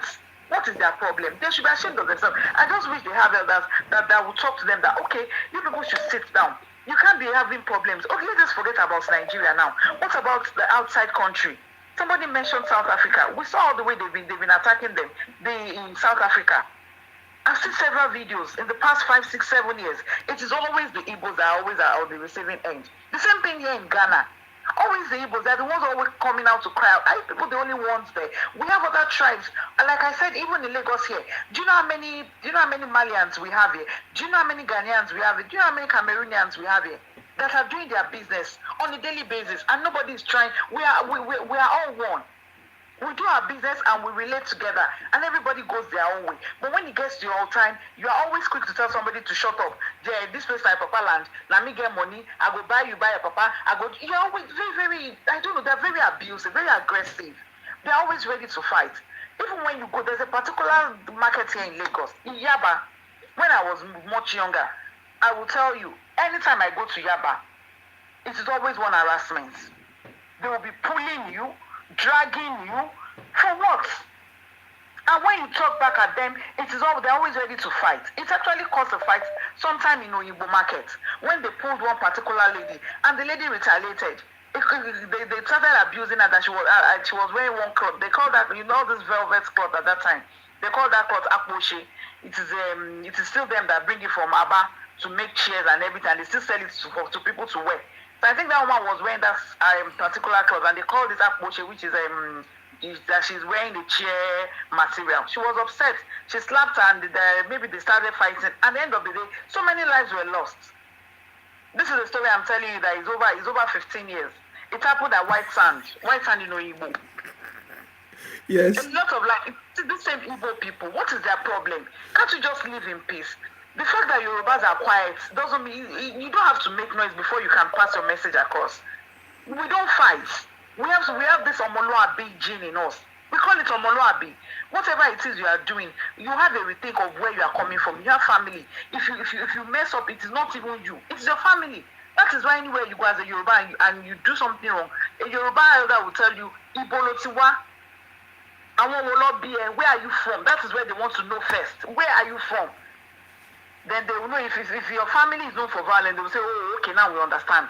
And if your family is known for peace, they will tell you, go and check yourself. Something is wrong with you because we know your family. That's why we don't just fight. So they shouldn't take our kindness for stupidity, or maybe we are cowards. No. And on this Shiwaju's mandate, it has come to stay. So he should just take it easy on himself and not cause any further wahala. Because as we are now, everybody's just, let everybody heal. Like Baba has said, Ashwaja has said it. Let everybody heal. It happens like that. They should have the spirit. They don't have the spirit of sportsmanship. That's always been in their gene. Once, it is every 4 years. every 4 years. Once it doesn't go their way like this, you hear Biafra, you hear referendum, you hear this, you hear all sorts of story, big grammar that they cannot even spell. My brother, good morning. Thank you very much for your contribution. I really appreciate your conversation. There's a lot that you have said in this conversation today, which is powerful. Hello, your name and where you're calling from, please. My name is Benjamin. I'm calling from Germany. Yes, please go ahead. What's your contribution? Okay, good. I just want to thank you for the program you are doing. In fact, I really appreciate you for that. You're welcome. Leave this OB and Atiku, all this their issue. Leave them. They are just fumbling. Yeah. Okay. The president-elect is there.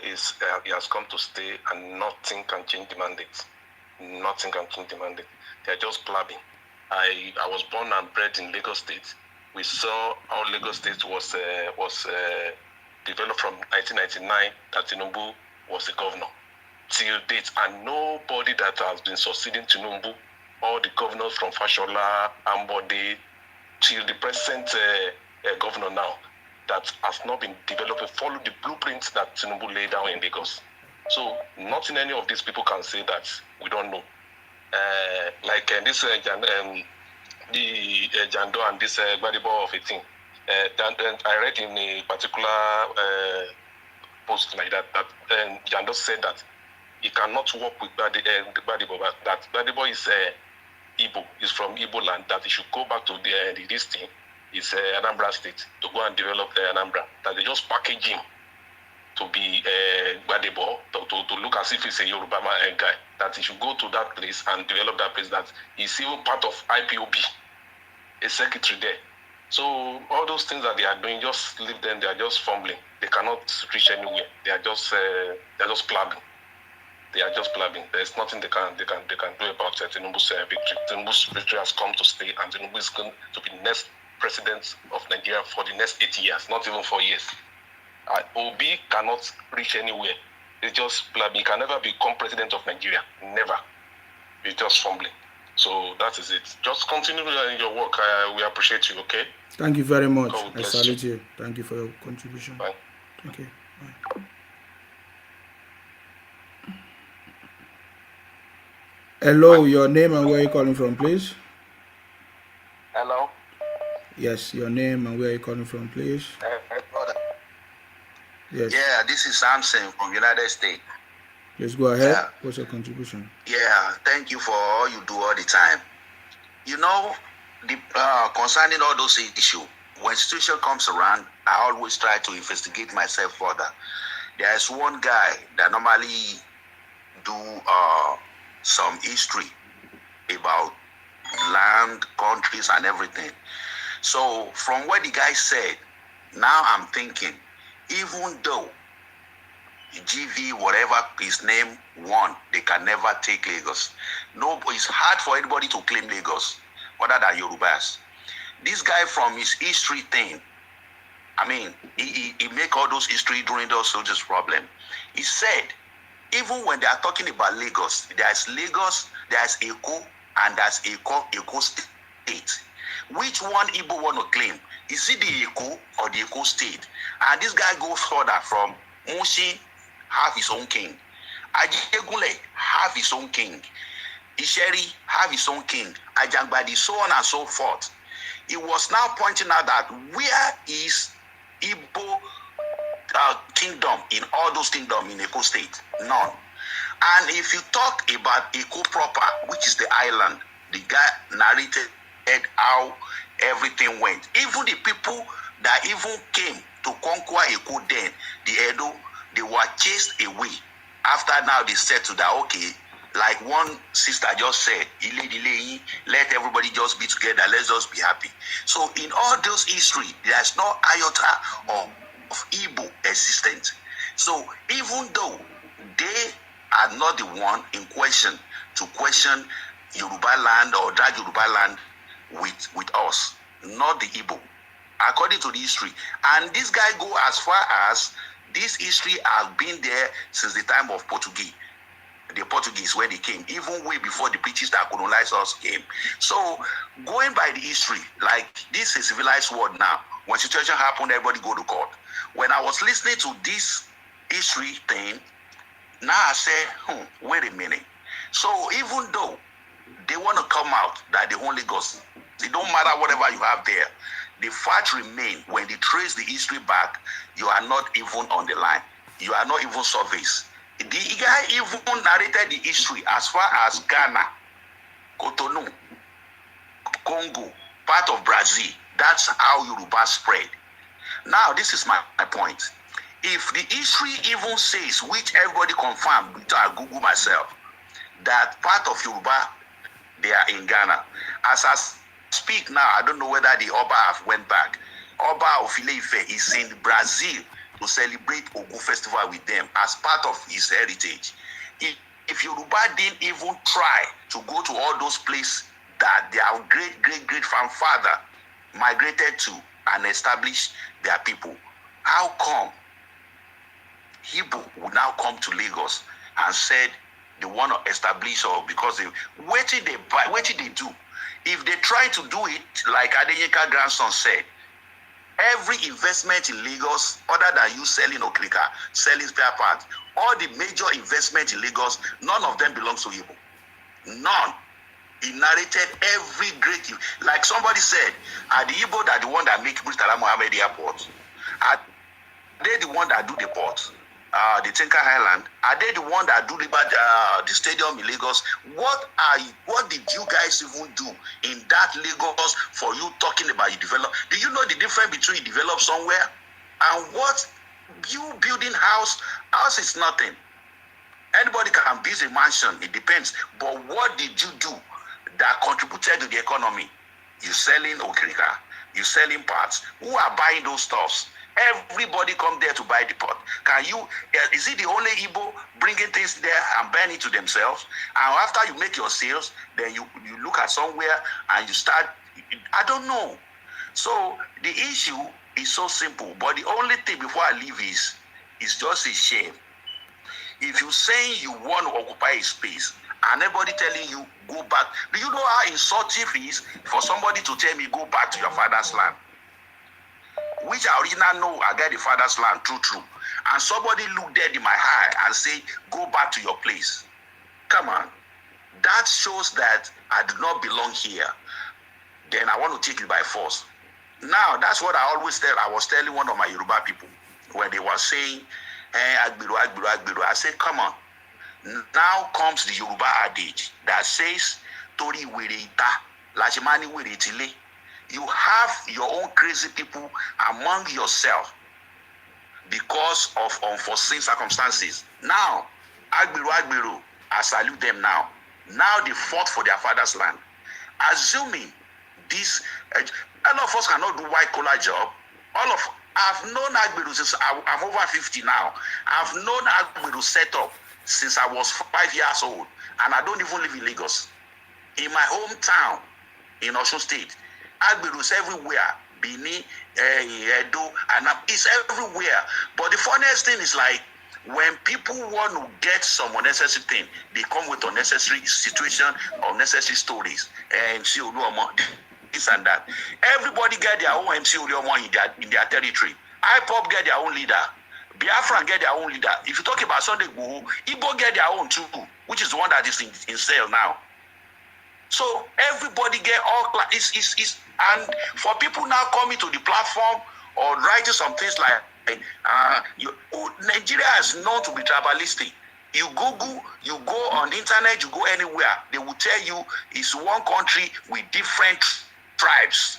This is what everybody have known. All of a sudden, LUP now want to tell us it's not like that. And you that you preaching that people are tribalistic, you are the one even pushing the idea of being tribalistic. You are the one pushing it. I'm not from here. I developed here. We did this. We Igbo this. We Igbo that. We Igbo this. And this is going on every year throughout the whole world. Even I'm married to another tribe. Another country woman from people of Benin. He always told me why Nigeria are causing trouble. I said, what happened? He would tell me what he saw on the news, what happened. I say, what is the name of the person? By the time he mentioned the name, it's Igbo guy. I have to sat my wife down one day. Listen, I'm a Nigerian, true. but you married to a Yoruba man. We don't just constitute nuisance anywhere. All these names you are mentioning, apart from our family, have we ever had this kind of name before? That is the very first time my wife know about Igbo, Hausa, and Yoruba. Way before that, he doesn't know the difference. All he says is Nigerian. And I'm tired every time. Why Nigeria is like this? See what they did in South Africa now. Why Nigeria this? They said they send them out of, sending people out of Dubai. Why you? I said, listen, all the names, everything you see on the news, they are not my tribe. And I broke it down to her. So are they not ashamed? And this is way out of sense. We are now living in the 20th century. Everybody want to live their life, make your family happy, because everything you even have, you're going to eventually leave it one day and go to your God. Why this time? That is just the thing that is even making me think that what is going on. At this 20th century, people claiming land? Who cares? But no matter what, even though somebody don't care, you can't come to somebody's father's house and say you want to claim their house. No way. They will fight you back. You can't take it, nobody will take it from you. So this is my take. I was very happy when I listened to the guy's narrative history. That gave me a rest of mind that even though they won, this is a court system now is going on. Yoruba will go to court and they will never get Yoruba land because no traces of the history, even from the type of Portuguese that have Igbo in that geographical area. And all Lagos have their own Obas too. You know how many Obas in Lagos? So from the question the guy asks, that's what I'm asking too. Which part of Lagos belong to them? Is it Agege? Is it Isheri? Is it Ajagbadi? Is it Eko proper? Which part?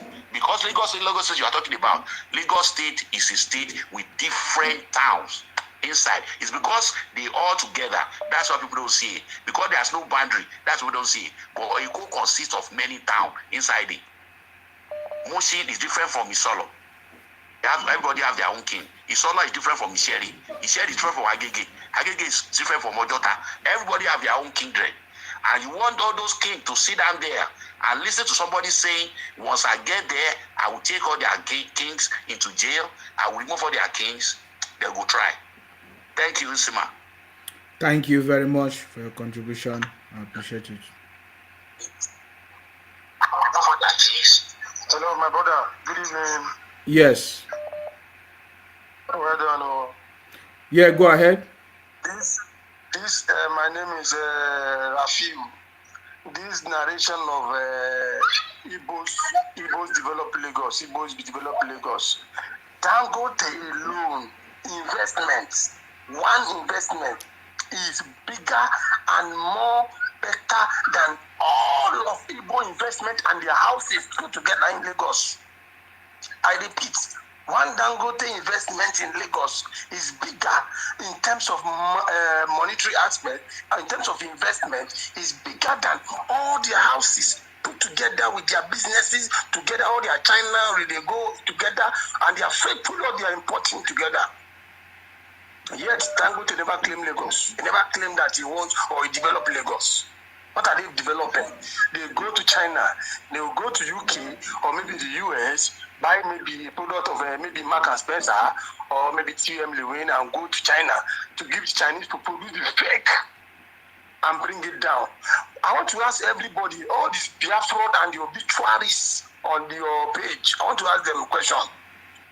Why is it that they find it difficult to establish a business outside Africa where the law works? If you go to Europe, I know 11 African countries in Africa, and I know 3 European countries. Now, my question is this. Apart from Africa, where there is lawlessness, where you can sell fake products without any consequence, tell me any part of Europe that you see any Igbo man shop that is selling maybe spare parts or any other thing that is doing that business that they do in Africa. Mention one. Go to the UK. If you read the UK, even the Indians and the Bengalis, the Pakistanis dominate businesses in UK. But yet, you know, they thrive in Africa because they sell fake product without any consequence. If they burn them well, let them come to Europe and try that nonsense. They can never thrive in their businesses. Okay, now, okay, somebody that is selling, I asked one of my Igbo friend that was selling charger. Now, why don't you people buy good charger? Let's say if it is 7,000 naira, 5,000 naira per one, and me using it for 2 years, 3 years, is better than for me to buy 1,000 naira, 1,500 charger, and still come back and buy another one in 2 months. You know what he told me? He said they import out those who are come. How would they make their money? I tell him that if they sell only one charger for 7 years, 7,000 for 5 years or 6 years, what are they going to feed on? I said, look at the mindset. That's why they can't thrive outside Nigeria doing business. Go to the UK. They do care work. They wash people's bathroom as cleaners. The same job that other people do. That's what they do. Why can't they establish their business where you can face consequence? All these are noise. We develop Lagos. You develop Lagos. When you were coming from Abakaliki, you sell. They sell granite on the hold up. All these Abakaliki boys, you are the one hawking granites on their head, and they will be making noise. Boys are rich. I am challenging everybody. The first 4 richest people in Nigeria. First 4, no Igbo man is among. First 4. Number 1 is Dangote. Second one is Rabiu. This guy that told Bua. Third one is Otedola and Adenuga. 4 people, no Igbo man is among. I think we recognize they are the richest people in Africa. They are the foolish people and useless set of tribe. I am saying, okay, see, I am ready to face them anywhere, any day. I am ready. If they are ready for yours to meet you, you are ready for them. Thank you, my brother. God bless. Thank you very much for your contribution. I'm just going to pick up one call and I will end the broadcast.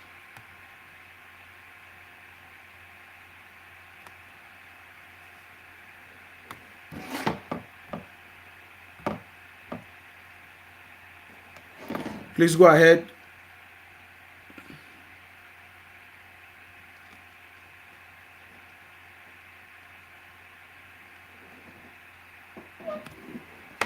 Oh, yeah.